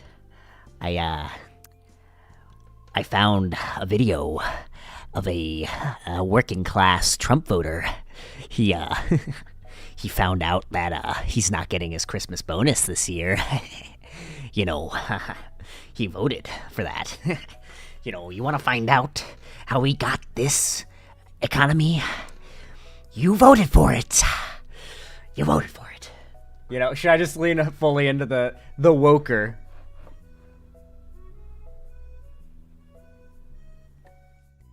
I'm the Woker.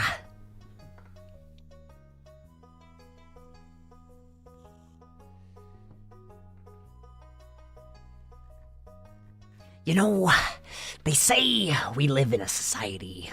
I can't really do the Joker too well, but yeah. Real video? Real. Real. The Woker. 1 minute. Gotta make that and edit now. Great. You wanted this. Zan,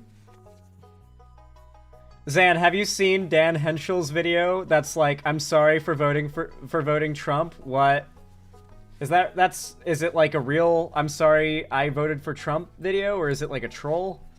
Time for leftists to embrace the bad guy narrative. You gave the role, all I'm doing is playing the part. Exactly, yes. Motherfuckers every day of Biden's administration were like, gas too expensive, and now that there are plots to eliminate Obamacare, they're like, well, it's a good thing that MAGA voters are employed. I swear every time I see an Asmongold thumbnail, it has Trump's face on it. Dude is obsessed for real. I mean, Asmongold basically just fell down the alt-right rabbit hole. I don't think he got out like he promised he did. I think he's still making anti-woke trash. The Woker's just the Joker, but he turns the kids trans. I'm the Woker. Anyway, thank you for the $5, Pepper T21. I really appreciate it. Very kind of you. Very based. Thank you, thank you. Here, let me... Why so curious, Batman? I'm the Woker, baby!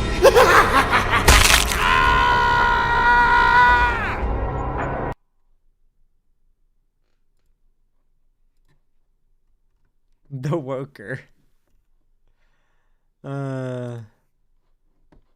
God, I love that video. It has like 400 views. It's so underrated, but it's so good. Thank you for the $5, Pepper T21. I appreciate it. Let me update the dono goal really fast to reflect your generosity. I'm the Woker. All right, guys. All right, my little pug champions.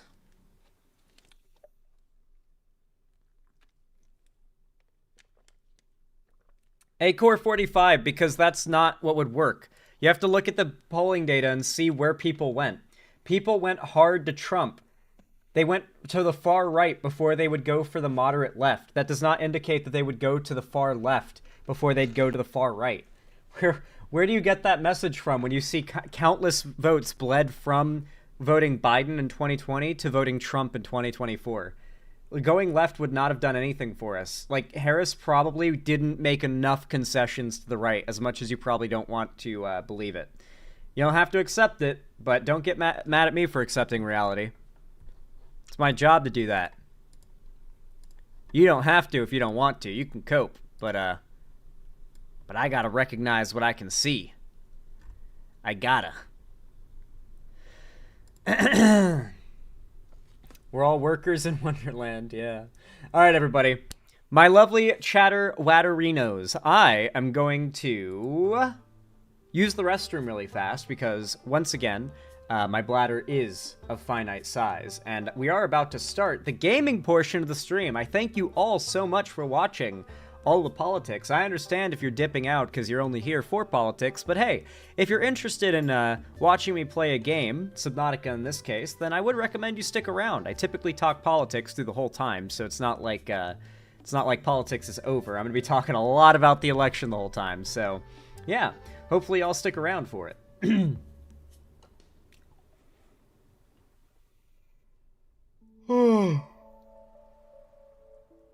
Don't worry about Pastor Dean. He's probably blackout drunk from partying over Trump's victory. Or crying over the fact that he's getting laid off over the tariffs. Alright. I'll be right back, guys. I just gotta use the restroom, and then we're gonna start some Subnautica. Stay tuned.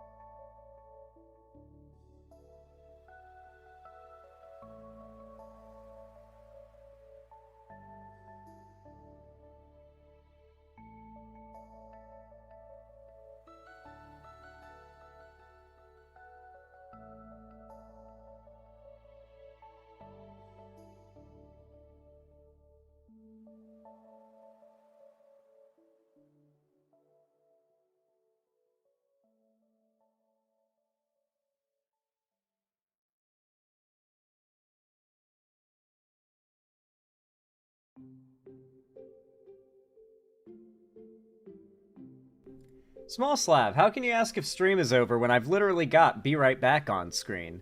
If stream was ending, it would say this. But it was saying this. And if stream was starting, it would say this. See, I got custom thingies now. Yes, it looks so cool. It's so smooth and so sleek. I love it. All right, time to butt up some Subnautica. Let me go into my settings on OBS, go into my output, and switch my bitrate to 51,000 because that's going to have a big positive effect on things. Prepare for a small drop in frames for a sec. It'll go away like almost instantly.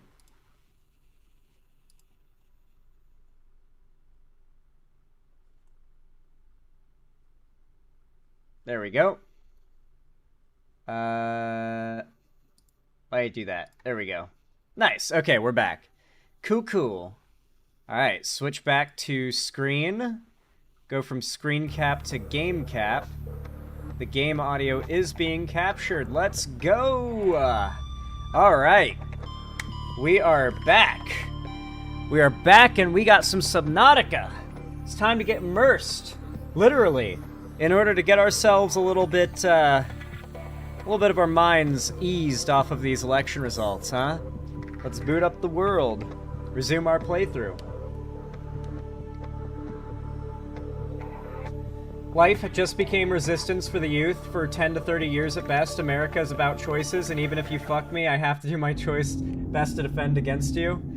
Indeed, I get that. You should get a gun. Everyone should get a gun. Everyone should have guns. I'm saying it. Everyone should have guns. Fuck it. Bring back duels. You think Trump will make duels wait, hold on. He would totally do that. Wait. Guys, this could be a rare Trump W. Hear me out, okay? Trump makes gun duels in the street legal. You can't tell me that wouldn't cook.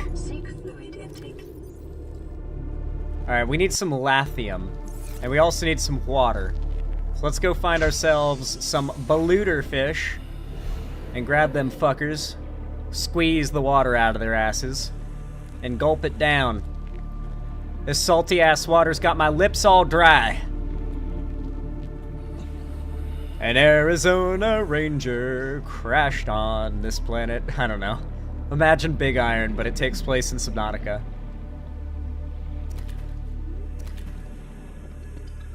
He was after a bladderfish. His name was Texas Red.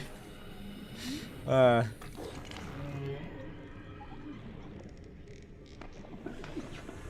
forgot my gun at my friend's house and then broke my hip, so I can't travel. Jesus! That sucks. I'm sorry.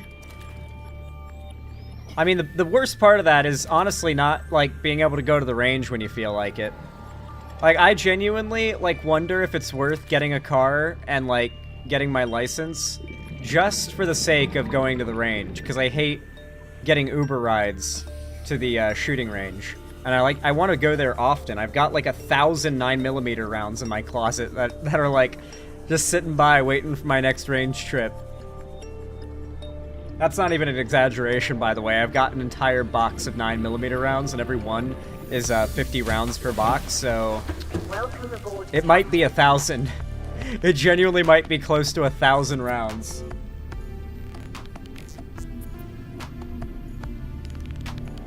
You wouldn't have broke your hip if you had the fuck 1,000? Yeah, KC123, they were really cheap. It's total metal jacket rounds that were on sale in bulk. It's like way cheaper the bigger the bulk was, so I decided to drop like 150 bucks on this big ass box of like, I think 100 boxes, or no, it would have been like 25, 30 boxes. I can get it, but I think I'm allowed to show boxes of bullets on stream. I don't know. I don't want to risk it, but I know I can't show my gun on stream. Even for the sake of educational purposes. Do you have like $2,000 worth of ammunition? No, not total metal jacket 9mm. And not when I got it at that fucking price. Oh my god. Maybe it's worth that much, but good lord, it was so cheap. My mom found the deal online. It was shortly after I got her into guns. And she was like, Alex, get in the car. We need to go to this, like, we need to go to this farmer's, like, supply store. They've got a deal on insane quantities of 9mm rounds for, like, perfect for range ammo. They're not, like, they aren't, like, bullets you would want for, like, I don't know, shooting for hunting or protection or something, but they're really good range ammo. They're cheap, expendable, and they work. They're high quality enough. Them safe for human consumption. No, Aspen's Wallblood, I never have. Shut up. Never once. To be repulsed by eating an animal carcass. Remember that humans survived this way for millennia. You can too. I love that. The implication that humans don't eat dead animals anymore. Humanity's gone vegan, and now I'm breaking the vegan code. We have a sea moth, right? Oh my god, I don't think we have a sea moth. We've got 3% power in this thing. Let's see if we can find some lithium. We'll grab whatever the fuck we can in our way. Oh, we got a kind of a full inventory. Anyway, we'll just... There's gotta be lithium in here. We don't have to go all the way to the island, I don't think. Oh, that one's got, like, the green herpes on it. Lithium, lithium, pure lithium. Please. Please. Oh, is that lithium? That looks like lithium. Magnetite! Okay, this still looks valuable. Fuck it. Fuck it, I'll grab some of that. It's probably... I'm probably gonna need this and be like, where the fuck is magnetite? And now I know. Yes! Yes! We got it. We need to get the fuck out of here. This is pretty as hell, though. This game's so nice. In this gave support a microcosm of unique, possibly predatory life forms. You should play Black Mesa. Artificial structure somewhere in the region. I would love to play Black Mesa. I actually bought it the other day at the recommendation of a friend and played up to the point of getting the Glock. And God, I love the animation and sounds for the Glock in that game. Holy fuck. I never played any Half-Life games except for, I guess, Gmod, if you count that.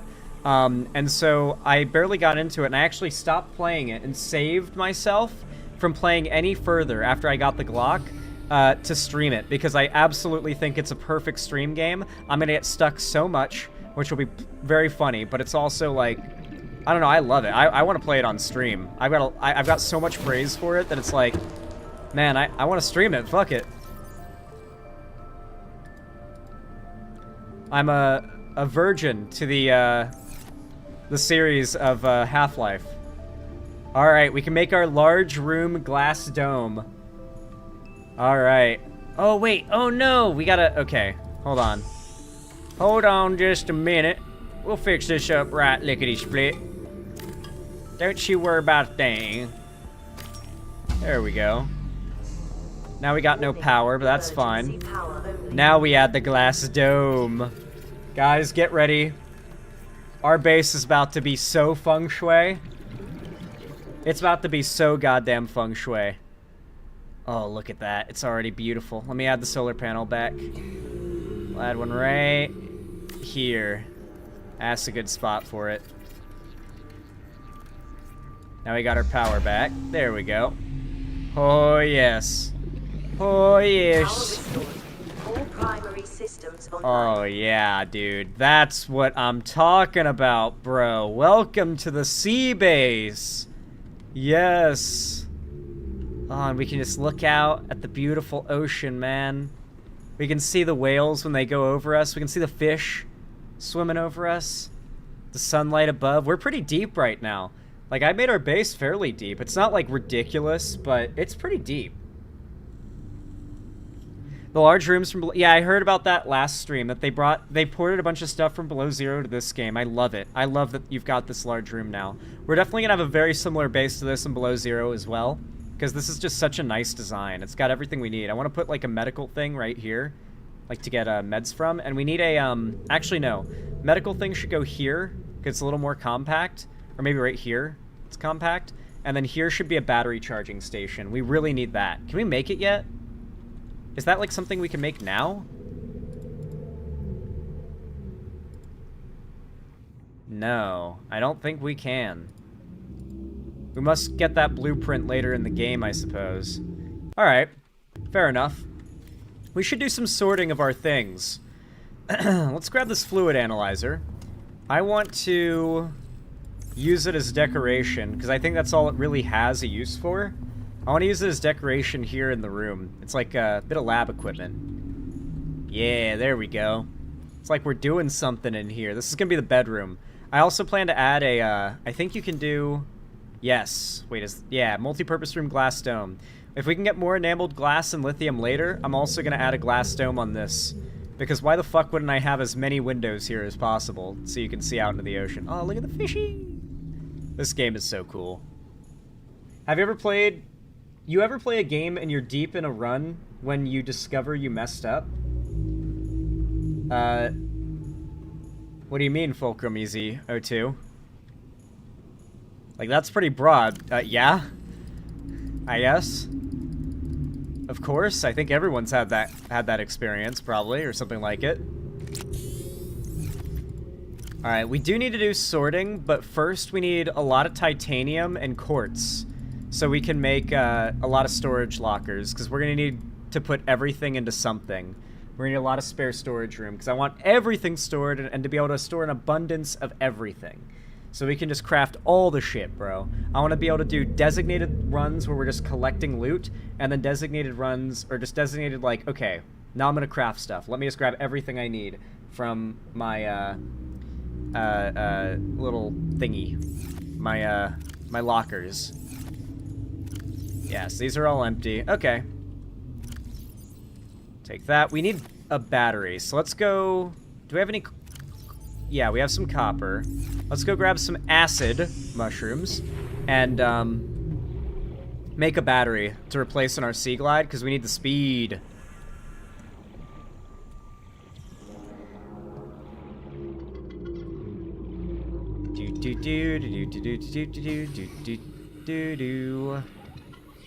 Shrooms! Yoink, yoink. Soy. And now you gotta take the bitter pill of redoing like double-digit hours. Yeah, that shit always sucks. Whenever you completely ruin your run and have to restart any game. Yeah, I've been there for sure. I get what you mean. Hey, look, it's one of those whale things. It's gonna go over the house. Wow. It's so majestic, chat. Look at it. Wow. It's so beautiful.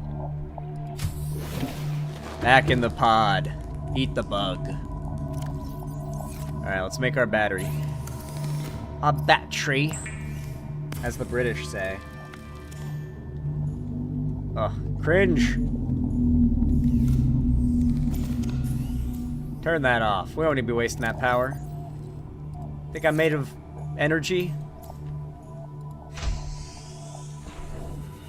My ancestors want you to hunt that whale? Based.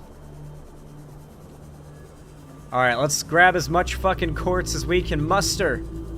There's a lot of it down here. But we need to remember we're actually pretty deep right now.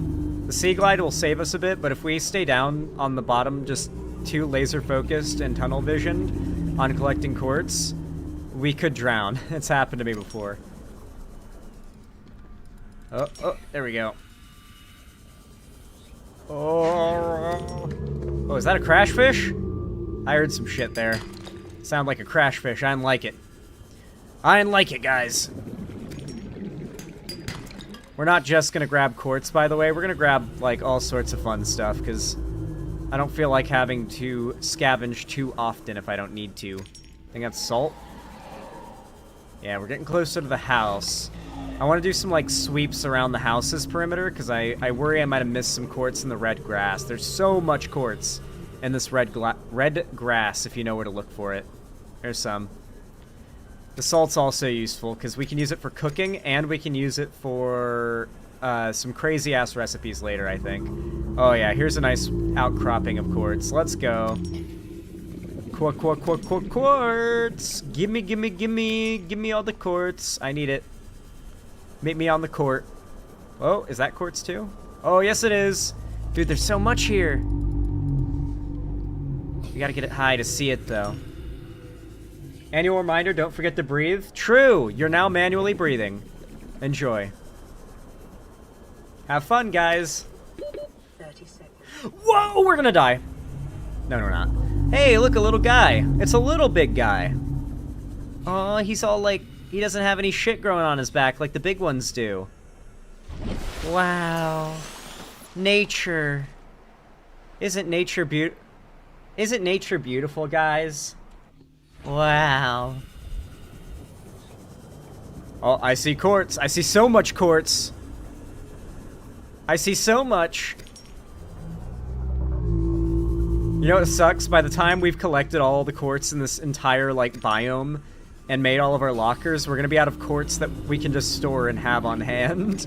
Like, ironically, after collecting all this shit, quartz is gonna be one of the things we're lowest on at the end of the day. Because we're gonna use it to make so many lockers. You know, this game still has really bad, like, LOD poppin'. I thought they would have fixed that by now with all the patches, but they haven't. I wonder if it's, like, inherent to their engine or something. I hope they can... I wonder if it's a big problem in Subnautica Below Zero, and I really hope it doesn't end up being a problem in the next game, the one they're working on now. Because, like, as perfect... Not perfect, but as great as this game is, it has some imperfections that are a little, like, frustrating. Oh! Those things shoot at you. I know what those do. Whoa, that's a big piece of lithium. There's a big piece of quartz.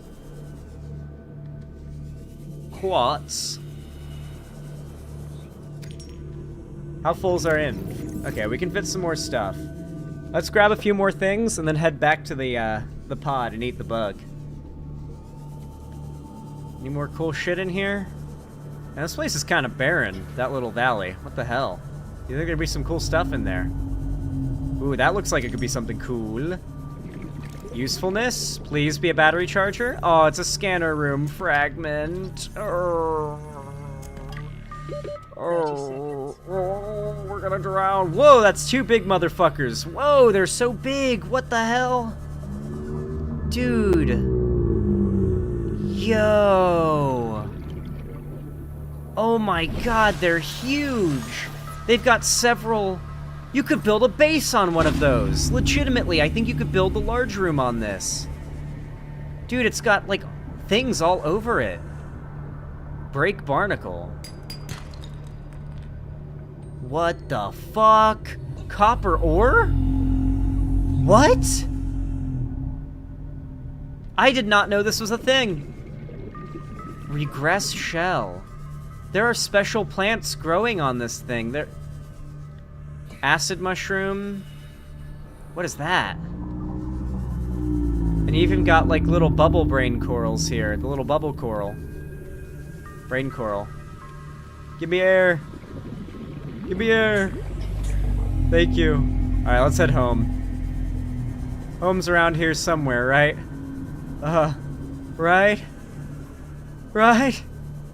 I think it's this way. I've got a good feeling about this way. Oh, gee. Oh my gosh. Yeah, there's the real depths down there. Oh no, I feel like this is Finding Nemo right now. Maybe I should have marked home. Actually, no, we head back towards the pod. The pod is where home is. We're not far from it. No way Zan is new to Subnautica. It's awesome to experience. I'm not completely new, but I've played like the early game a few times, to be fair. Like, I haven't gotten far into it though, but we are getting up on the point where I will realistically just be completely blind on the game. Oh my god, look at that. So much quartz. Dude, we've got so much shit in our area. Let's go. We need the prawn suit.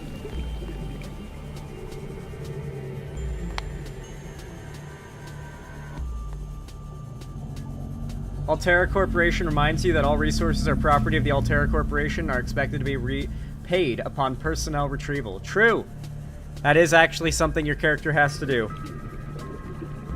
So every bit of gold you collect, for example, is you're making yourself very in debt to your company that you work for. We got a message to pick up. Welcome aboard, Captain. This is Sunbeam. You know Aurora. We're from a little transgov on the far side of Andromeda, and we have a saying there. There's no bad without the good, no good without the bad. Sounds like you tasted a bunch of the former, but that only means you're overdue a whole lot of the latter. Might just Let's be hope. we're in. We're scanning for somewhere to park. We'll be in touch when we find it. Sunbeam out. Yay! Dude, we're gonna get rescued in less than 9 hours. Let's go, dude.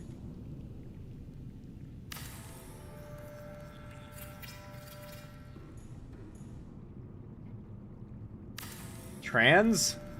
What did I say that was trans? What? What that? What'd I say?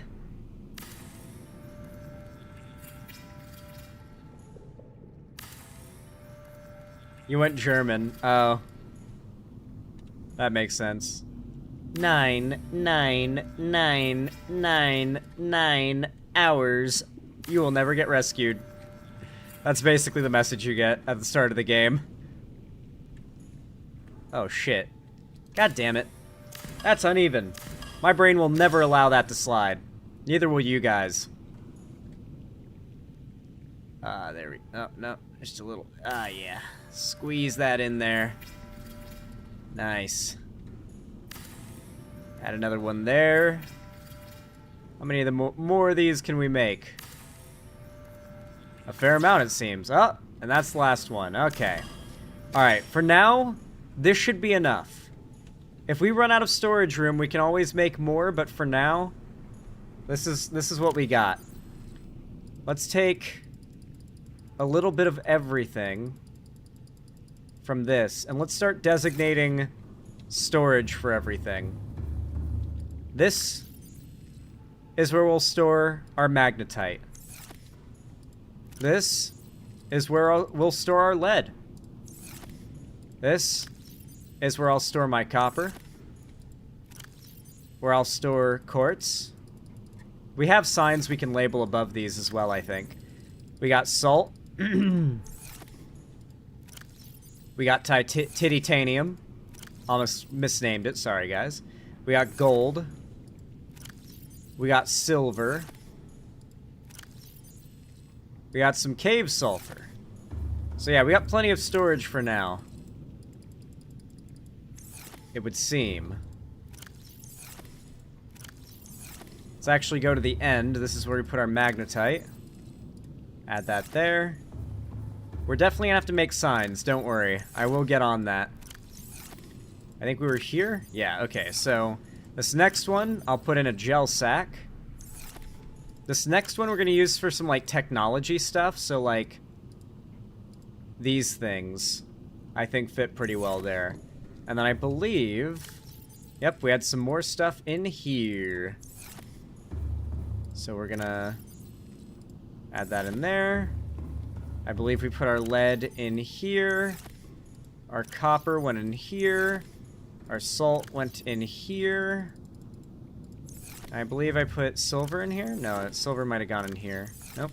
Further down? Yep, there we go. Yeah, so it's a little... Oh my god, fish! What the hell? You're not allowed to do that. That's not allowed. Anyway. Oh, they're doing it again! Y'all saw it, right? I'm not losing my shit, am I? They think I don't see it. They think I don't see it. Okay. Yeah, we now have some real organization going on. Let me pilfer our... Actually, no, let's just grab some raw titanium. Not raw titanium, but let's pillage some wrecks and find a shitload of titanium to make signs.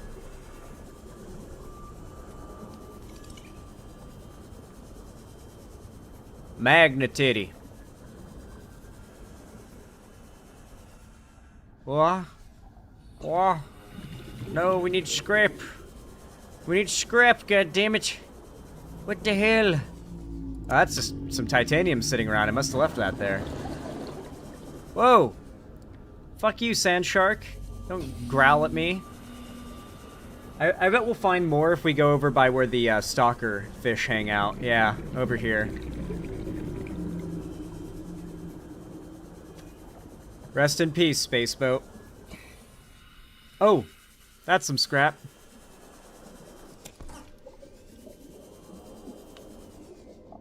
Nice. A nice little cave there. Whoa, I just almost got chomped up by a stalker. I heard it. Oh, little asshole. Aggressive fuck. Learn some manners. Ooh, I will take that from you, though. Can I have that? Can I have that? Can I... Give me. Yeah. Yeah. Yeah, it's mine. You sickly little fuck. Survival of the fittest, bitch. Just start bullying all the sea life on the planet. Just the worst person. Oh! I heard one right behind me there. Oh. How'd that get down there? How did either of these get down here?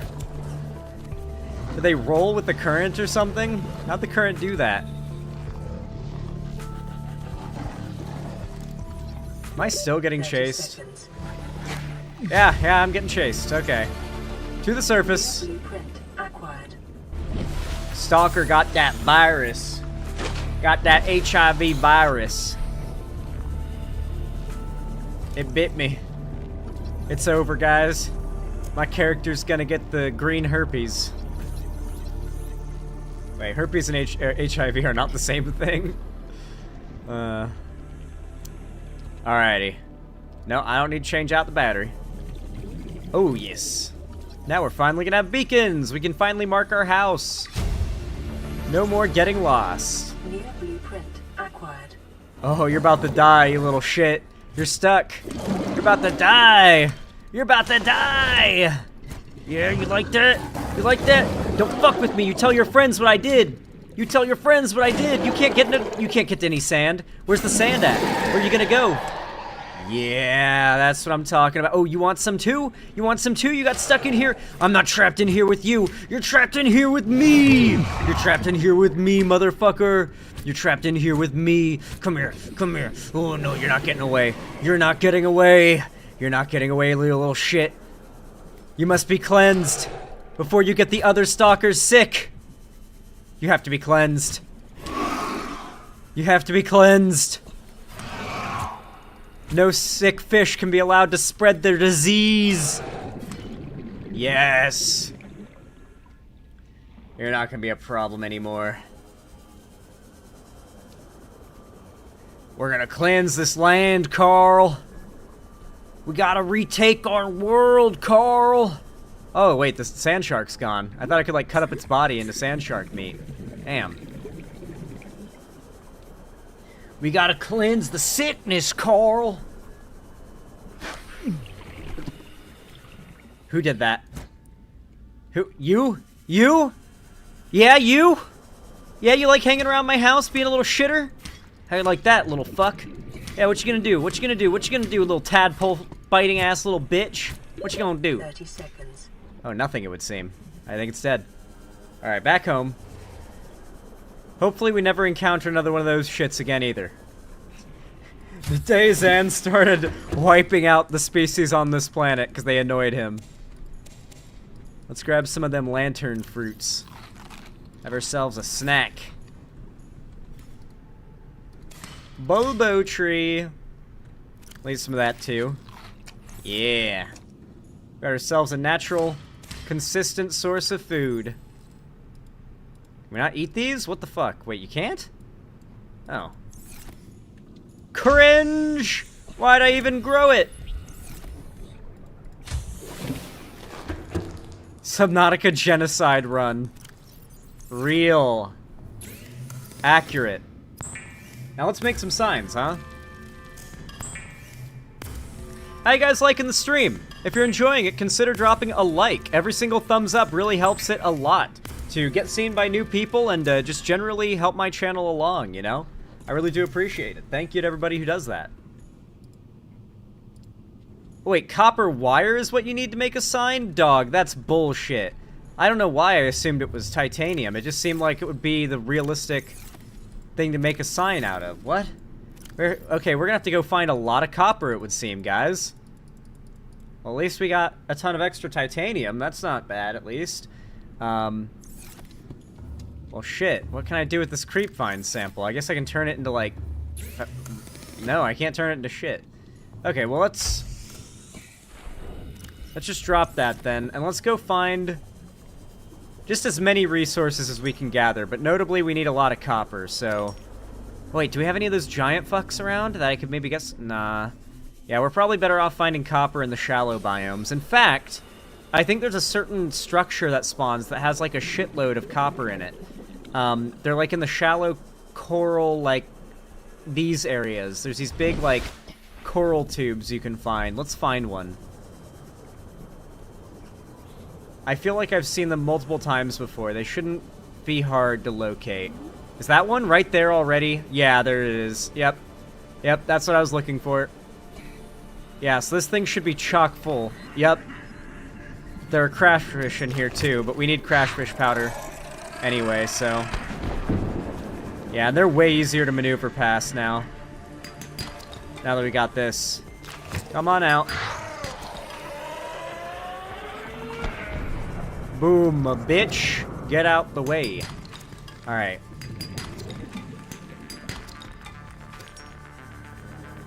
Deploy the likes!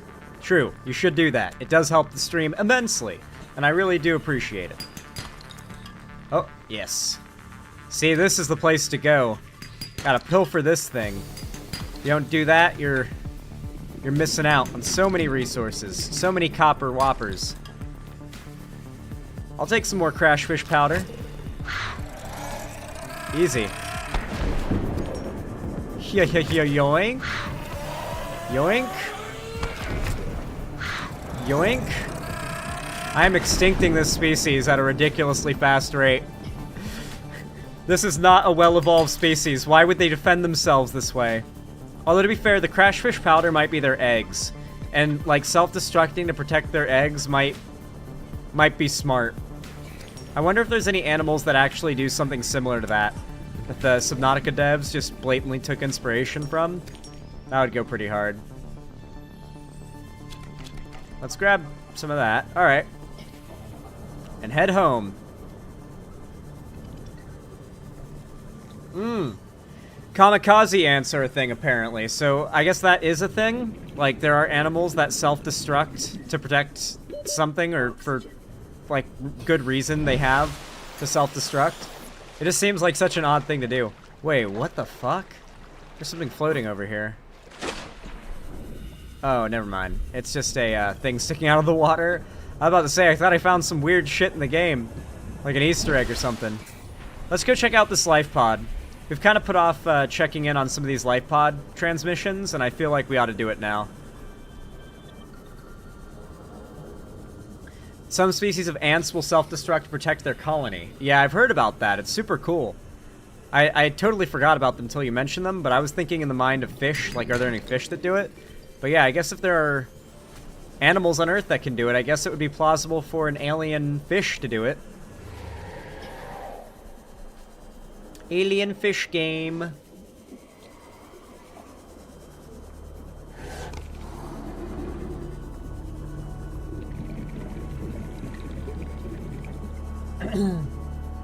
I needed a beer and went and got one? Hell yeah, I hope you enjoy your beer. Man, I am just so ready to see conservatives bitch and cry and whine and moan about the consequences of their vote. I'm so ready for it, dude. They're in such denial now. But, it's gonna get them.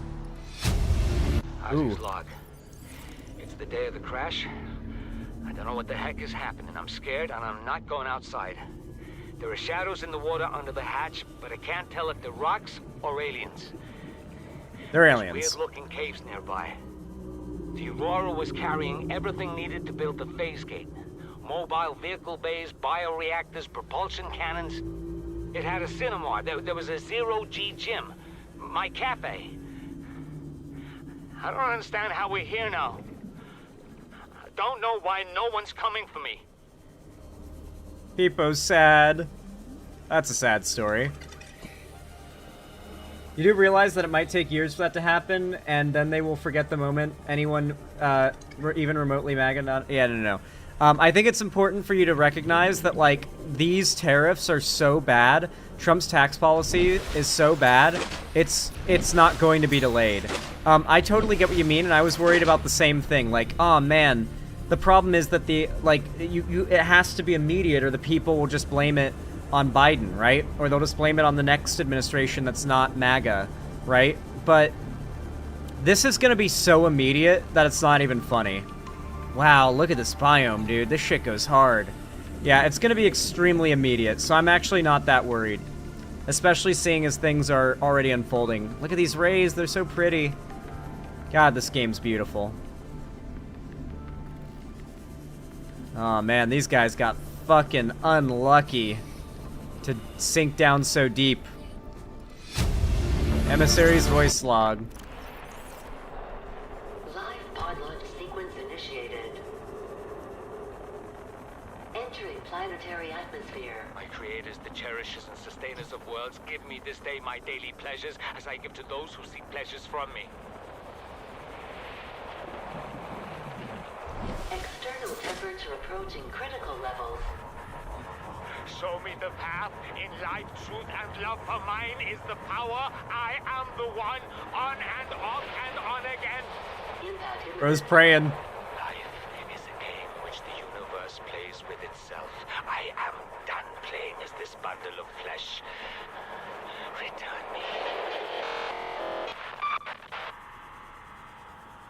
Well, bro got his, in this area is dominated by plant life, picking up faint Altera vehicle signatures. Picking up faint Altera vehicle signatures. Ooh. What the fuck? Are there, like, people still alive? That shit would go hard. Whoa, that's a big whale, I think.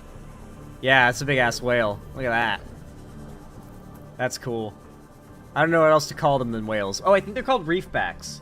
Actually, that is their official name. Oh, what is that? Oh, is that a fish egg? Creature egg. Those things don't seem to have value outside of once you have the fish tank. And we have no time for decorating our place with a fish tank right now. You'll find out. Oh. Is Altera here already before we even crash landed? That shit would go crazy. Listening to you, watching Batman Brave and Bold. Listening to you and watching Batman Brave and Bold. Cannot recommend enough. Damn, you've got some good multitasking. What the heck? What the heck? What is up with this peeper? What the hell? Can I scan it? What's its deal? Enzyme host peeper. That looks important. Yoink! Indigenous life forms. Peeper.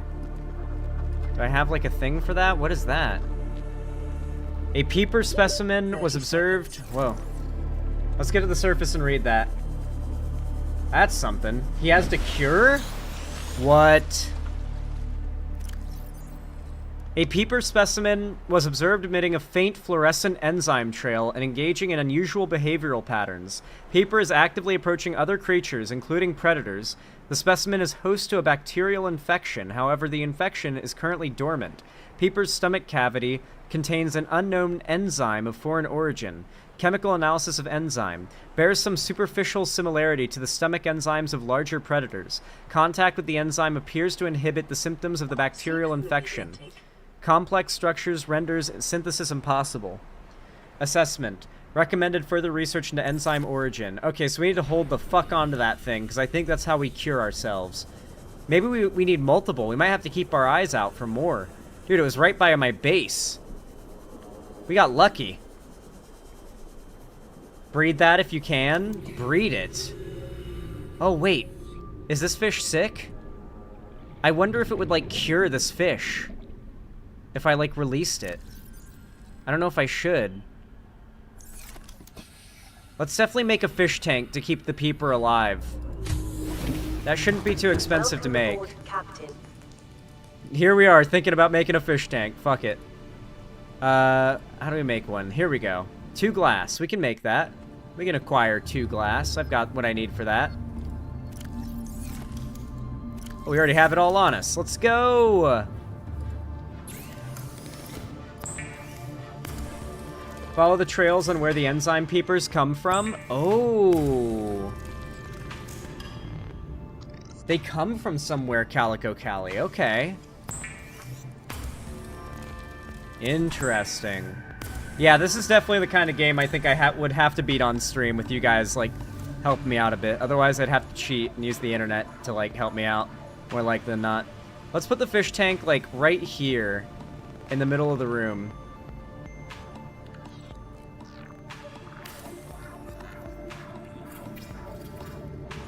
Boom.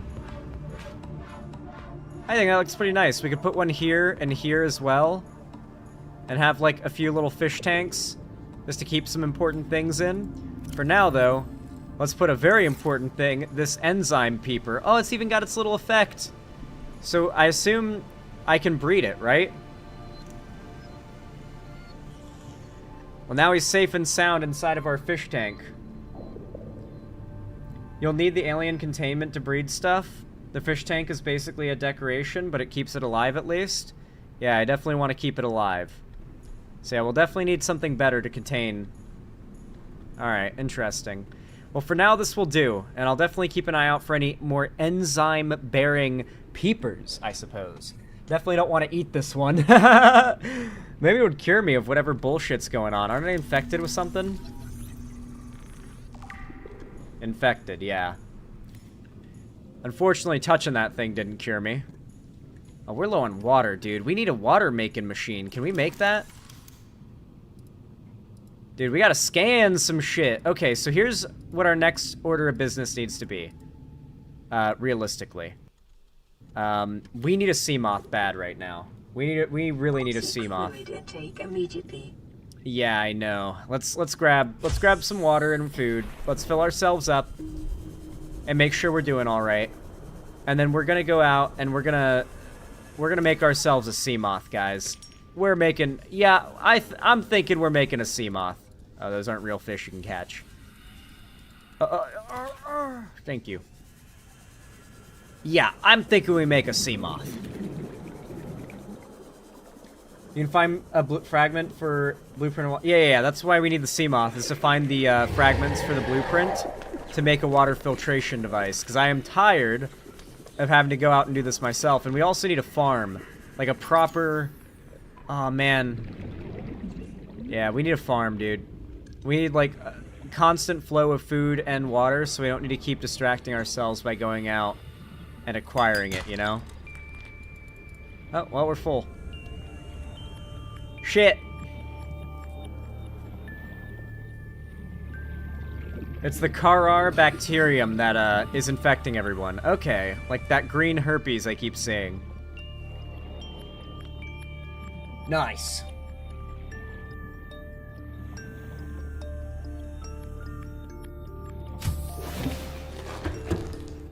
Oh. Alright, let's make... Actually, no, let's store everything first. Store that in there. Do that one. Store these in here. Put our sodium away. Our titanium away. Where were we keeping the crash fish powder? I think it was over here. Maybe here? No, maybe here. Yes. Take that cave sulfur. And then, now let's make our food. Actually, no, we need to... Yes, this will be for acid mushrooms. Screw it. Well, let's make ourselves some food and water. You can find... Yeah, I know that, Calico Callie. I already read that. Y'all ain't talking. What the hell? Alright, let's eat, drink. Vital signs stabilizing. And we'll make a snack for the road. Alright, how do we make a mobile vehicle bay? Titanium, lube, and a power cell. Let's start with the power cell. It's gonna be the hardest thing. 2 batteries and a silicone rubber. Okay, that's actually not that hard to make. Let's grab what we need for the silicone rubber and lube. And then we just have 2 batteries already that are dead that we can use. So let's use that. I think we need 3 of this. There we go. Man. There are grow beds. You can find some on the island. I think I scanned them, yeah. I need to set up like an area to grow stuff. Like maybe a little platform right like around there and set up some grow beds. And a few like light things to start lighting up the area around. I think that would go hard. Yeah, I don't have the battery charger yet, unfortunately. Yeah. Yeah, it sucks. Anyway, let's make the lube. And the silicone rubber. 2 silicone rubber, okay. And where's the batteries? Here they are. Now we should be able to make part of what we need. The power cell. And then the next part is... we need... titanium ingot. And I think that's 10 titanium. Is this it? No, here? Yes. 1, 2, 3, 4, 5, 6, 7, 8, 9, 10. Actually, let's just do this much. We can always deposit the rest. Titanium ingot. Let's go. Zan, I'm seriously considering posting lefty content on YouTube, and I was wondering what editing software do you/Ethan use? Premiere Pro. We use Premiere Pro. Adobe Premiere Pro is what Ethan uses. And Photoshop for thumbnails. Alright, mobile vehicle bay, guys. We're gonna be able to make a Seamoth after this, so that's gonna be expensive as well, so... Let's hope we have everything we need, because once we have the Seamoth, we can really start exploring and making much faster and more efficient trips around to collect materials and stuff, so... It's gonna be big. Alright. Let's head up to the surface and deploy this thing above our house. We're gonna make a Cyclops of this thing one day, too.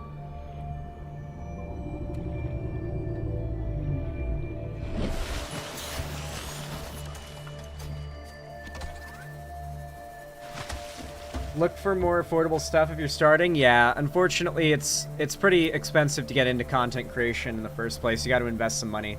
So we're gonna need a titanium ingot, glass, power cell, lubricant, and lead. That's gonna be expensive. Let's start with the lube, the titanium. Let's start with the titanium ingot, lube, and lead, and the glass, and then we'll get the power cell next. How we have got no fucking energy in this thing. It's so stupid. So yeah, we need another 3, or actually no, just 1, I think. Creepvine seed cluster, there we go.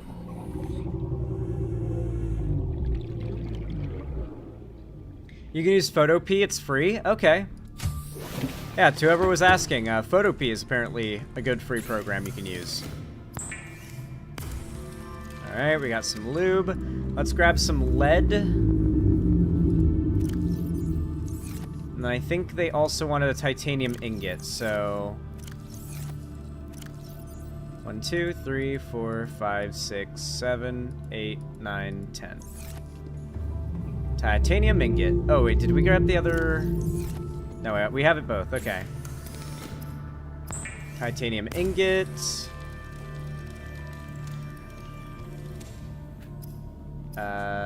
Power cell, 2 batteries. Fuck. We need some acid mushrooms. Alright, let's hear this. This is Officer Keenan, Light Pod 19. The captain is gone. I have assumed command. The last thing the captain did was give me coordinates for dry land. We regroup 1.5 kilometers southwest of the crash site. Stay together and good luck.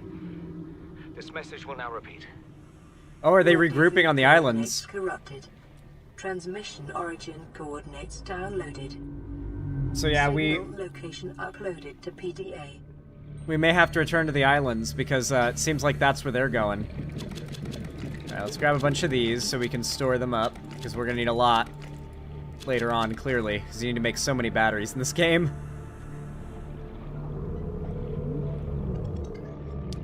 That program is totally free and works like Photoshop. Okay, dope. That's awesome. Like me the sound of that. Neat. Alright, in a moment I'm probably gonna use the bathroom because my bladder's a little full, but I will be back in a moment, so do not fret. Let me just finish the Seamoth first. Alright, now we can make a power cell. Let's go. Alright, I think we've got almost everything we need, but let's go up and check.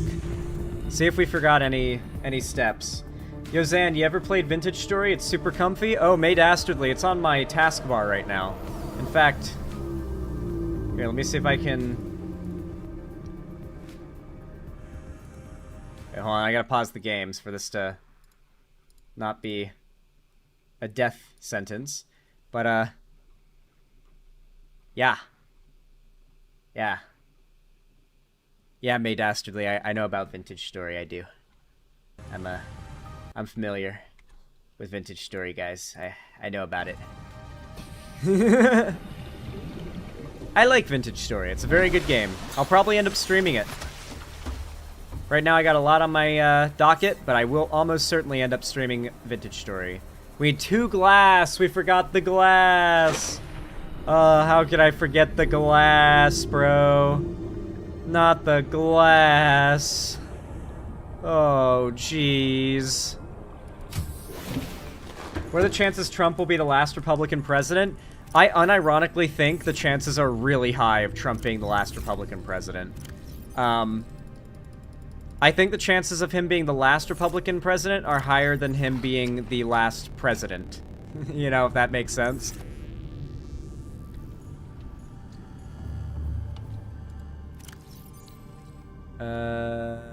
We need quartz. There we go. 4 quartz to make 2 glass. Let's go. White men really went and made it near impossible for other men to get sex. True. True. But hey, nothing's changed for me. Giggity. Well, that's not really a giggity. You see, the joke is that I'm totally a virgin. Trust me, guys. I'm a born-again virgin. Alright, let's see. Can I add a window here? No, I cannot. I was just curious. Alright, let's head up and the anti-giggity. True. Let me head up and add this to the mobile vehicle bay fragment. Trump did say he won't run again. Again, he is done after this. Did he really say that? I would love to see a clip of Trump saying he's never running again after this, and that he's, you know, he'll have served his terms and he's done. That would really surprise me. Safe mode of transport, but remember that swimming is good for your glutes and endorphin levels. Woo! Look at that there Seema. Oh my god, chat, she's beautiful. Can I name her? I could have sworn you could name Seema. Maybe only if you have a moon pool. Welcome aboard, Captain. Yo, let's go, dude. Look how fast it is, and we lose no air. Let's turn off the headlights so we don't run out of power. Dude, this goes so fucking hard. You need a moon pool? Yes, I do. Can I make one yet? Can I make a moon pool? No, I cannot. We're gonna have to work on that. Don't worry, chat. We're working on it, okay? We're working on it. In the meantime, we should make a beacon really fast. That's a really cheap and valuable make. Copper and titanium. Easy. Let's go make that. Grab a copper. Grab a titanium. Let's designate this a place where we're going to put rubber. Why not? And let's make a beacon to put it by our house so we don't get lost and we know which way is home. I'm actually going to leave the Sea Glide here because it's dead and taking up room. So I'll put that here. And this will give us more room for inventory. Little beacon. Oh, I can name it. Home.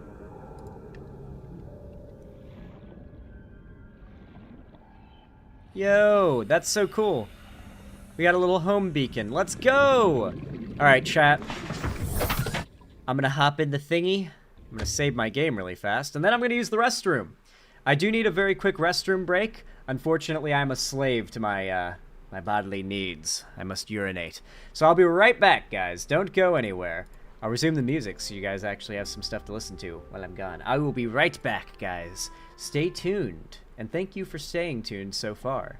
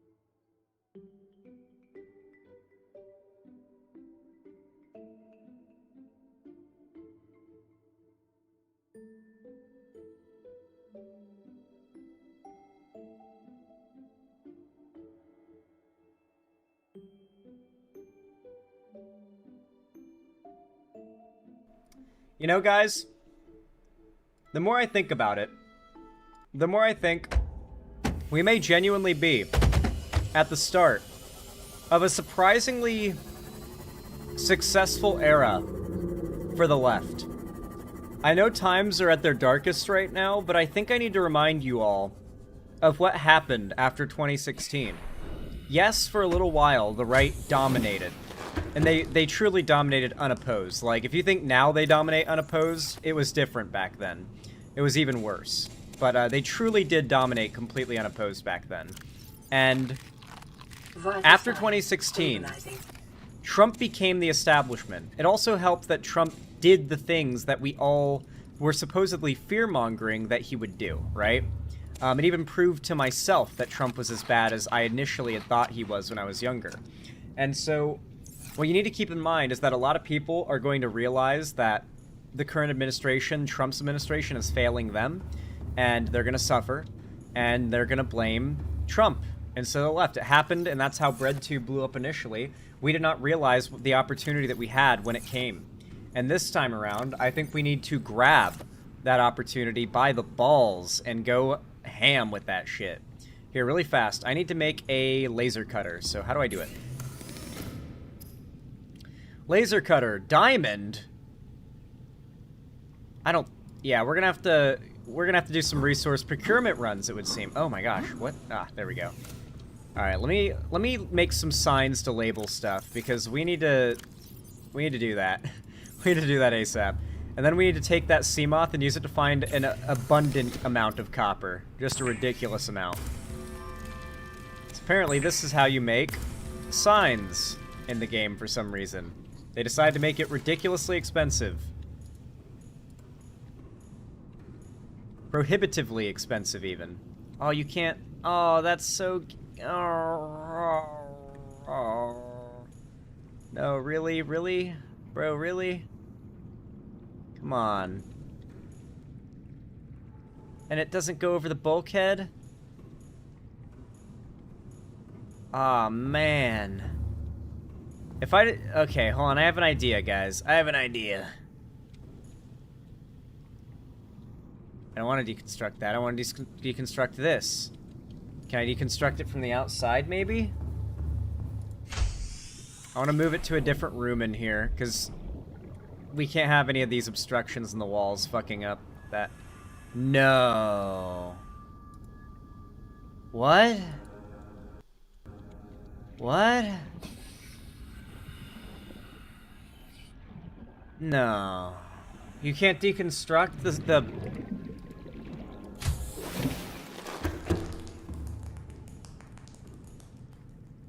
No. No. Bro, really? Really? Guys, really? No way. No, there's actually no fucking way. Literally, there's no way. Alright, well, I guess we have to work around them then. The fact no one warned me they were permanent, even. Aw, man. That was like, what a massive mistake. Like, bad game development for starters. Bad game design. Like, no excuse. Like, they didn't need to do that. That was, like, a bad choice that the devs made. But, like, why? Why would they do that? It makes no sense. Oh, fuck. I don't get it.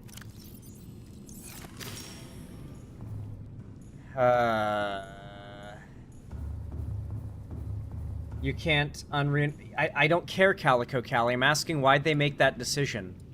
Why did they, as clearly bad game developers, or at least making a bad decision, why'd they make that horrible design decision?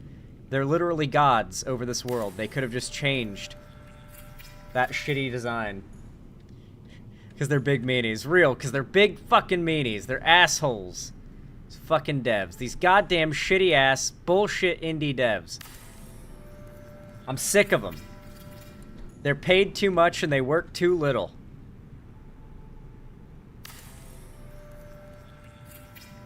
That's damn right. These goddamn overpaid, underworked indie game devs.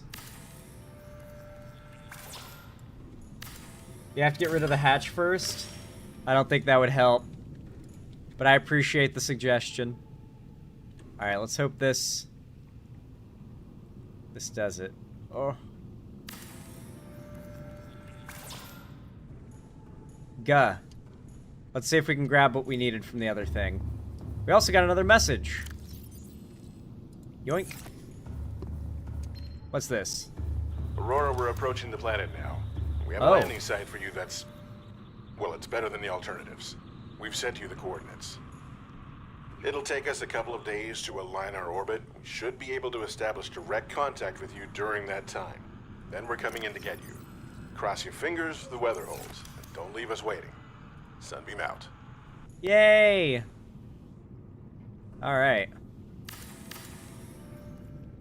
Sign. Magnetite. I think I spelled it right. Yeah, magnetite. Hell yes. Look at that, guys. And then we're gonna make this something as well.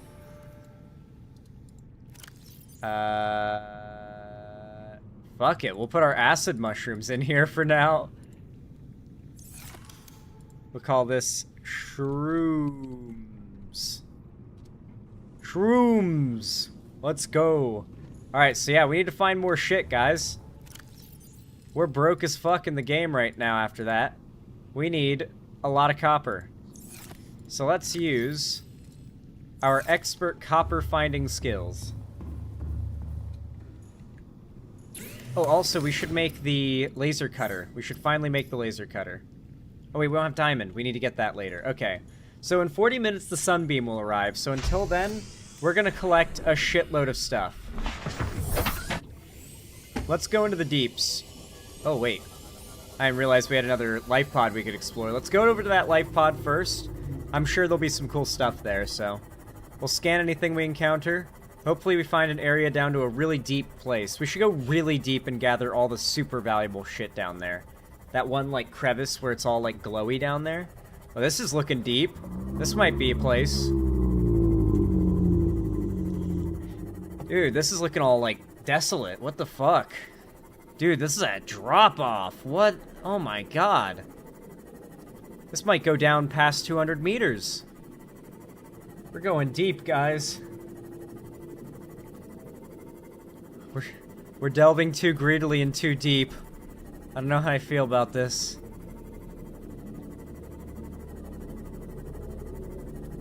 What is that? A giant chunk of salt? Whoa! Maximum depth reached. I see. Okay. We'll turn on our lights and we'll shine them down there. And we'll hop right out. Wow. Dude, there's tons of stuff to scan here. And a lot of stuff to grab. Anything in there? Nothing. Wow. Cock tease. Cock tease of a video game. Is that a gel sack? Yeah! We need those for later, I think. Oh, I didn't pick it up. There we go. Let's just grab everything valuable down here and skedaddle. Back to base. Make trips. Eye stock. Yoink. I could have sworn there should be, like, this deep down, so much stuff all over the walls. Oh, no, never mind. Here it is. Okay. No, it's here. It's all here. Gold. Oh, yes. Whoa! That's a vent. That's like an alien technology vent, like the gun. I wonder if I can get sucked in. Ooh. Is that a ruby? That's a ruby. Yoink. Oh, that thing's shooting at me. That thing's shoot. Can I kill it? Can I kill it? Tiger plant. Damn, that thing fucked me up pretty bad. Ooh, shale! Diamond! I found diamonds! You will be liable Oh my to god! reimburse the full market price. Your current bill stands at 3 million credits. God, this game's funny. You will be asked to reimburse the full market price, or you'll be required to reimburse the full market price, I should say. We need to get back to our Seamoth fast. 30 seconds to get back to our Seamoth. Don't drown. Now I can make a diamond pickaxe, guys. Whoa. Yay. Alright, let's breathe a bit. And hop right the fuck back out and get back in there. Our inventory's not full quite yet. And we only need one of these tiger plants, as far as I'm concerned. So let's grab a ton of stuff. That alien vent down there is unsettling. We'll investigate all this later, don't worry. We're gonna get plenty of time down here gathering all these resources, hoarding. Look at that thing. What the fuck? Ooh, lithium. Is this giving me air? No, it's not giving me air. Okay. Damn, I figured it would. That's a lot of lithium. Holy crap. Whoa, don't shoot me, don't shoot me, don't shoot me, I don't want to die, I don't want to die, I don't want to die, don't shoot me, don't shoot me, don't shoot me. That would be me if I ever encountered a police officer. I'd just be like, don't shoot me, don't shoot me, don't shoot me. And then they'd have shot me, like, after the first 2 seconds. Enzyme peeper vent? Enzyme peeper vent, what? Should I take the enzyme peeper to the vent and, like, maybe the enzymes will get sucked through the vent somewhere, like out into the ocean, maybe? I'm gonna drop a gel sack, because I think we can grow those, and, you know. Actually, yeah, I'm gonna dump a few of these, because we only need, like, 3. Seek fluid intake. Oh, I don't wanna. Ugh, what are you? I thought you were a fucking bladderfish. Get you out of my inventory. Oh, we need to get back. We need to get back. We need to get back now. No, no, no, no, no, no. I think we've got time. I think we'll be okay. Yeah, we're gonna be fine. We're gonna be fine. We got plenty of time. Don't do that. You turn into a Smiling Friends character. That was the intention. Dude, me and my friends in like Discord will just be hanging out playing games together, and we'll spend like an hour straight doing nothing but making Smiling Friends characters, like noises at each other. We just basically speak Spanish to each other.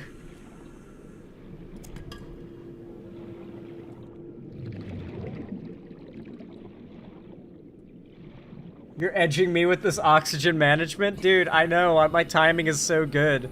I keep getting back just in time. Alright, let's get over to this wreck, because I just realized we meant to come over here. Ooh, a whole extra hole. Warning. Oh, crush depth. Crush depth, crush depth. Oh, get out of there, get out of there. Okay, okay, okay. Alright, let's get down there. Hey, if you're enjoying the stream, by the way, consider dropping a like. Really helps a lot. There's so much shit down here. We need to return. What is that? Is that a battery? Yes, power cell charger. Power cell or battery? That's not the same, I don't think. What's this? Ultra high capacity tank. Blueprint acquired. I know what we're making next. Let's find out what happened to Keen. Aurora, come in. This is Keen. Light pod detached to OK planet fall in 30 seconds. The computer has identified a landmass at the attached coordinates. I want you to regroup the crew there. Understood, but they are your responsibility now. Don't let them down. Captain, you need to evacuate. Negative. You'll need the ship in one piece if you're going to One contact piece. HQ on the long range. I'm attempting a controlled descent. Captain!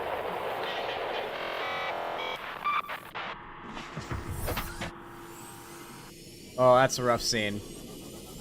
The Sunbeam landing site is a place we need to be in 30 minutes, though. So let's dump this stuff off and keep ourselves very efficient. I'm gonna end up like the Titan submarine. True. True. Real and accurate. Dude, they make these real-life mini-subs that look exactly like the Seamoth. They literally exist. It's called the Nemo 1 and the Nemo 2.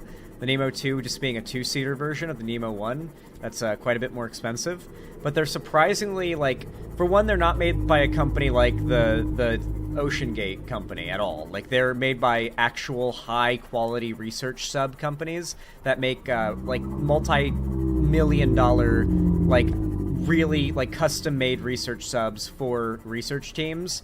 But because they're so successful in that, they started to find a way to mass-produce very reliable, extremely efficient, really nice luxury exploration submarines for, like, they're rich people, but, like, surprisingly not that rich people, if that makes sense.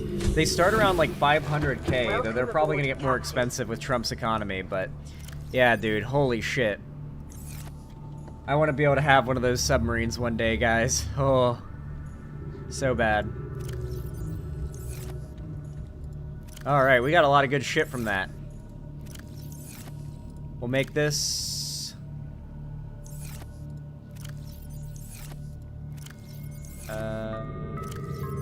I guess I chose to store some stuff in there. Alright, we'll put some of these in here. We'll put that in here for now. Let's start designating some spots for stuff. Alright, we already had a place for lead to go. That's good. We already had a place for quartz to go. Good. We don't have any salt. No titanium. Actually, what about... Do we have an empty... That's empty. Let's make this a ruby storage. Rubies can go in there.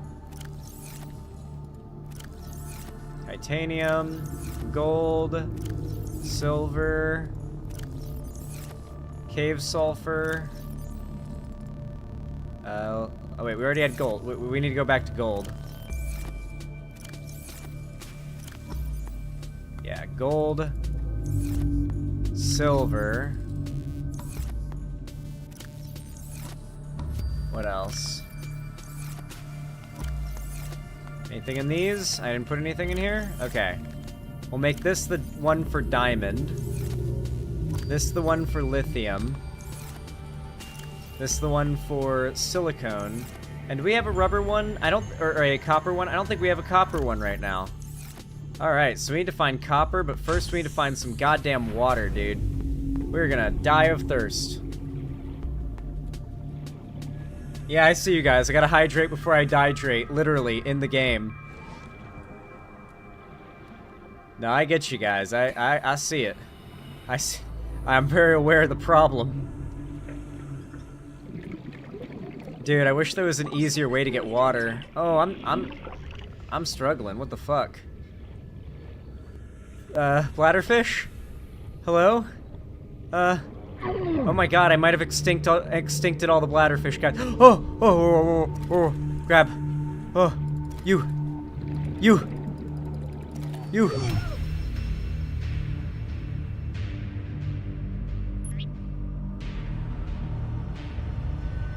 How much did we lose?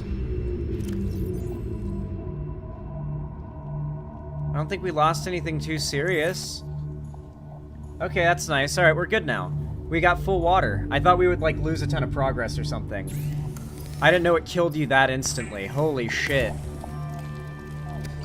Like, there was no way to get to do anything in time. God damn, I do not like the thirst going down as fast as it does. Get a water purifier. Shut up. I don't have the blueprint, dude. Like, does it look like I can make a water purifier? I'm trying to be able to go out and make a water purifier by getting the things to scan for it. But I keep running out of water. Because you so quickly run out. What the fuck? Little shitter. Hey. Hey, die. Die. Die. That's right, you die, motherfucker. Cut the tube coral? Wait, can you get water from tube coral? No shot. Okay, sorry, I haven't played the game in a while. It's okay, Ride the Rails. I'm just joking. I don't mean literally. I'm not mad at you. I'm just emphasizing my exasperation. Exasperation? At at the constant trials and tribulations we have had to face and overcome. Alright, let's go find a shitload of copper. Bleach makes pure water? How do you make bleach, bro?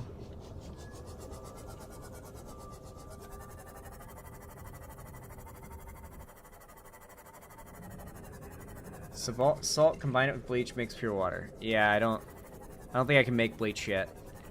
Let's see, where can we find Cooper? We need to, oh, we're bumping into shit. I think there were some nodes here. Around here somewhere. We need to find like a big cluster of sandstone nodes. Ooh, here could have some stuff. This could be promising. Let's look in here. Ooh, yeah. I'll grab myself a crash fish powder. I got blown up a little bit there. That wasn't ideal. What about here? Ooh, yes. Copper. Let's go. That's not copper. That's not copper, but we do need it, so I can't really complain. We need a bit of everything. I just quit Black Ops 6 a third time now. I'm playing again. I'm not letting this bitch-ass game beat me. Damn. You're in a fucking, like, rage cycle with an awful game, it seems. Unless you like it, in which case, I don't know. I'm not a Call of Duty guy. I haven't played Call of Duty since Black Ops 2. Actually, I played Warzone. I liked Warzone. That was actually pretty fun.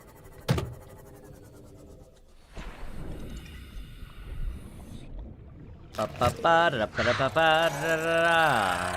you for the crash fish powder and the explosion that just decimated my asshole. Someone said to get coral. Can I eat this? Ingredient for bleach. Oh, okay, we can make hella water with that. All right. Do I combine it with normal water? I don't know. We're gonna be able to make super water. Let's go, guys. Let me get back to my Seamouth. I think once we get the Aurora Sunbeam or Sunbeam arriving countdown done, we're gonna head to the beach once it's like 10 minutes away, and then we're gonna watch as it arrives, and the thing I know happens to it. And I think that's where we're gonna wrap up Subnautica for the night. But before I wrap up stream for the night, I want to show you guys the real life Subnautica sub that exists. For those that are not in the know of its existence, because you need to know of this. It's too awesome. Oh, angry ass stalkers.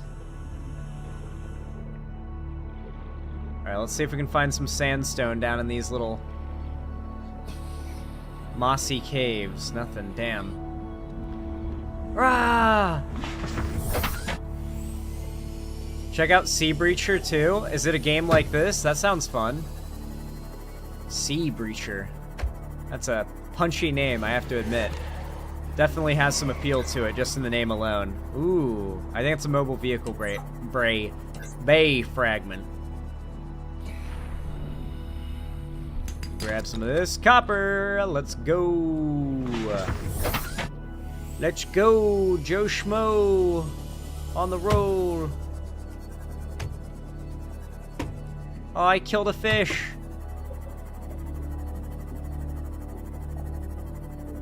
I be hitting so many fish. They call me the drive-by man, the hit and run. Ooh, anything here?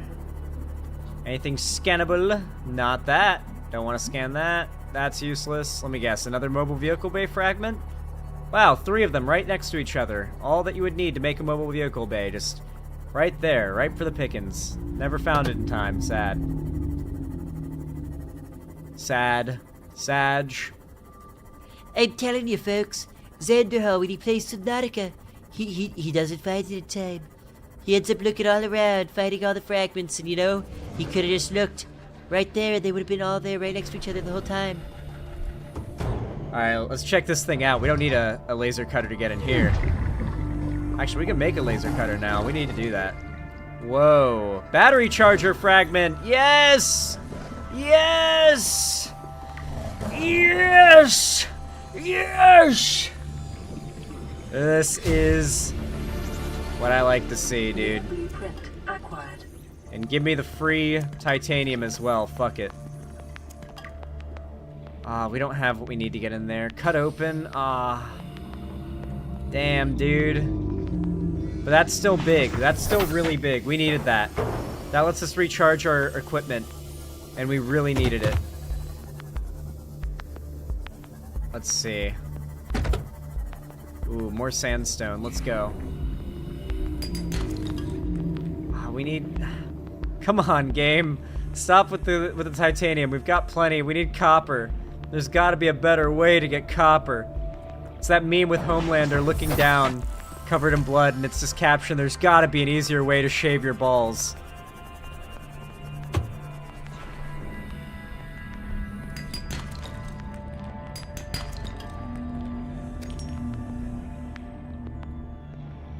That's the most relatable meme ever, dude.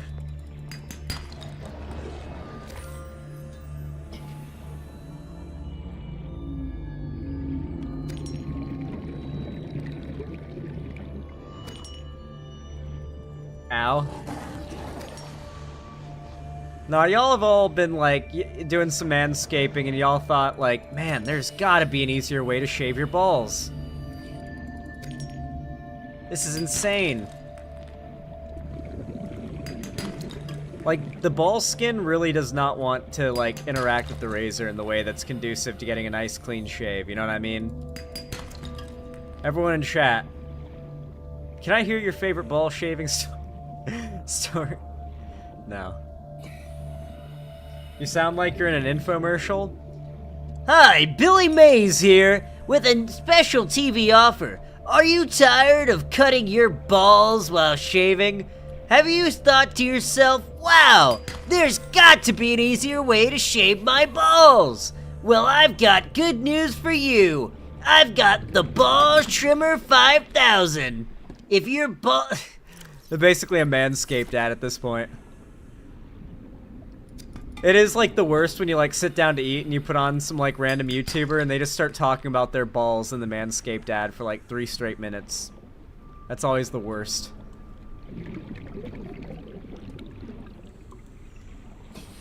Easiest way to shave your balls is to not have them? That's cheating.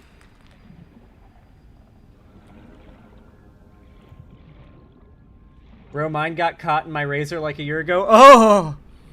Whoa!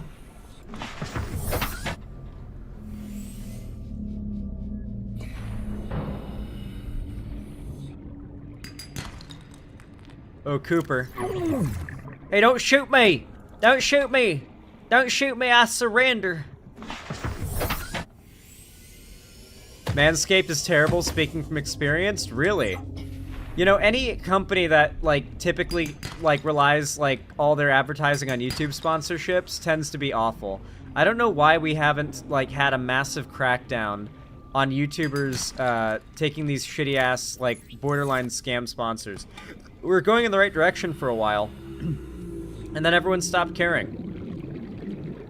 I've had one sponsor in all my time on YouTube, and it was a sponsor that I took simply because they offered me a free sample, and I enjoyed it so much, I was like, oh, fuck yeah, okay. I can get behind this product. The coldest water bottle. I have long since not been sponsored by them, by the way. It's been many years since I was, so... Any endorsement you hear of that product from me is genuine. They make some damn good water bottles. Those things stay cold for a long-ass time, especially if you put ice in them. Raycon, bro. Raycon sucks. Yeah, like, God, and it sucks how many of the, like, YouTubers, you can kind of tell how they're not, like, that, principled. Like, FitMC takes Raycon sponsors and pretends like he loves the product, you know? It's just like, man. And countless other YouTubers, too. That's just the first Raycon-sponsored YouTuber that came to mind. But, like, man, it's rough when you also think about it. Like, why would you as a YouTuber take such shitty sponsors? Like, especially when you're so successful financially already, you know? Like, the fact that I don't take sponsors clearly shows that these YouTubers do not need sponsors to get by. They're doing it purely just to eke out, like, a few, maybe extra $1,000 a year. Depending on how big they are. Maybe sponsors pay a lot more if you're bigger. They might offer, like, immense amounts. In that case, it'd be perhaps harder to, resist. Welcome aboard, Captain.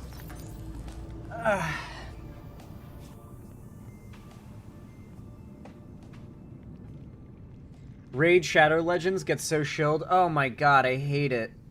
I hate Raid Shadow Legends. That shit, like, people just completely cucking to that company and taking those sponsors.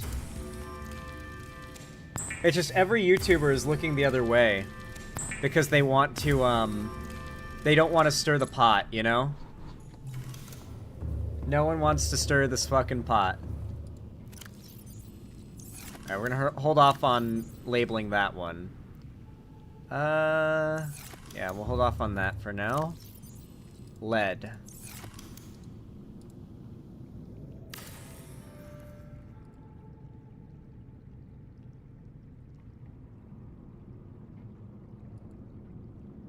Lead. That sign's a little weird looking, but okay. Alright. What? Oh. Calorie intake recommended. Ruby. We have plenty of time to eat. Don't worry, chat. Don't yell at me. Okay, and then we'll add a sign here. And this is a quartz chest. Let's add even more quartz. There we go. Quartz, ruby, lead, shrooms, magnetite. We won't have to look in these things anymore. Hell yeah. Let me go cook up some food, and let's make some bleach. We should have what we need to make bleach, right? Bleach! Bleach is an essential chemical used for cleaning wounds and purifying water. Based water. We've got based water now. 2 disinfected water. That's crazy. Let's go grab ourselves some goddamn food. Thank you for recommending that. That is wild. Thank you so much. That helps a ton. Water goes down so slow, it's genuinely infuriating.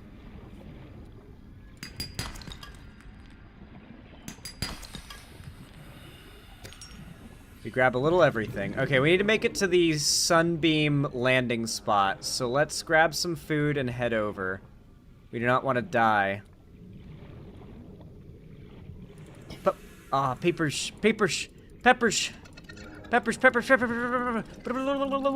Oh my god, they're so fast when you're... Okay, we gotta catch a different kind of fish. Catch a jerryfish. Little Jerry. What about a boomerang? Ah! That thing just fucking bit me. On my nose of all things. What a little shitter. And you, I'll cook you as well. You're not fast. You can't get away from anything. I'm the only predator in this part of the ocean. I killed all the other ones. Now I eat. Now I feast. You know, Subnautica's making me hungry as fuck for fish, and I just realized I've got a big-ass bag. 2-pound bag of tilapia fillets in the fridge. Or freezer. I know what I'm making for dinner tonight. I'm having tilapia. Alright, let's head to the landing site, guys. We don't want to miss its arrival. Although I should, really quick, I'm going to dump the rest of my items because there's so much stuff on that island that if I'm going there, I might as well grab as much high-quality materials as I can. Let's for now dump it in this temp chest, this, like, depot chest, just so I don't have to spend too much time potentially missing the Sunbeam's arrival. This game's woke! This game's woke! Oh my god! True, it is. Yep, this game is woke.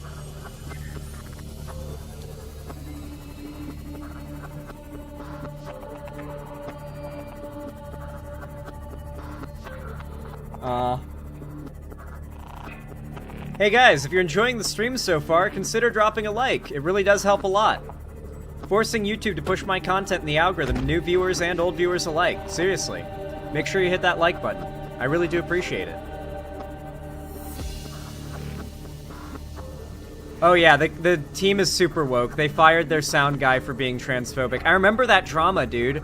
Oh my god, that is such a flashback. I remember how every single anti-SJW YouTuber back then was defending the sound designer of Subnautica. They were like, I have never seen better sound design in a game than Subnautica, and the fact they would fire this person because they just had some opinions they didn't agree with.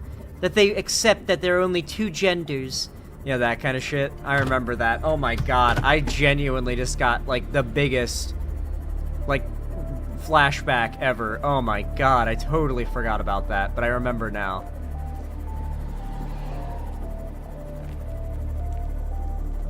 That's why the sound design in Below Zero sucked. They couldn't find someone as talented who wasn't a piece of shit. God, I wonder if I could, like, track down the original sound design guy of Subnautica, like, make him based on trans rights, and then get him his job back once he becomes based. I wonder if they'd be willing to rehire him. I feel like the community would accept him if he wasn't, like, a transphobic piece of shit anymore and, like, put out a very genuine apology, you know what I mean? Do it? Yeah, I feel like that's totally attainable, you know? Like, reaching out to that guy and trying to get him on the stream, have a conversation. I feel like that kind of stuff would be some really effective messaging. Oh my god, am I hearing the Leviathan? I think it's around here, guys. Oh, be on our toes. We need to be on our toes. Alright, we'll park the Seamoth here. I think it's safe. No Leviathans. I think it's probably on the other side of the island, because I hear it very faintly. Yeah, I think it's all the way on the other side, so I think we're safe. Yo, holy crap, King Woo, thank you for the tier 2 sub. I really appreciate that. You're so kind. Said, hi, I'm new and I want to start supporting more. I love your content. Aw, thank you. I really appreciate it. Well, I really hope you enjoy your stay here. Welcome, welcome. Love seeing new people on the channel. That is what I like to see. Oh my god. A little crab fuck. Let's kill it. Kill it! Kill it! Murder! Alright. Oh man, I should have brought the thing. Oh, I didn't bring the thing. I did not bring the thing. We need the thing. Let's go explore inside the caves and collect as much stuff as we can while we wait the next 8 minutes for the sunbeam to arrive. Hell yeah, Team Purple. How many months was that, King Woo? I just don't want to undercredit you if it ended up being a 3-monther. Was that a 1 or 3-monther tier 3 or tier 2 sub? Thank you so much. 3-monther, god damn. Hot diggity dog. That's the kind of thing that just tickles my balls. Thank you so much, I really appreciate it. Oh my lord. I hope you enjoy your stay here. Let me add that to the dono goal really fast. You guys are so kind. Really, you are. You guys are extremely kind. I really do appreciate it.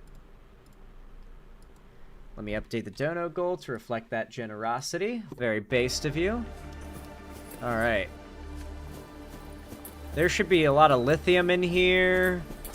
A lot of shale to get diamond and gold, I think. Whoa. Yeah, we don't want to go down there.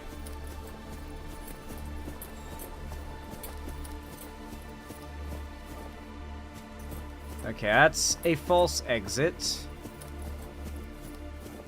I'm sure I didn't get everything here. We just have to go deeper. We just have to go deeper.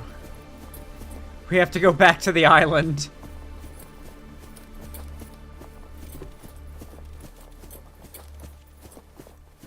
Dude, imagine they make a show like Lost about Epstein's Island.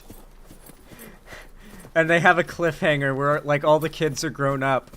And they all get together and they're like, guys, we have to go back. We have to go back! Like in Lost.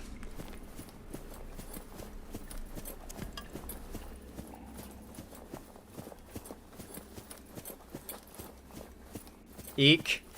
Yeah, it'd be a horror movie. They gotta go back to the island. What the fuck's down here? I better not be in hell now. Okay, there is stuff down here. That's nice. Ooh, shale. Shale! Oh, yeah. We needed all the lithium, all the gold, all the diamonds. This is what we needed. We're not going to have to come back here for a while. Of course, we do have another place we can go to for these resources, but since we're here, we might as well stock up. We need to have a lot of everything, I imagine. Otherwise, we're going to spend a lot of time having to go out just to find one of the thing. And that's one of the most annoying things in a game like that. I can craft the super giga thing I need. There's so much. There's so much. We're so rich. We're going to owe Altera so much money. Because remember, we have to reimburse them for all of this because they consider it company property because we collected it. That's future capitalist logic right there. Because remember, corporations are people too. Did stream shutter for anyone else? It may have. It may have shuttered for a lot of people because sometimes that happens. Sometimes there's like a dip in the stream quality or some drop frames. It happens. Sorry if it did. I apologize. It shuttered a little? Like, how did it shutter? Like, was it the stream itself, or did it seem like it was probably YouTube's end?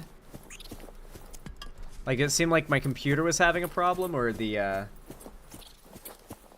I reloaded and it helped for me? Oh, you know what could have happened? I hope YouTube updated their platform while I'm live.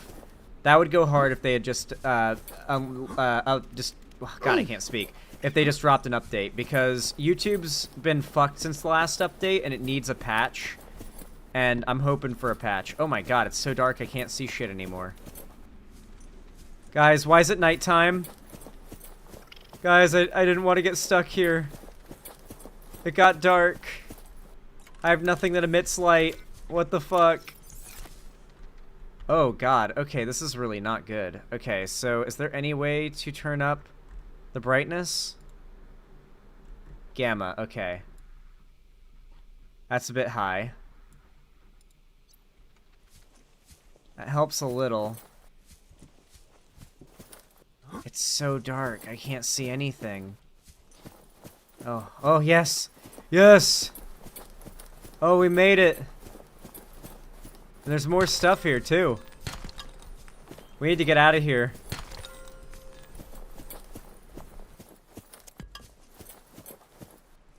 Oh my god, we're stuck even more. What the heck?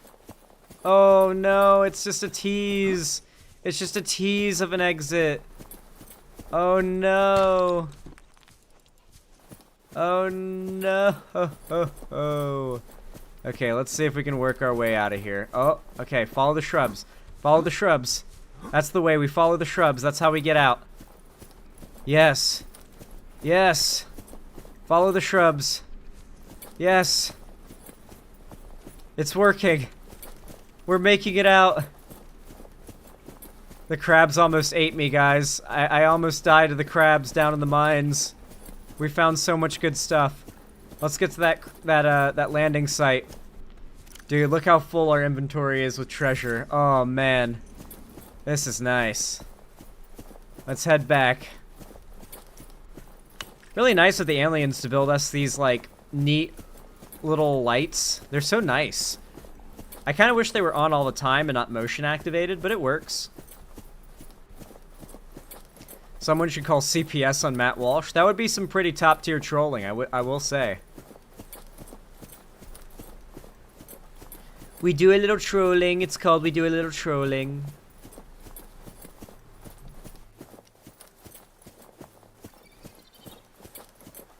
Who remembers when Trump said that? It's called We Do a Little Trolling.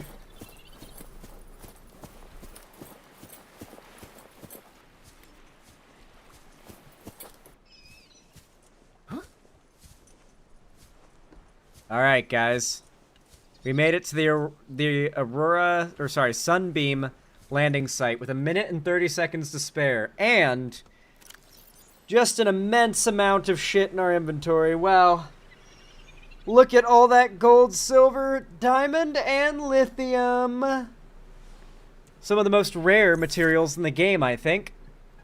So having that much stocked up is going to be very useful in the later game, I bet. And in the mid-game especially. And immediately. Big fuck-off orbital cannon. What do you mean, big fuck-off orbital cannon? It's just an alien building. What do you mean? It's just a neat alien building.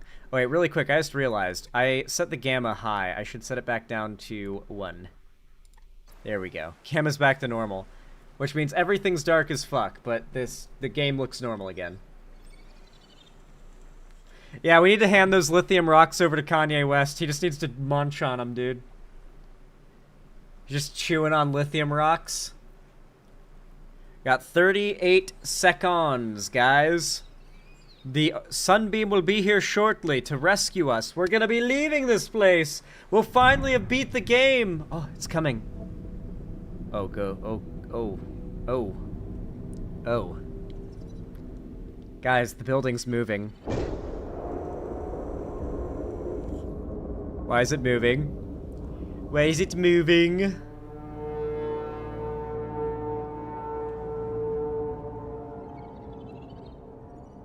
Dude, that siren is so eerie.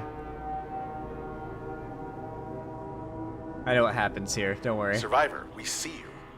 Man, I don't know how you If you held look out close down enough, there. you can see them. We broke an arriving. atmosphere, and we're descending towards the landing site. Is that a building down there? What do you mean you can't identify it? Hold on. No turning back now. Positions, everyone. Touching down in 10, 9, 8. Oh no. It's coming from the building? Change course. Set thrusters to full.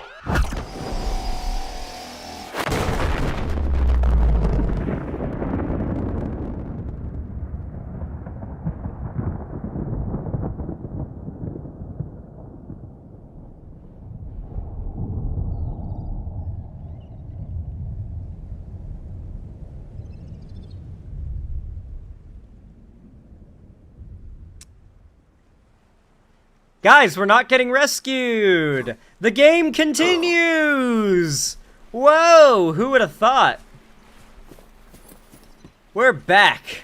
We're so back. So it seems we've got a bit of a problem, guys. We've got a bit of a, seemingly massive alien, extremely destructive problem, and we need a tablet to insert in here to get inside of this place. I think we have 3 of those, so yeah, we can't get past this field without it. But we need to investigate this thing if we're gonna get off this place, because clearly any attempt to get rescued or leave just results in that thing shooting us down. So yeah, we gotta deactivate that thing, and the only way to do so is almost certainly from the inside. So here's where I'm going to save the progress in the game, because I am going to call it quits for Subnautica for the night. But before I wrap up stream for the night, I want to say thank you guys, and I want to show you guys something really cool that if you like Subnautica and you don't know about it, you're gonna thank me. You're gonna thank me a lot for this. I need to have one of these one day, okay? I need to have one of these one day. Behold the Nemo 2, aka the submarine supercar. Now I want to tell you before you watch this, this is not some Titan sub bullshit. This thing was made by one of the most well-regarded research sub building companies in the world that started mass producing like sports car type rich people fun toy subs, basically, to just have fun in crystal clear coastal waters in. Basically, a sea moth. Check this shit out, guys. This is amazing. Are we gonna nosedive? No, a little bit. This is so trippy, man. Holy crap. That is a sea moth, dude. This right here is the ultimate billionaire toy. It's a supercar of submarines, and I didn't even know that this existed. Today we're gonna take a look around. This is gonna be the video of the year, so make sure you like the video, subscribe to the channel, and watch until the end. I'm gonna jump inside of this thing and dive 100 meters underwater. I don't know. I mean, look, the first thing you notice when you look at this thing is that it looks like a supercar. I mean, when I used to think of like submarines, you know, I think of like research submarines or like military grade submarines with big, thick metal sheets. He's boring, but I'm gonna show you the cool part of the video, which is when they take it into the water and they go on. We're leaning forward. Okay. This is so trippy, man. Holy. We got a ship right here. We are 46 meters underwater, and if you look closely, you got a lionfish right there. Seriously, check the sea breacher. Not deep, but it's awesome in a different way. Let's check it out. Sea breacher. Oh, I love these. Yeah, these are cool. These are not submarines so much as they are like a type of speedboat. Submerged speedboat. They're super cool. It's as deep as they go, but they're neat. I love these.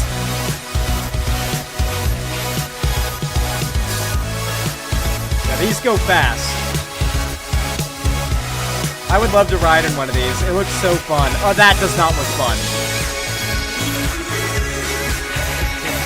But the rest of it does. This part looks fun. I don't like that. Good God, that cannot feel good.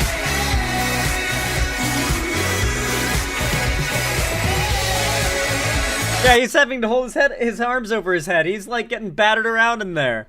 Holy shit, you gotta be careful with these things, clearly. That is a hazard, bro. What the fuck? Alright, everybody. Listen. You guys have been overwhelmingly generous and supportive today. I want to say thank you to everybody who has come out to watch the stream, everybody who's dropped a like, a comment, and everybody who's been dropping so much support on the videos lately. If you're one of the people who have been clicking on the videos when you see they've come out in the Discord, even if you don't have time to watch them right away, just dropping a like and a comment, even if it's something like who's up Xandering their haul, I really appreciate it, because that is how we grow. That is how we dominate. And that is what we need to do. We need to go into overdrive right now. So I really do appreciate all of the overwhelming support from you guys. Thank you guys so much for watching today. I love you all so much, and I really hope you enjoyed the stream tonight. I really guess I don't have anything else to say.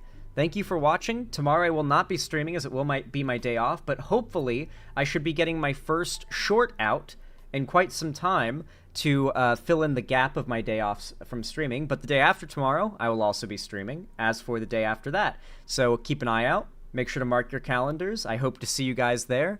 And once again, I love you all very much. And as always, I hope you have a good one. Bye-bye. Doo-doo fart.